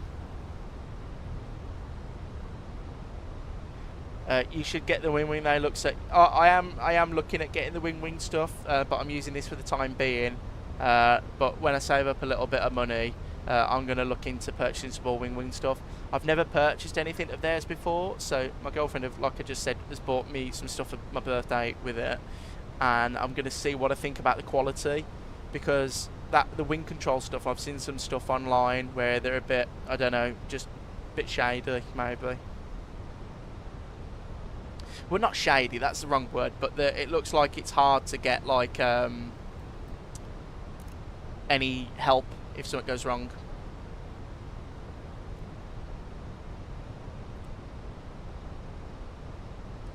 What's your PC specs and on what graphics you play? Your game looks amazing. Thank you very much, Fix SVFX. My specs are in the video description below in a bit more detail, but I run a RTX 5080 and an AMD Ryzen 9800X3D with 32GB of DDR5 RAM, and everything runs on high, and I use auto FPS. And Alexandra, trust me, you'll never want to use Thrustmaster ever again if you touch your hands on a wing. Your game looks so bright. If you play in a room with no lights, your eyes would get blinded. Yeah, it is very bright at the moment because the sun's over there. But I am looking forward to getting the Thrustmaster, the wing control stuff. I really am, because I've seen a lot of people do reviews on them, and it looks really good. But we'll wait and see. Right, I'm going to get some vertical speed out, and I'm going to get my speed under control. I'm going to go 220 on the speed, because I'm not quite happy with the performance it's pulling there. And how much FPS do I have? I have flat 50, so it's stuck at 50. So it doesn't go above or below really. What I do is I cap my frames at 50, and then I times them by 2 with frame gen, and this is what you get. And I think it does a really good job actually.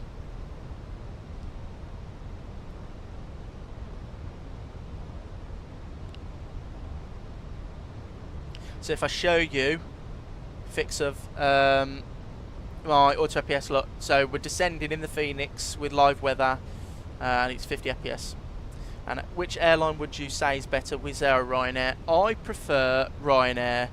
Go flat 1, speed check, flat 1, speed brakes stowed, and we'll go performance, and I'll activate the approach phase early.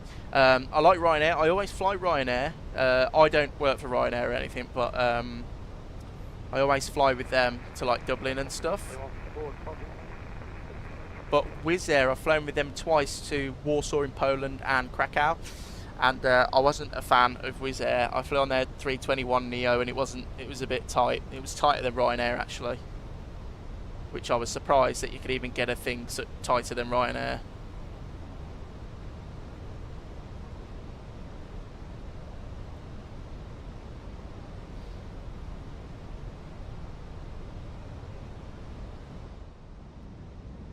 There you go, look at that. Leading edge slats out.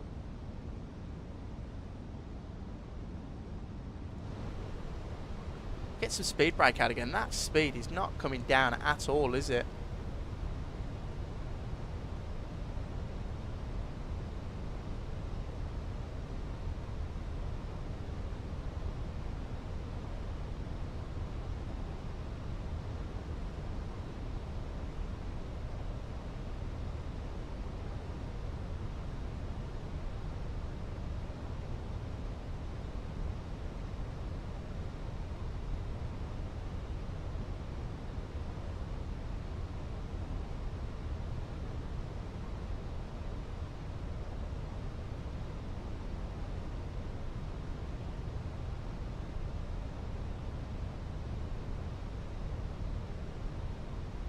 And no, we'll leave it like that. That's fine for the time being. 180 knots.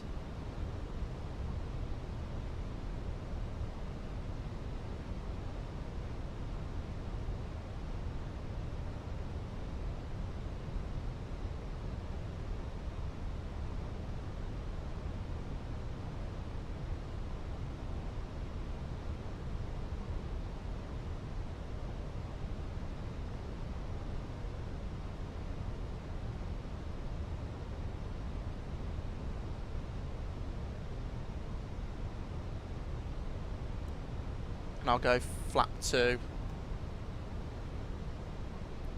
and I'll go 180 knots.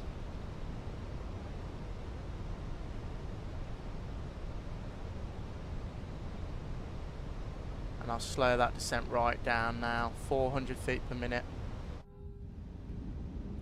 And I'll arm the speed brakes.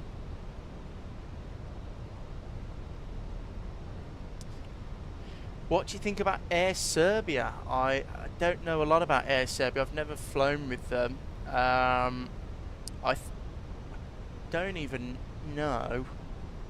Hang on. Air Serbia, let me think if I'm thinking correctly. Is that the one with Nikola Tesla on the tail on the 330? Yeah, it is. I like the livery. The livery is very cool. I always see them in Corfu, places like that. Like Greek islands in the summer.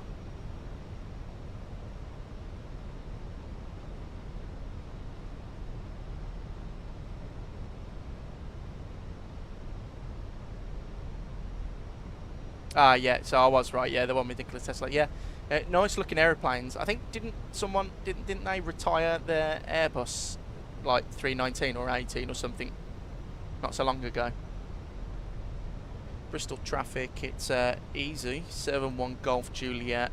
We're about to turn for a 10-mile final onto the ILS 27 Bristol traffic.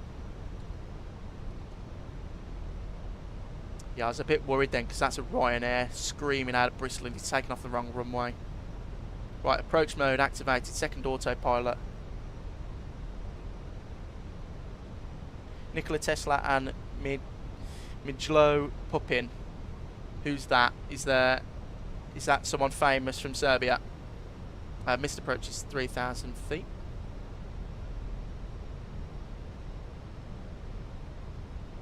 He's already 2,000 feet above us, so we're not going to see him.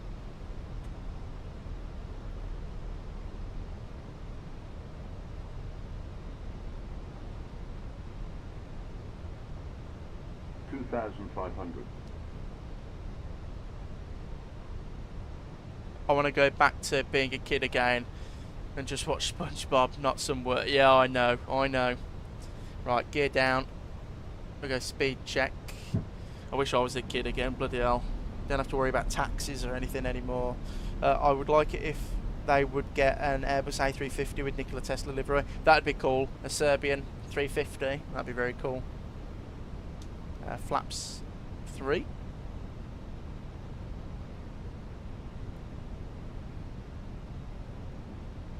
And speed check flaps full. And we'll go landing lights on. Right. Well, we're here now, guys. Descending into the soup. And we're not going to see the ground until we touch down, probably. So let me just get comfortable in the chair. And for our final landing today, thank you for a lovely stream. Really do appreciate it. Hope you're enjoying all the new streams on the channel. I'll be doing one more this week sometime. Thursday at 12 o'clock UK.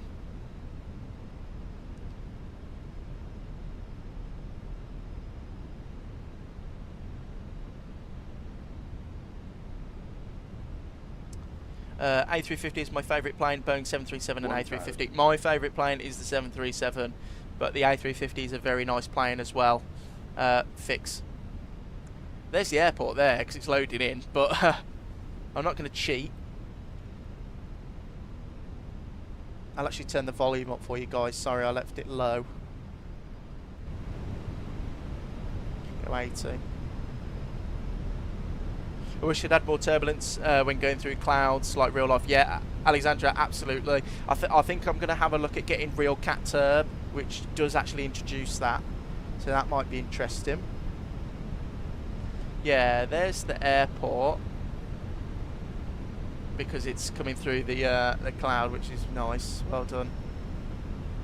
So fly.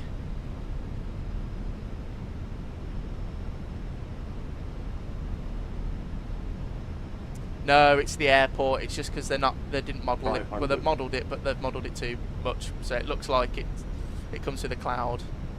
100 above. Still can't see anything. They're the leading lights. My aeroplane. Minimum. Continue.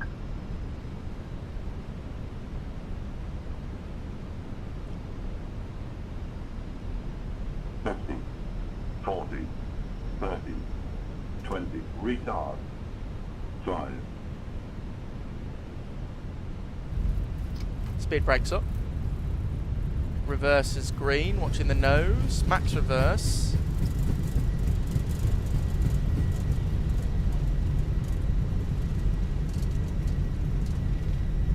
And reverse is stowed. Auto brake off. Welcome down to Bristol.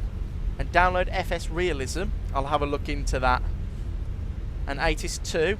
That was very thick. That was horrible. It's been like this all day. Even when we took off at 12 o'clock today, it was that sort of weather. So it's not changed much. But welcome down to SoFly Bristol. Get the taxi light on, turn offs off, and we'll go and get the lights off now. Speed brake can be disarmed. Flaps in. And welcome down to Bristol, guys. Thank you very much. I was very happy with that landing. Usually I smash it into Bristol, but that one was okay. Makes up for the landing that we had in Innsbruck.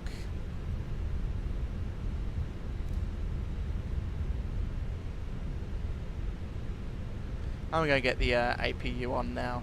Yeah, it's a bit annoying that, isn't it?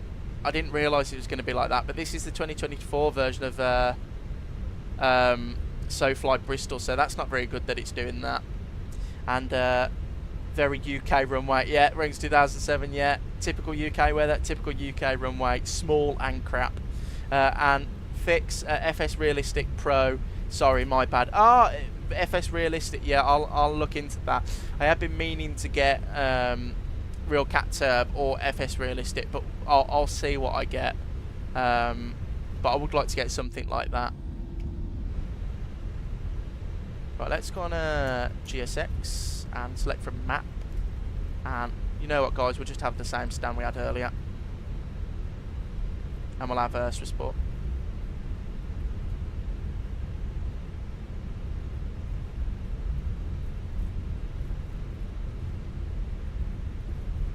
Yeah, very short runway here at Bristol, no messing around. I was lucky that I caught the... Well, I was lucky that we got sight of the runway early.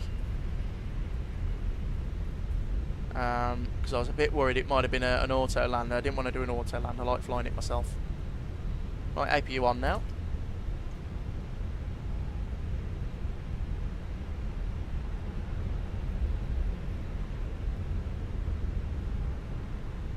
Yeah, I hate bumpy runways as well. Running 2007. I think some developers overdo it slightly. That's not too bad actually. But one airport which I really like, but the runway's not very good, is you know, Innie builds Manchester. I think they've overdone it with the bumpy runway because it's ridiculous. I mean, every takeoff is a near tail strike because it's like you're taking off over the bloody Himalayas. Real turb is very over the top. I hate my settings on around 20 to 30%. Otherwise it's unfly. But really, okay, so I might have to miss out on a Real Cat Turb then and do something else. But maybe ATIS 2, hopefully that eventually the people who make Microsoft Asobo would fix it and actually give us realistic turbulence. I think I did read someone had the same problem as you, that if the settings are over like 45, they said, it would be like a hurricane every flight. Right, taxi light can come off now. We are safely in the ramp area.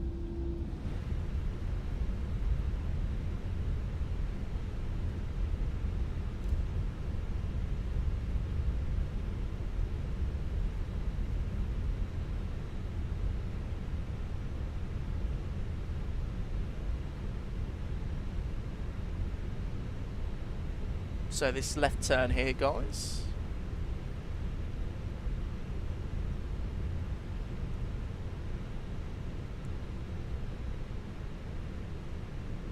And back where we started. Well, that's where we started. We're going on the other stand this time. And hour and 43 minutes airborne. We'll blank that.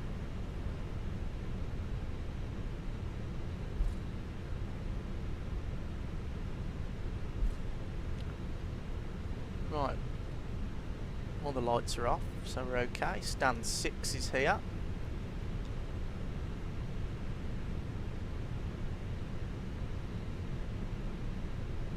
Yeah, this fog is horrible, isn't it?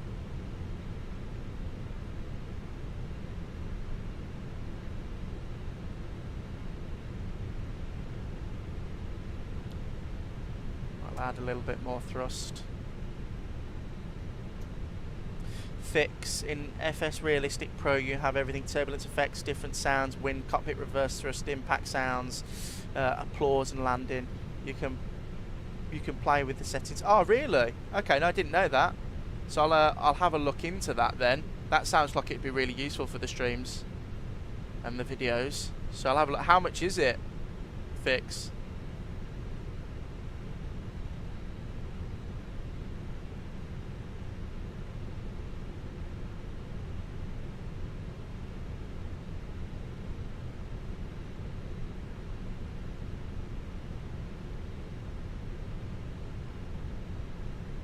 Right, there we go, and we'll go parking brake on, engine 1 off, APU's on, engine 2 off, APU bleed on, beacon off, and... Deboarding requested.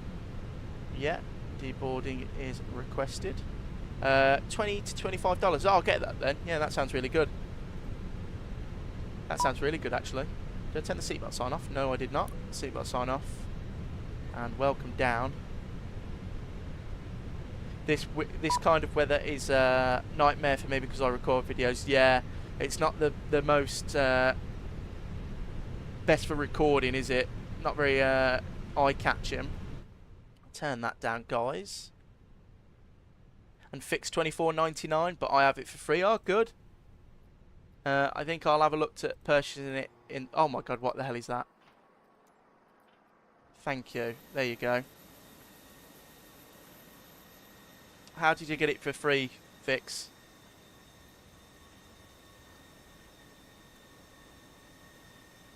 But, welcome down to... If I get a nice... That'll do. There.